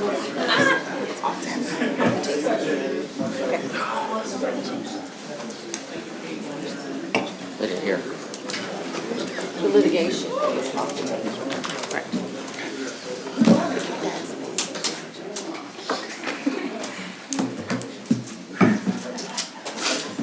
Okay, we are back. It is 10:40. So the next thing we need to do then, if we would like to modify the special use permit to include Special task force. the special task force. That's the only thing we're going to talk about tonight. Special task force. And Community task force. so what we need to do that is, how do we need, okay, so we need to go, Well, I think first, we probably need to have some discussion on what this is and what it looks like. Is this a request that Core Civic establish something? Is this the city commission saying you are establishing something? I mean, if there's a special use permit condition that says this special use permit is conditioned upon a task force, and if it is a city task force, I don't want to speak for Core Civic, but, you know, if the city does not, you know, if there's a condition that he says the task force must meet monthly, and they don't, is that a violation of the SUP at that point? So the devil is in the details on this. well, What do we does want to this task explore force look this like? before we have a second consideration? Pardon? Do we want to explore that before we have a second consideration? That could be something. That could be something you, I Instead of mean, an trying to option decide could, those an option details could be to tonight. send that back to the planning commission on remand for them to look at something like that. I think they meet in 6 days. So I don't know how much physical time there is, but again, I mean, the idea of it, first of all, I would probably broach the idea, I would probably ask Core Civic their What do you thoughts on guys it. think? We are 100% open to Community Relations Board, Task Force. I like the idea of the two sides working together, so we can ensure that you have representation. There are staff on our side as well. Meet monthly, quarterly, put reports out monthly, ensure that there is communication happening, have you come into the facility, tour the facility, ask questions. I mean, how they work in other places where they're very successful is we meet quarterly with community stakeholders. We'll have presentations, we'll bring in people to give presentations, maybe, you know, the medical professionals, somebody on programs, volunteers that come into the facility, and we have various topics. The city can come to us and suggest topics as well, and kind of work collaboratively in that vein. I think that makes a lot of sense. Sure. And like I said, we do this in other places where the community feels like they're getting information from us and there's engagement and there's a back and forth, so. Is this something we could do monthly and then maybe as we get more comfortable, move Sure. to a I think that's, quarterly? yeah, there could be a cadence to it, but initially when we're, you know, operating the facility and you have questions because everything is new, we can make sure that you understand what's happening. This is what the ramp plan looks like, this is what our staffing is looking like, this is what's happening with medical, so that you feel like we are hitting, you know, checking all the boxes on what it takes to ensure that the facility's happening, the ramp is happening in a safe and secure manner. I guess in my head, I thought it would be created by us, the city, with your members serving on it. That it would be to basically promote transparency, make sure things were lawful operations were going on, to review matters, public safety. A lot of people are, Justice a lot of program, people are concerned yeah. about Care, all that. traffic, care, mental health. Sure. People hear things in the community and they want answers, and this would Right. be a way for that to happen. Correct. The worst thing that can happen in this relationship is people feel like they're not getting answers, number one, or number two, things are happening in the facility or not happening in the facility and we're not having communication. I mean, that's what upended this relationship, among other things, was just lack of transparency, and we want to bring that back, and I think this would be a great opportunity to do that. Right, and I want the community to have eyes. I feel like, have you ever watched the movie Willy Wonka's Chocolate Factory, where you don't know what's inside and then he kind of opens it up, right? Well, I I want us to be able to go, I don't want it to be closed, I want it to be open. I say this all the time, the best thing we can do is tour people through the facility. Right. Meet the staff, realize and understand that the staff really wants to do a good job. They're dedicated, they want to do a good job, and you'll see that when you walk through the facility. Right. To your point, if you're not in there, you don't know, and then the mind just thinks to the worst things. Right, and there's Yeah. so many great people who spoke here tonight that I think Couldn't agree more. would feel better. Not that they're excited, they want this, but if we could have eyes in there, if they could have eyes in there, that, to see what's going on, I think, it would make me feel better. We are open to collaboration, 100%. Right. Clearly, it needs to happen. So it brings us to, my head was to create that membership. I don't know if it's 12, 15 people on there. Well, so if you want my professional advice on this, in terms of just establishing this, we'll call it the task force, there's nothing stopping you from doing that tomorrow. You don't need the special use permit to be approved. The city can create its own task force, designate a couple of agents that are staff members to serve as its voice and to, negotiate all of these things. Yeah. And part of it is you can establish, like when we meet for the first time, we can set up bylaws that state, who the members are and who determines that. The question and I'll let David tell me if I'm completely wrong here, but the question as it relates to putting into a special use permit or not is whether or not you are compelling CoreCivic to participate in it. Because if you just create a task force now, and it's voluntary, and it's not in the special use permit, then in theory, down the road, CoreCivic could say, well, we don't want to be a part of this anymore. Right. And so, from my perspective, I think it's whether or not you want to, it's CoreCivic's participation that is dependent upon the special use I think permit. that's a given, it has to be. So But that's I would feel better if it was in there, because what if CoreCivic says, nope, we're not doing it anymore? Nope, can't come in. But if it's in our special use permit, this is a committee like our sister city committee or another committee, then they have to let us in, right? They have to work together. Correct. So point being, then, in my opinion, the recommendation should be, you don't need to determine tonight who's on that committee. No, okay. Right. That's fine, Other that's than fine. We're gonna have CoreCivic to- will be okay, there. I wasn't following that. But Okay. also in theory, CoreCivic should be allowed to pick their representatives. I think. Correct. So. Quick question, could we use number 4 for it? Oh, good thinking. It's already in the special use permit? I think that'd be part of it. So that as 4 is written right now, I think the Agents and committee. employees access the Right. property and the facility within 2 days. So I the mean, you task could- force would have access to it, but I Within- think what Holly's saying is that doesn't necessarily mean CoreCivic's on the task force, so she's wanting something in there that says CoreCivic's on the task force, and then 4 leads to to the task force as an agent, or the city employees that are part of it, being able to do so. That's what I'm tracking. And I would give CoreCivic the opportunity to speak to this. I think it's important that we discuss, or have clear, at least the commission discuss, because what I am hearing is that collaborative, cooperative, sharing ideas, et cetera, from there. From here, I'm hearing these people are entitled to access wherever, at any time. And those are two different things, and I want to make sure that whatever it is, there's an understanding of what that is. And I'm not saying either one is right or wrong, but I want to make sure we're not talking past each other. No. That you're hearing one thing and they're hearing something different from you. So describe to me what you think we want. How about that?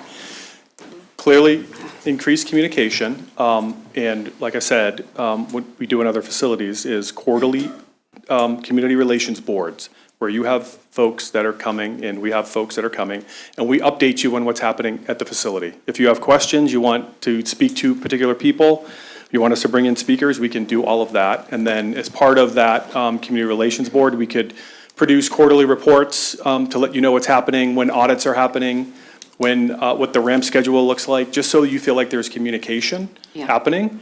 And I agree, it could kind of change as the facility is ramping up and you decide that maybe there's some other things that, some other information you would be interested in receiving. So to me, it's a way to exchange information and ensure that you feel like you understand what's happening at the facility and you're up to date on the operations that are occurring on a day-to-day basis. Instead of quarterly, I would like monthly. At least in the From beginning. the beginning. Yeah, I agree. Yeah. I mean, here's our. Clearly, she's the best speaker we have, so the Right. warden should be there. Just like the chief said, I mean, this is the face of the community.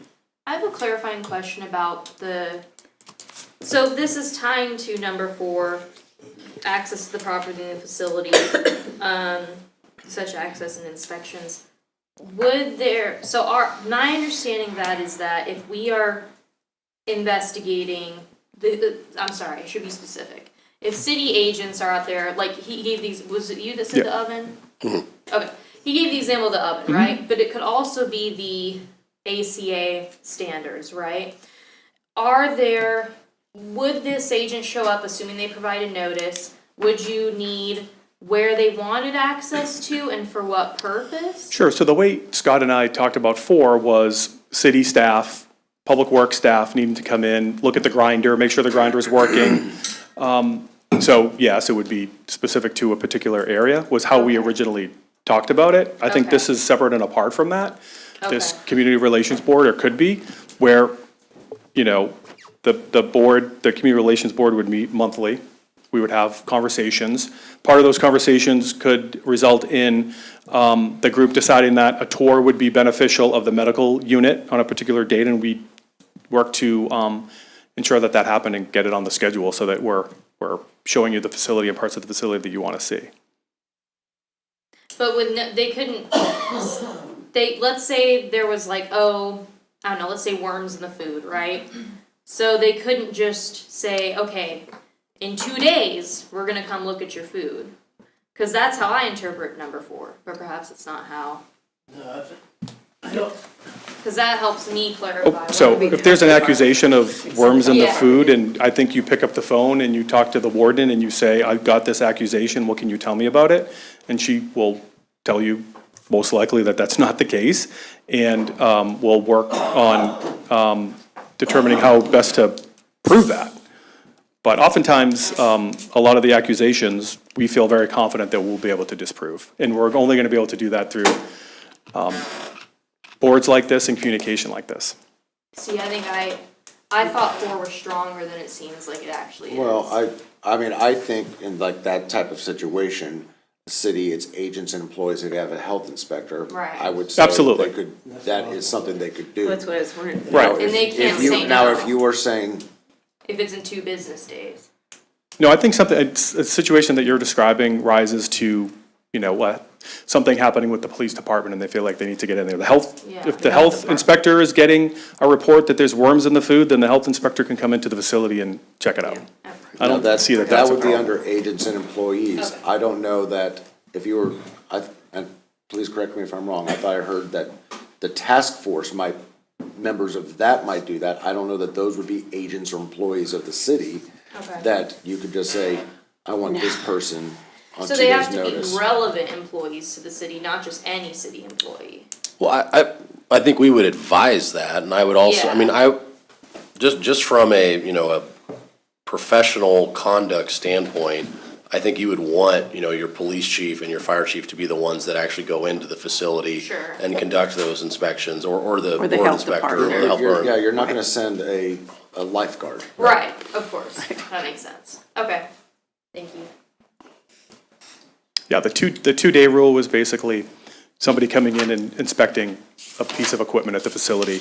We'd want 2 days because there's lots of things happening at the facility on any given moment, and if it can wait for 2 days, then that was the intent. Something like a police action at the facility or the health inspection, then that's a totally different story. And I would also add that, you know, this is a voluntary type consent agreement because we have this in performance agreement.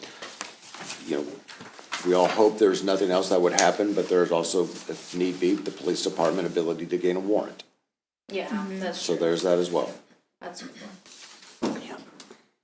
So are we putting under 4 or are we adding 17? I suppose it depends on what you're adding. I mean, I don't want to write that, I'm just going to throw out language to maybe allow you to talk about it. As a condition number 17, Core Civic shall reasonably cooperate with the city of Leavenworth in the establishment of a community relations board. That makes more I mean, sense to me. that's one option.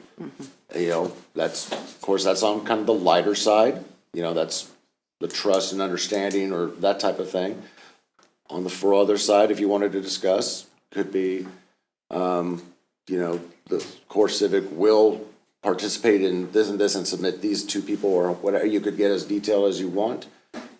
I think that'd be a conversation to have with Core Civic as to their willingness on that and such. And then there'd be more of a almost immediate task for city staff to put together whatever this is. Or is it the expectation that this is something that Core Civic should be organizing and presenting to the city? I mean, there are different ways to skin this cat. I would like to direct staff to have a meeting and discuss this and figure out parameters and that, bring it back to the commission. If that is I mean, I just said that, I don't know how the rest. What'd you say? Have staff, have Scott. I mean, you could Draft it? With the. I mean, it with the depends board. on if you want this as part of the special use permit, or is this just, do you feel you've got their understanding, and then staff on the administrative side, or do you want Well- to put something in the condition? I think like something should be in the condition. language that It I should be a suggested, condition. or something different. Yeah, I think it should be a Should be a condition. condition. What do you think? I think that we've got a willing partner that Right. wants to see this be successful. I think we have a 3-year window that we can go back to the table if this doesn't work out. So I think we have a lot more leverage. I think if we can put something generic like Mr. Waters just said, that this overview and and believe that we're putting a lot of trust out there. Yep. And we get hammered for this, I'm sure. That Core Civic's going to be willing to work with us. Absolutely. And the SUP, as it's written now in the performance agreement, gives the city multiple avenues to pull the SUP if we're not doing what we're supposed to be doing. So that exists already. I'll push back a little bit because that does exist, but you're in the building. And so even if we pull the SUP, it just becomes litigation at that point. No, I understand. So, I mean, saying that we have the right to pull the permit really is essentially saying that we have the right to go back to court. So I think that's a little bit untrue there. So I'm just gonna push back a little bit. No, I understand. I appreciate where you're coming from. So as a process matter, and again, I do not want to inappropriately anticipate any result. If this was to be a condition number 17, for whatever language you have, that would technically be a override / modification of the planning commission's recommendation. That would ultimately, at this stage in the process, require a 2/3 vote of the city commission, which is 4 votes. 4 votes. I just want to make you Thanks for that. aware of that. Thanks, and as we didn't know to- fractions. As to where you would be. So in that situation, Sarah would be looking at what I think I've called sample ordinance number 3. And again, maybe there's going to be more discussion on different things as well, but she might be looking for direction from you on I think we called it placeholder there on that sample ordinance of what the language could be. And, and from there, we could go to 18 or whatever have you, but that would be kind of generally the process. What I would recommend is that discussion on things kind of be had in full before you start making motions. The reason I say that is because, as an example, if there is a motion, let's just say if there's a motion to override the planning commission's recommendation with a modification by adding number 17, and then that motion gets a second. Any discussion? Well, I've got one as well. And now you've got Multiple. now that would have to be a motion to amend the underlying motion, and so then you'd have to vote on the motion to amend. That would then change the underlying motion, so now you're at number 18, and then a third person has something, that'd be another motion to amend. So there's a parliamentary way to do it for certain, but I might recommend a cleaner way for your consideration is to discuss the issues you want to discuss. And then do you know, it. And then develop, and then, you know, if there is a sense that there's going to be a motion to be made, whatever that motion is, do it at that time, rather than us having to track motion to amend, a motion as amended, a motion as amended, that type of thing. So you mean kind of informally vote or consent on each I would just one consider to have this discussion, and then naturally, if it feels like there's a place, and that motion could be a motion to approve as it is, maybe. I don't think I've heard necessarily from everyone that there's consensus on this task force idea, for example. There might be. There could be a motion to deny, whatever, but at some point, I think you want to kind of feel your way out as a commission, how you work together, when is the appropriate time to make a motion. Certainly, anybody can make a motion at any time that you want. I just want to let you know that, you know, then there'll be some parliamentary proceedings that might make it more difficult to track if there is a consensus of any one direction beginning to develop. I think, is there a consensus on this issue right here? On the task force? Task force? I am. I am, yes. Let me I want it, but I don't love the length. Go ahead. can I clarify, is there consensus to making it a recommendation to the special use permit? Yes. Yes. Yes. Dan? No. Okay. So what's consensus? The majority. Consensus could Majority. be essentially what, No, that's before, right? 4. You got 4.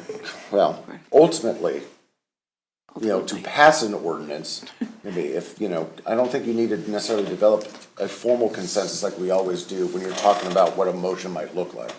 I'm suggesting that before a motion is made, you know, unless, you know, you guys are willing to have motions be voted down and such, then it might be best practice just to see where people are. So,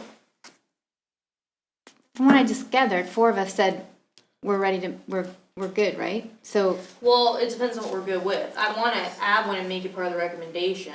I don't like the language. right. That was okay. part of it, so. I think that was, we're establishing the baseline there of, Right. does the commission want to proceed with making some kind of a recommendation addition? Yes. And there are 4 votes, from what I count, there are 4 votes to We proceed should with at least then have this discussion now about Wait, what this now looks I'm like. wondering if I misunderstood. Well, because for me to, like, are you talking about for just this, to add this here, or for the whole thing for first consideration? In concept, are you, do you want to add the task force as a requirement to the special use permit? Yes. And without, we haven't discussed the details yet, but just in concept. Yes. Then, okay, then we have 4, it would appear we have 4 Okay, votes for I that, got you. which Sorry. Now would be that- what is needed to override. I don't think I would agree necessarily with that. Because we could go through all this and somebody could say, well, that wasn't enough, I'm gonna vote no anyway, True. right? So it's not. What I'm trying to get you to have is just have the discussion now. What I'm suggesting is that if one of you, and you can do this, if one of you came up with a motion right now, and that motion got seconded, and then there was discussion, and there was disagreement as to what it should say, have to go. then we're having to go to, okay, I'll need a motion to amend the motion, and it gets a little bit tricky. I'm merely suggesting that no matter what you do, that you just have these conversations now, and it might be best to withhold on actually making a motion until you feel like you've had discussion, until someone is confident enough that they feel they're ready to make a motion. I'm not ready to make a That's the motion. extent of what I was saying. I wanted to have the conversation about everything before we started making a motion. We're just discussing that. I got it. Question for my brainiacs over here. What do you want to go to Corset? What's the size of committee? We don't want to We don't go even- there. we don't We're not even gonna worry go about there that. now. Okay. No, we're not even gonna go Those, there now. we just need a motion, or no, sorry, we just need to talk about adding the task force to the task special use permit to be determined at a later date, the fine details, right? Yeah. So who serves It's on up to it? you. Yes, at a later date, not today. But do those details, are you saying those details need to be put into the special use Not permit? necessarily. If the condition is, again, I don't want to speak for you, but the condition number 17 could be Core Civic shall reasonably cooperate with the city in the establishment of a community relations bureau, period. It could be that. It could be more than that. It could be that you've heard enough here tonight that you don't feel you need to add a condition at all, and you just trust that with staff's work and their work, that something will happen. There are lots of options available to you. Well, It's that muddies the it's in your laps right now. We did, I mean, we kind of tried to prep you guys a little bit on this ahead of time, that any changes to this would start to get confusing real quick. Yeah. And so I think we did our best to say, hey, we will try our best to stay water, so to speak, with, you know, what ideas you come up with, and tell you what direction you can take on that. But I mean, ultimately, I think somebody kind of has to steer the ship and say, here's what I want, and see if others follow. And understanding that at this point in the process, any change from the planning commission's recommendation would ultimately require 4 votes of the commission. Besides the task force issue, is there anything else that we want to add to the special use permit or any other amendments? Is the only issue the task force issue? No. So no, that's not the only issue? No, no more issues. Oh, okay. I have no other issues. Ugh. Okay. What do you got? Well, Why didn't you say that when you were speaking? what do you mean? I said it, well, I guess you went to the bathroom when I said it in the room, but I see my struggle is, I think if I went through all my issues, we'd be here all night. Well, that's probably true. So I'm kind of I don't really know how to tackle this, and that's not helpful, and I'm aware of that, but I'm struggling. Well, what can we do right now? What can we do right now? Might I suggest, Commissioner Hollister, I think, I've read, the email you sent me. I think some of these ideas that you're discussing could be managed by the task force. So I think future deliberations could yield some positive fruit there. So do you want to share some of these or keep them? You're like, geez. "Whoa." No, please. What do you want? Do you want me to share or no? Well, I mean, it's like we're bringing this up kind of at the last minute here after we've been in session for 4 hours, 5 hours. When else was I supposed to bring it up? We were talking earlier. Well, now you got me curious. What are they? Yeah, Holly brought hers. Okay, well, I idea, want, so a couple of mine involve some of the language regarding, when it says reasoning, I want to examine a chaplaincy humanitarian partnership, which I know was mentioned, but I want to see if we can firm that up more. To me, a lot of that stuff is in the ACA standards. All right. I mean, if you looked at the details, which I did over the last week, Becky, you think we can add that to the? a lot of that stuff is covered. A lot of the things that were brought up tonight are covered in those details. Let her go. What else? Yeah, go ahead. Let's see, no, which is my bad. No, not at all, Rebecca. I know you've researched this a little. Let's see.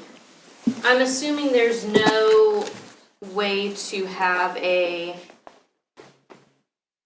see, I don't even know if I want to say this because it's probably better just an executive session, but I don't want to bring us back to that either. Arbitration, if like some kind of a legal buffer for a third-party arbitrator before either party can file a lawsuit in court, is that a possibility? Creating mandatory arbitration? The zoning regulations statutorily provide a right of appeal to the district court if one is displeased or feels aggrieved by the decision of a governing body. Okay.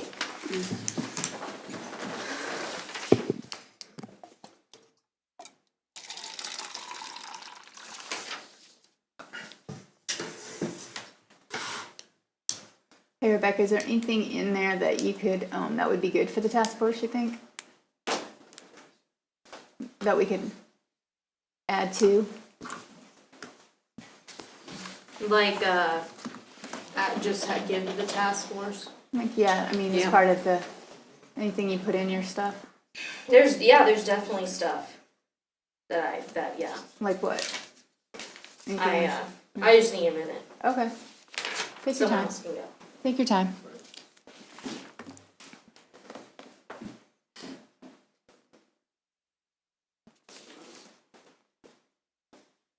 Can we take a break? Just 5 minutes? Yeah. If not, Yeah, let's take a break. 5 minutes. Good idea.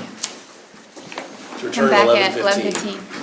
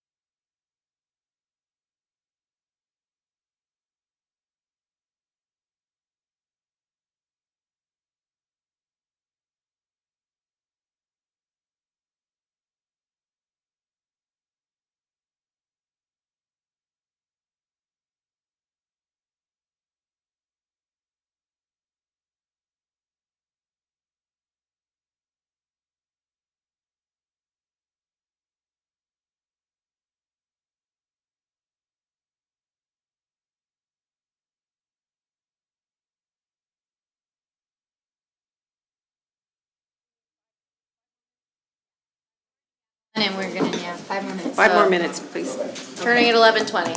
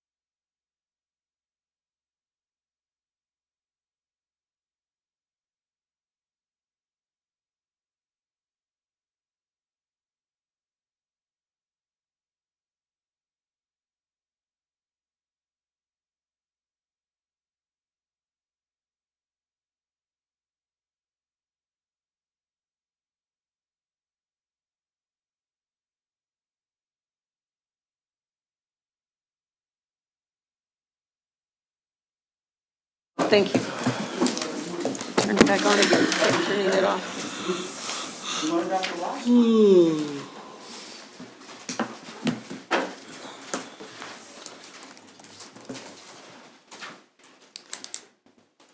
It's 11:20. Okay. Rebecca? Oh, God. You ready to go now? Oh, yeah, you're back on the spotlight. I just, I basically, I had amendments I was considering adding, and based on, I got basically input on them today. And now with everything that we've heard and with that input, I am unsure. I fear that the task force, with all the ambiguity in the SUP, is still not gonna be enough to ensure the safety of everything. The I safety don't- of the. Public safety, well, blah, blah, blah. But I don't pretend to have the answer to that either, which I know is my problem. But that's just kind of where I am. Well, I think, David, you said we could make a motion to add that task force and then the fine details be worked out later. Would you be comfortable? I suppose it depends on what the language ultimately is, but, Right. you know. And I'm comfortable adding the task force, I'm just saying that if that were the only change to the permit, and like, let's say tonight, like we had to like, what I'm saying is that if the motion only included that, I don't know my comfort level with, personally, with, say, but, you know, that's With what? fine. Finish that. With approving first consideration for that. Okay. And so you're saying you have amendments, but they're not. I have amendments, I feel like I'm missing information, based on some of the things we heard tonight and then that 10 minutes of executive session. You know, I think a lot of questions came up just in that 10 minutes, and that concerns me, is what I'm saying. Could we, like, if we add the motion, whatever, and then between first consideration and second consideration, can things be added on March 10th? Or, Not to second consideration. Sometimes there are slight modifications you've seen between first and second consideration, but generally anything substantive. You know, there have been examples of first consideration where there's been minor edits, but you know, the intent of the first consideration hasn't changed. If you wanted to do more substantive matters at that point, then, and if you wanted to get it done that night, I would probably say, you know, at a certain level of change, this really becomes another first consideration ordinance. And so, you know, I would say vote down the second consideration, start up a new first consideration of it. You could then determine if you wanted to knock it out that night to have an emergency second reading, second consideration.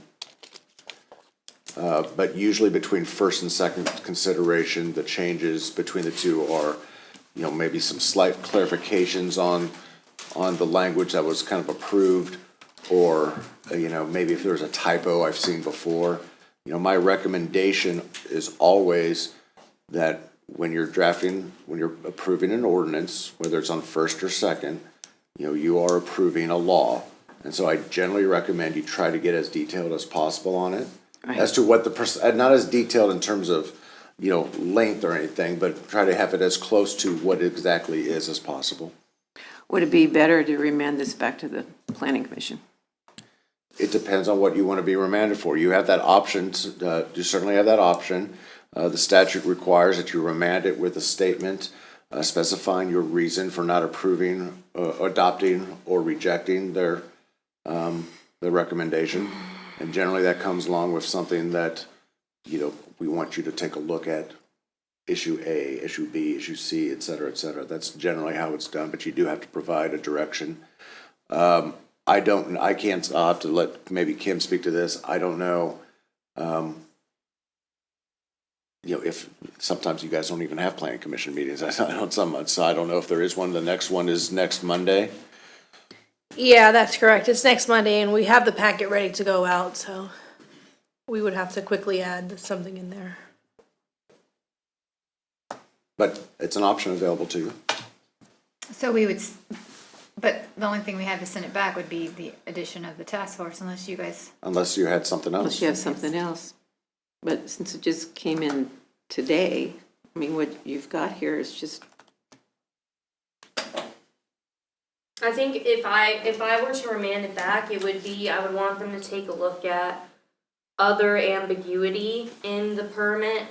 I want them to take a look at the task force and take a look at maybe what Ken was talking about and if there's anything that can be done in terms of our liability. Those would be probably my main things. But I'm not the only person here, so maybe people don't wanna do that, and that's totally fine, like, it's not just up to me, you know? Like, what do you think? I'm good with just adding a task force. I think that our staff has done a wonderful job working with Core Civic on this thing and getting us a good special use permit. And if we gotta remand anything, we can do it in 3 years.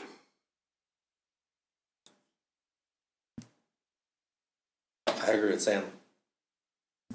I agree as well. You know, I'm good with the task force. I am. I think it's something that needs to happen to get them above a gold standard, a diamond standard at this point Right, with everything going around. Platinum standards. Yeah. I'm good with that. And, I mean, we can make a motion if you guys wanted to do it right now. And just have them work out the details before second consideration, correct? Is that what I'm kinda getting? I don't expect that we would have all the I mean, we might have a report on what it could look like. We might be able to have some of that worked out by then. Yeah. Fairly tight turnaround still. I mean, that is, 2 weeks? Maybe 3, I guess, yeah. Wait, Sorry, I didn't know you were asking. Are they talking about, our next meeting? But if they, Yeah. 2 weeks. if they make the motion to add that as a condition. Right. And they approve it with the 4 votes here, would that be substantive enough that the 2 teams could work out the final language and it would still be part of second consideration? I guess that'd be a question as to whether you want all that detail in a special use permit. And again, I think some of it would depend on what the structure of it is. If the structure of it, this is a condition of their permit, be that the city establishes a task force, I would probably say that that's not really an appropriate condition on their SUP, because if the city then disbands its own task force, doesn't get around to it, then is that a violation, or is that a condition, or what's that? So, at that point, that's why precision in the language is important to me. So what are you saying now? Like, you're totally confusing me. I mean. Okay. He's saying that, the devil's in the details on what you want Okay. from it. Devil's in the details. So what if we have just a task force that is appointed by both city and Core Civic? Would that be, because that would be more amenable with everything. Yeah, I mean, as an example of language that might get you there would be, again, I think I'll put it out there.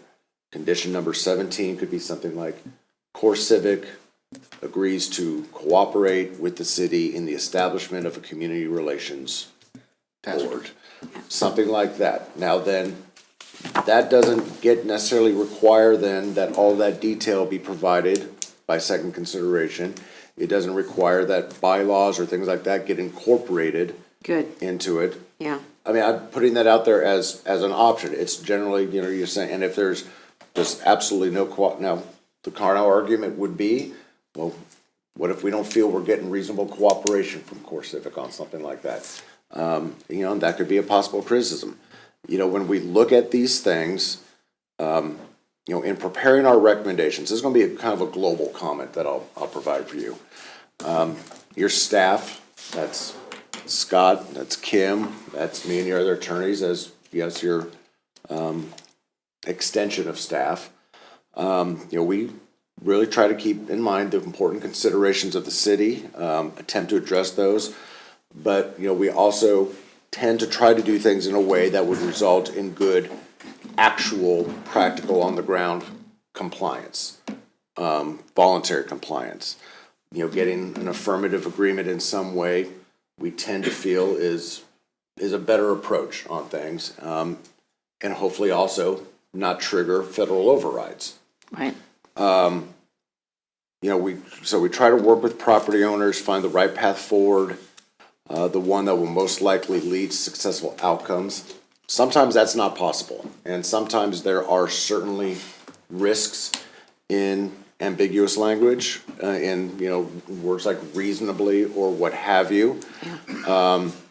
What we try to do is, you know, find the right middle ground on things, because in many ways, you know, we are trying to do our best to, you know, what is going to best assure good performance. You know, options could be very punitive language. Options can be more cooperative measures. There can be a give and take in those. One word here versus one word there, et cetera. Reasonable people might disagree on, and might reasonably disagree on what the best route is. You know, I think staff has brought to you what it feels has been a good and fair set of recommendations.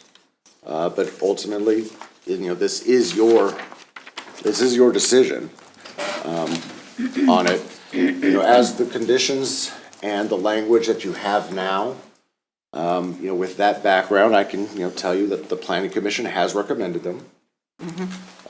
Core Civic has indicated publicly that it is agreeable to them. Right.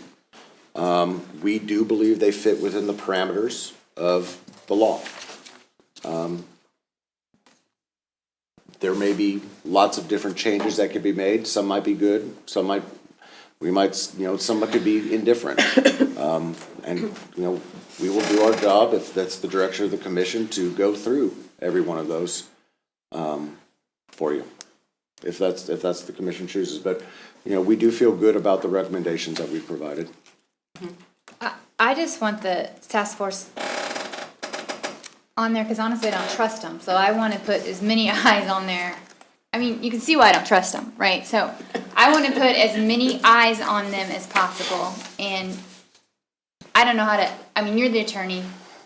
You tell me some language that I need to put on there that is going to make it. I don't know what it is that you want. You know, we've been talking about this all night, David. Like, is we it want going to be? them to have, we want oversight. We want people from the community to be able to have eyes on them. We want them to be able to talk to us. We want people from Sisters of Charity, pastoral people. Can we just say the public health. establishment of a, I mean, of a community relations board? right.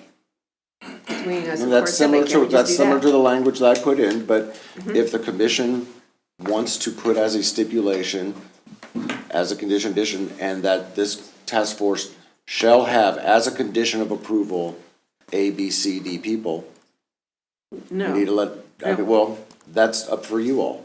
Well, yeah, okay. So you're saying that you want us to establish the language right now? The whole thing? No. Close to it.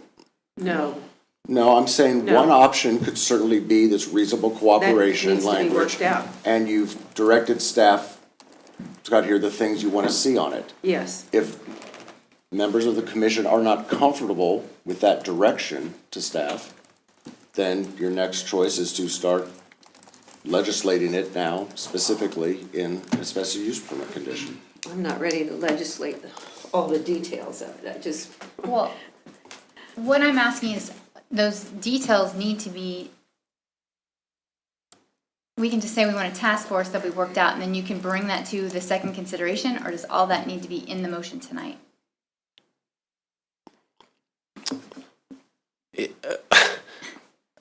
So here's my perspective on, again, I've said this a couple times, but ultimately it comes down to Core Civics being compelled to be a part of it, right? I think you can't, I mean, obviously this is contingent upon, you know, whether Core Civic likes the language or not. Right. But a group that says, hey, or a language that says we will establish a community relations board of which Core Civic will be a participating member and will be allowed to choose their representatives. yes. Right. That's what I want. And then that can be it. Can we choose our representative? Absolutely, yeah, I mean, everybody else can be chosen by the city, you just need to make sure Core Civic gets the representation. Then the mayor can establish, and then at a future date, the mayor can establish that group, choose a commission representative, and then start calling up all of our, you know, representative groups that would want to be a part of that, You know, I mean, because ultimately what this group is going to do is going to serve that kind of community oversight version of it, right? Because if we have a police issue or a fire issue or a sewer issue, I'm not gonna wait on the task force. I'm No. just gonna send my staff to do it. But I want that stuff reported to the Of task course, force. of course, absolutely. I want the task force knowing all that stuff. Sure. So I think, again, I think, you know, it's, absolutely, we would do that. Core Civic, I think, is just, you just need to create, my recommendation is you just create a motion that adds the recommendation that the city will establish a community relations board of which Core Civic will be a participating member. Does that sound good? Yes. That sounds good to me. So do we have to have a motion to do that then? Well, Motion that would be That is- ultimately, To vote. if you were to pass an ordinance on first consideration, it'd be the sample number 3 that we had, and you'd be specifying how you are changing, overriding the planning commission's recommendation by modifying it to Modifying special include use. new condition number 17, insert wording here. Okay, do you want to say that? City will establish a CRB, of course. Did you want to say something? You were at the. Oh, okay. All right. So I'll make a motion that the city establish a community relations board that, Of course, Civic. what's the next part? With Core Civic as a participating member, With Core Civic as a participating member, and the city shall appoint their members. and that would be additional item number 17. That would be additional item number 17 to the SUP. Is there a second? So let me just repeat this because, to make sure I understand. The motion is to override the planning commission's recommendation by modifying it Modifying. to include a new condition number 17, which was, and I don't know if Sarah got the language down specifically as to what it was. Oh, I've been looking at that. Wait, the language of what? Yeah. The language of Override- what this new condition 17 is. I did write that down. Okay, so as, with the condition number 17 as stated, you might just want to repeat it, just to make So sure. I have it as, would be, the change would be, that we will be establishing a community relations board in which Core Civic will be a participating member. And that the city will And if, appoint. do you want the position, the city will appoint its members? Yes. And do you need to clarify No. that Core Civic will appoint their own members? Yes, go ahead. Yes. Okay. Yes. All right, so the city will appoint its members and Core Civic will appoint its members. So that's a rescind motion. I don't remember who seconded it, but. No one seconded it. Nobody seconded No one it. I made seconded the it. motion. Do we want to make the time like monthly on that motion? Not yet, no. No. No, Okay. that's all later. No, okay. Then I will Detail. second it. Thank you. Thank you. All right, begin voting. Well, hold on, is this first is This this is it? first consideration. This is it? Okay, thank you. Aye. Aye. Aye. No. Aye. All right, that's 4-1. Okay, Now, So was that- just for the motion, correct, for No, that the, was it. for the That was first 17? consideration. well, we have, our first Okay. consideration, do we have a consensus to move forward? Do we have to say that, just like we do normally? Yeah, that, Okay. you've done it on We've first done it all. consideration. It will be heard on second consideration. Okay. I suppose just in fairness, should tell you that you can declare an emergency second reading if you want. I think the public has been known, though, that it's been scheduled for March 10th. So, Yeah, I think since for it's second scheduled March 10th. consideration, but I don't want you to go without knowing what your options are. No, I'd rather wait. Man, I'm losing it. Now, we're on first consensus, so now we don't need a motion. We need a consensus to move forward. I think that's what you just did. Okay, That's what you just did. and we did. Your Okay. motion Yeah. overrode the planning commission's recommendation. Got it. What Okay. you did here. Got the both bases consensus- covered. I know you usually ask for consensus. I think in Yeah. this case, because of the supermajority voting requirements, you wanted to make sure Right. where it was. But Okay. that's what you've done, is you've advanced it to second consideration Okay, on March 10th. yes. That matter is now done on your agenda. Thanks. All right. So, Consent agenda. consent agenda, sorry, Joe. We should have done this earlier. Okay, consent agenda.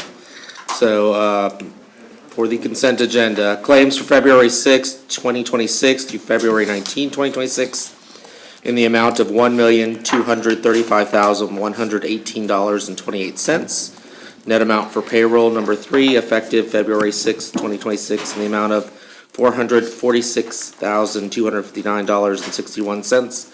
No police and fire pension. Second. It's been moved and seconded. Please be voting. Commissioner Maxwell. Aye. Aye. Aye. Aye. All right. We have a motion to, Mayor, I make a motion we adjourn, or, I'm sorry. that's fine. Is there a second? Second. It's been moved and seconded. Please begin. Aye. Aye. Aye. Aye. Aye. We are adjourned.